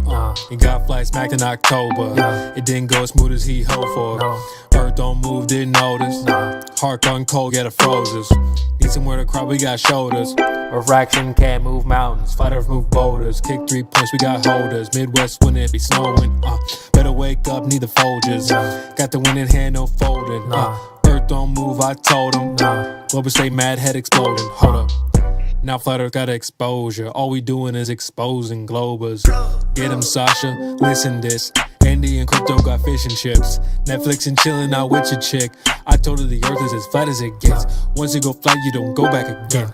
Bodie so curve on me, left, right, they hit. Flash met the Glober, got Mac right and quit. Globers all over by the sounds of it. It's a limp dick just like Sally's bridge. Got them cold cuts just to need a fridge. Flat earth jab, get them needles quick. Platform, Hill House, you can clearly see it. Globers gonna need to concede and quit. Evidence, but no, we ain't seen it. Dirty globe, we cleaned them. Flat earth laser, we beamed them. Shout out to Dave, this is not a fakes. Yeah, Globers be slaves. Stay in them caves, homies got played. Yeah, space is all gay. Yeah. Globers getting paid, stop the globe and press play. It's flat up in this place. Take my facts and I spray. He fell to his knees to the globe he prayed. CJ, Indio, Globers we got cameras silly though. Probably flex make it a million. You goofy some X a million. Central, Martov, Globers we got cameras silly though. Probably flex make it a million. You goofy some X a million. Vladdy, Kiwi, Globers we got cameras silly though. Probably flex make it a million. You goofy some X a million. T-Watt, Timbo, Globers we got cameras silly though. Probably flex make it a million. You goofy some X a million. You know what I do at the end of the song? Shout out to all of my dogs, yeah. Yeah. And a special shout out to Lobby Squad, yeah. CB,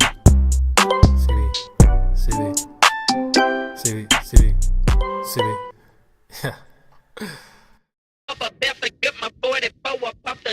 For the Glober to move over, there's no rovers on Mars, or the moon, or the stars. Space is fake, he's coping hard. This is fate, we came this far. This debate, yeah, this is ours. You got hate up in your heart. All the games, they fall apart. Watch me paint, yeah, this is art. I took my aim, yeah, this is war. There's no curve down on the floor, yeah, there's no globe there anymore. It's okay to share your pain, cause yeah, I've been there all before. Join the server to debate, but this is dancing with the stars. Too much food up on your plate, the flat earthers, they took your lunch. If you didn't watch the tape, then you'll get knocked out in round 1. That's just what will come your way if you don't learn about the debate. Yeah, I was just like you, on the globe back in the day. And I thought the earth was moving, till I learned that space was fake. Now I know it's not a globe, and you can't tell me about the shape. But you thinking buildings moving, that the gas is uncontained. Said you never had the proof, you should learn to feel ashamed. Cause you said the curve was there, but then you hopped up in a plane. Flat earth, it took me years, I'm not expecting you to change. Yeah, I know it takes some time and you won't get it in a day. Now you at the starting line and now it's time to run your race. And the globe is in the past, the globe earthers in last place. And when you tell the truth, they'll throw some shade up in your face. Do not worry about the trolls, no, they can't get up in your way. Now we in the live stream, flat smacking every day. And you need to say shit Better back up all your claims. I won't take no fallacy. Cog diss him if he plays. No, it's not a disc. Yeah, flat is not a shape. If I say the earth don't move, you'll get bent all out of place. Take the flat pill. Yeah, do it with some grace. Don't get mad at me. No, you can't go to space, cause it's on the TV. Yeah, outer space is fake. Now we in the live stream. Flash smacking every day. And you need to say shit. Better back up all your claims. I won't take no fallacy. Cog diss him if he plays. No, it's not a disc. Yeah, flat is not a shape. If I say the earth don't move, you'll get bent all out of place. Take the flat pill. Yeah, do it with some grace. Don't get mad at me. No, you can't go to space, cause it's on the TV. Yeah, outer space is fake, huh? Get my 44 up off the dresser now.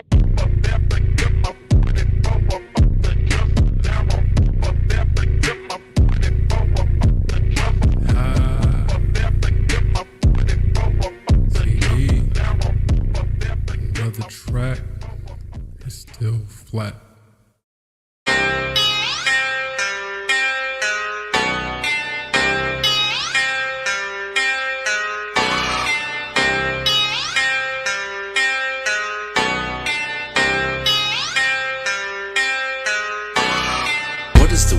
What is the world that we're living in now that we know we're not spinning? What is the world? What is the world that we're living in now we know courage is missing? What is the world? What is the world that we're living in now we know flat earth is winning? What is the world? What is the world that we're living? It's like a brand new beginning. We know that most of y'all sitting there wishing, probably just itching for us to go away, completely dismissing things that we say like our minds have gone missing. Meanwhile, you're really the only one shifting reality as if it was switching, like it was some type of fantasy pitching. Next up to bat, but you wind up just whiffing. Nothing but air, you just can't do no hitting. Running around saying that water sticking to outside the balls, your logic is slipping. I understand that you might think I'm tripping. Pay attention to the words that I'm spitting. Only thing that really needs any fixing, your view of the world and the way that you're thinking. No need to go always screaming and kicking. No reason to think that earth might be tricking. If it was spinning, then we would see drifting. If it was curving, the ships would be sinking. Logical fallacy, keep on insisting. Probably just listen. How about you try some form of consistence? Ship disappeared due to angular distance. Makes a lot more sense that the curve's not existence. Why the persistence? Why the pursuit of unending persistence? Fighting a war like a soldier enlisted. Really seems as though you got it all twisted. Why not just be a bit more optimistic? Lies you've been told, the veil has been lifted. Now you've been gifted, given permission to take a position. Not in opposition to the world that we're living. Create ignition, start up the engine. Choose to accept it, now this is your mission. Tell us why the damn curvature's missing. Maybe just call up a mathematician. Give him a listen. Have him tell you about his presuppositions. Talking about how it's not superstition. A vacuum and air pressure juxtaposition. Make a decision. Tell us how this model came to fruition. You have the right to enact your volition right up to the day of mental acquisition. All I could do is provide ammunition. Can't take the heat, stay the fuck out the kitchen. Judgment day or to the last demolition. You can see this as an act of attrition. On the condition that after admission, do you a favor and start the forgiving. Then go out and share your newfound position with everybody who's potentially victim. Falling for the global prisoner system. So many flaws, no woman can list them. Shout to my beautiful parents, I missed them. Taught me to think for myself, I could kiss them. Now to the day that I'm able to whisk them away in my arms, I will reminisce them. Yeah.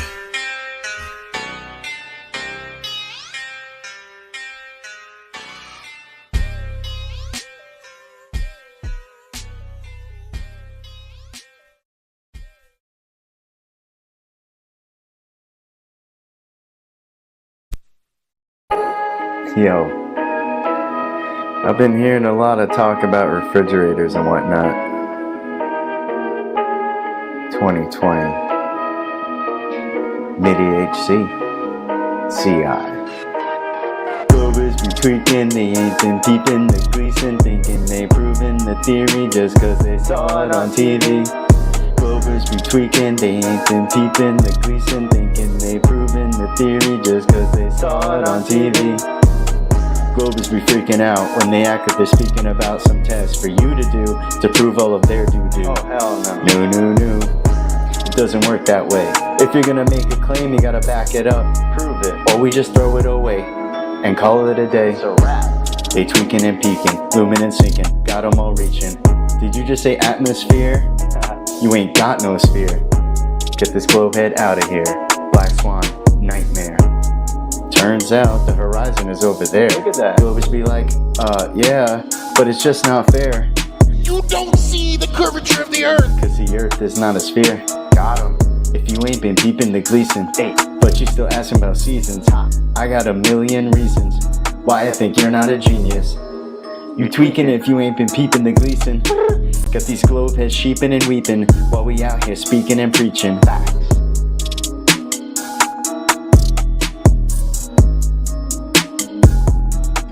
Peeping the Gleason. You ain't proved shit, you a bad debater. Serving up another red herring, someone get a moderator. Second law, thermodynamic violation, refrigerator. Wait, what? Natural phenomena observed, please. The Terminator will now terminate ya. Clovers be tweaking, they ain't been peeping the Gleason, thinking they ain't proving the theory just cause they saw it on TV. Clovers be tweaking, they ain't been peeping the Gleason, thinking they proving the theory just cause they saw it on TV. You are sitting in a second law of thermodynamics violation in your ball-tart spinning space monkey religion. Okay. You happy with that? No. Are you happy with that? Yeah, I'm thrilled. We just showed that the ball-tards are actual science deniers.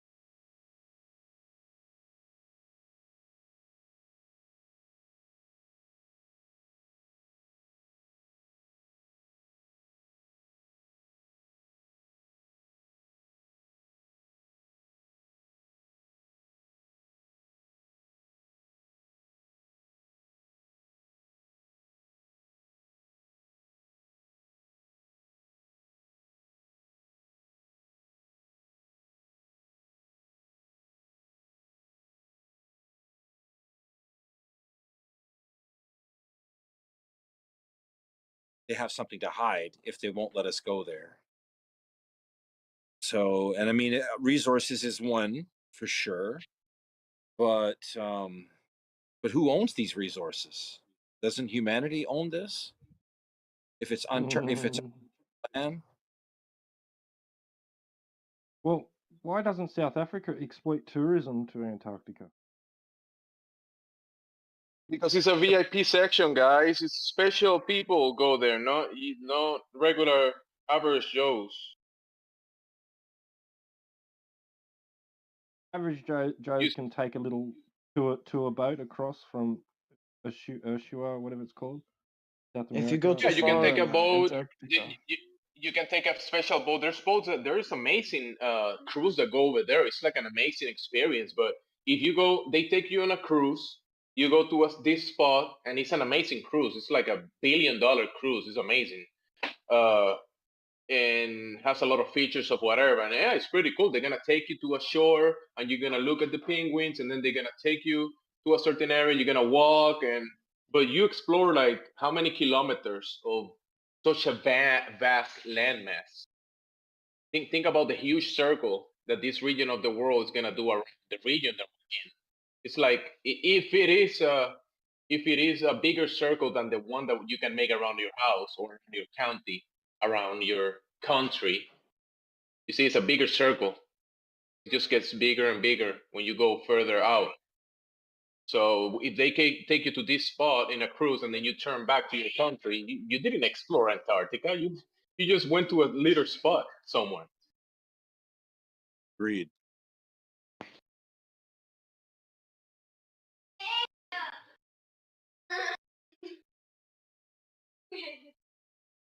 Yeah, I went to Antarctica. I paid $50,000 to go there, bro. It was amazing. I saw penguins. But they also do like very important meetings in Antarctica. In the past few years, they did a World Economic Forum in Antarctica. A bunch of the economics big dogs. They all went over there together and on a meeting in Antarctica about some economics of the world. So I will say, in my opinion, they probably have some type of VIP section. They probably have like cities constructed over there, and that's what they don't want you to see. The whatever sections they have developed in those areas, they don't want you to see that. And if it's a VIP section, like the Pope goes over there, vice presidents, presidents go over there, important economic tycoons go over there, and they have meetings down there, like meetings in Antarctica. That sounds weird.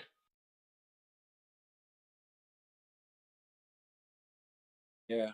Well, if they have all this resources and stuff there, I think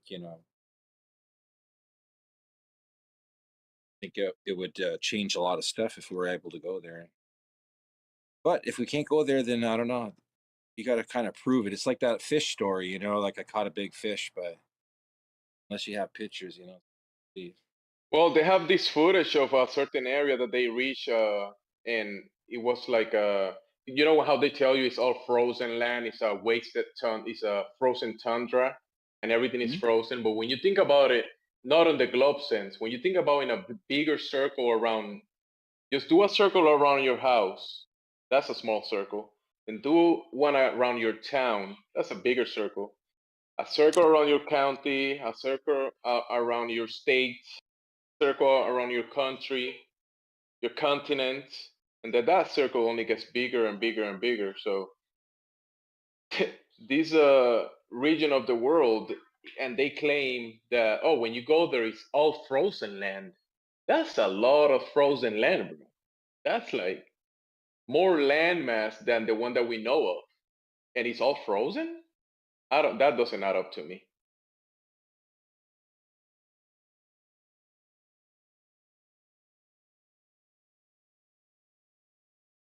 And also land areas can be terraformed.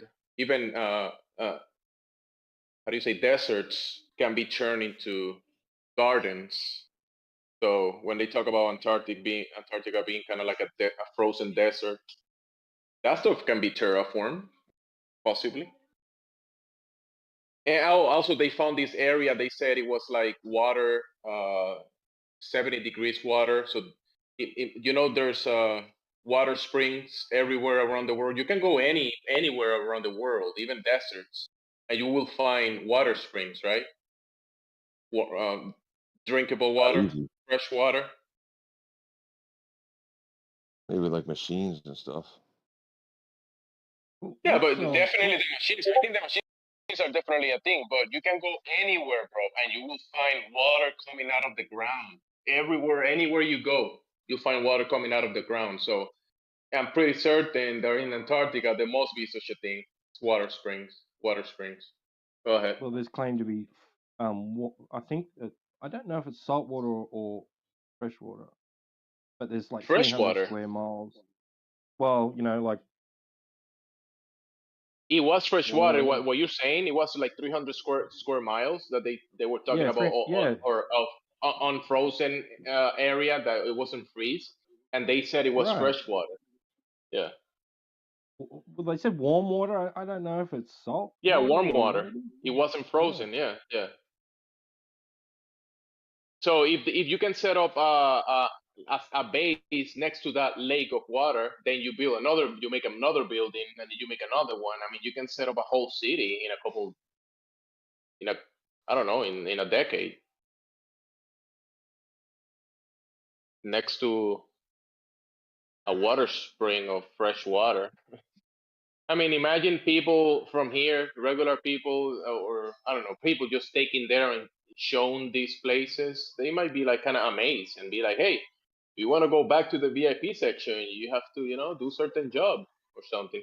They get promises, incentives to behave certain ways.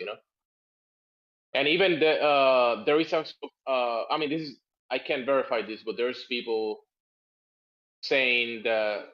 I mean, there was someone in saying that he worked in Antarctica. I mean, I can't prove it, but he said that there is fiber optics that go inland into Antarctica, and it passed the bases, and then it keeps going inland, fiber optics. So there is some, the connections that we use for internet also goes to these regions of the world. So there is a connection there, literally, a fiber optics connection inland to those regions of the world. So yeah, it's all connected. What do you think? You think it's undiscovered or it's discovered and hidden? Those are the two options. It's already discovered, bro. I mean, for how long they've been going over there and putting so many resources and people, and just like I told you, there was Operation Deep Freeze 1, 2, 3. We're talking about decades. We're talking about probably like 60 years of exploration of this place back then, and still today. I mean, with the technology available and all the resources and all, yeah, that's why they have it as a VIP section. They just have it off hands to whoever they don't allow to go there, or whoever is allowed.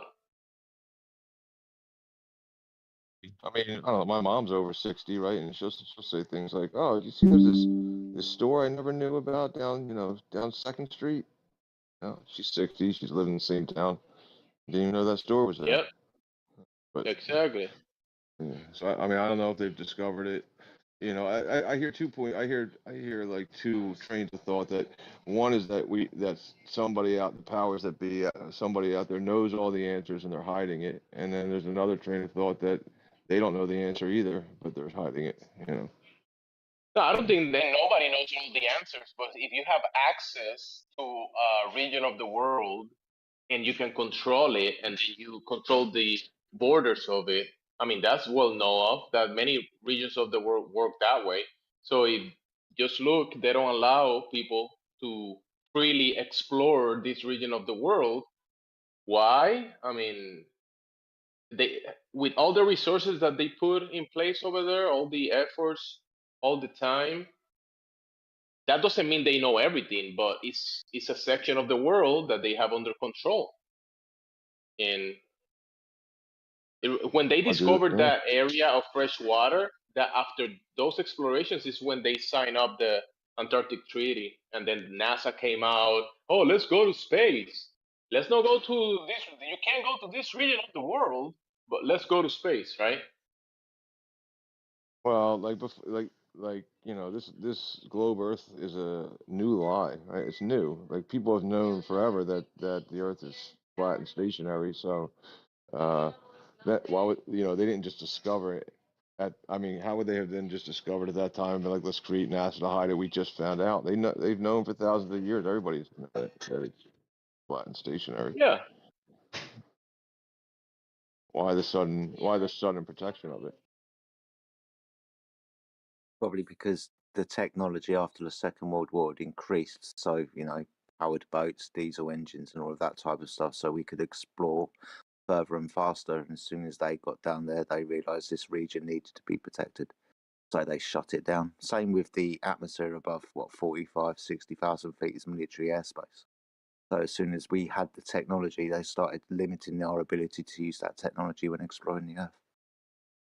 Yeah, that I can agree with. Yeah, as soon as we were able to take planes and or a balloon and go there, then they limit it because then we'll be able to get there. But they've been there. It's not like that's what I'm saying. I'm saying they've been there for a long, long time. Not just Admiral Byrd hit it, found it, and they're like, let's hide it right here and now. I don't agree with that because they've known for thousands of years that the Earth is flat. Yeah. I mean, Go ahead, bro. Go on, Jim. No, I I was think the only. this guy got a good point there. I agree with him actually because we were shown certain footage of certain like that goes to the point I was making. We were shown certain footage of frozen tundra and frozen mountain ranges, right? And reports about explorations.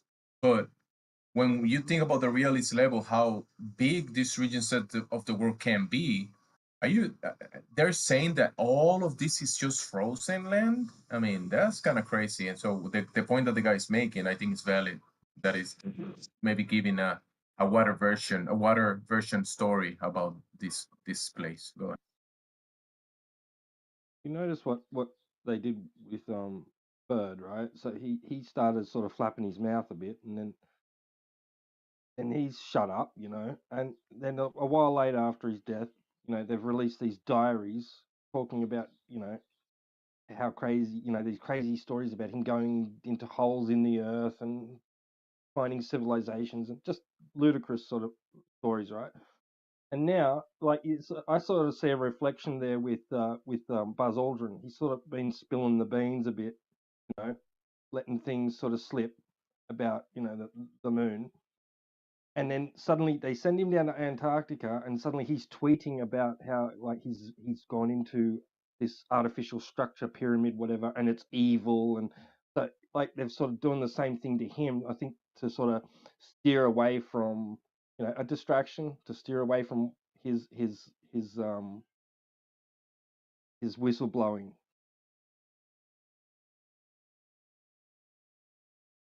To be some sort of crackpot, Yeah,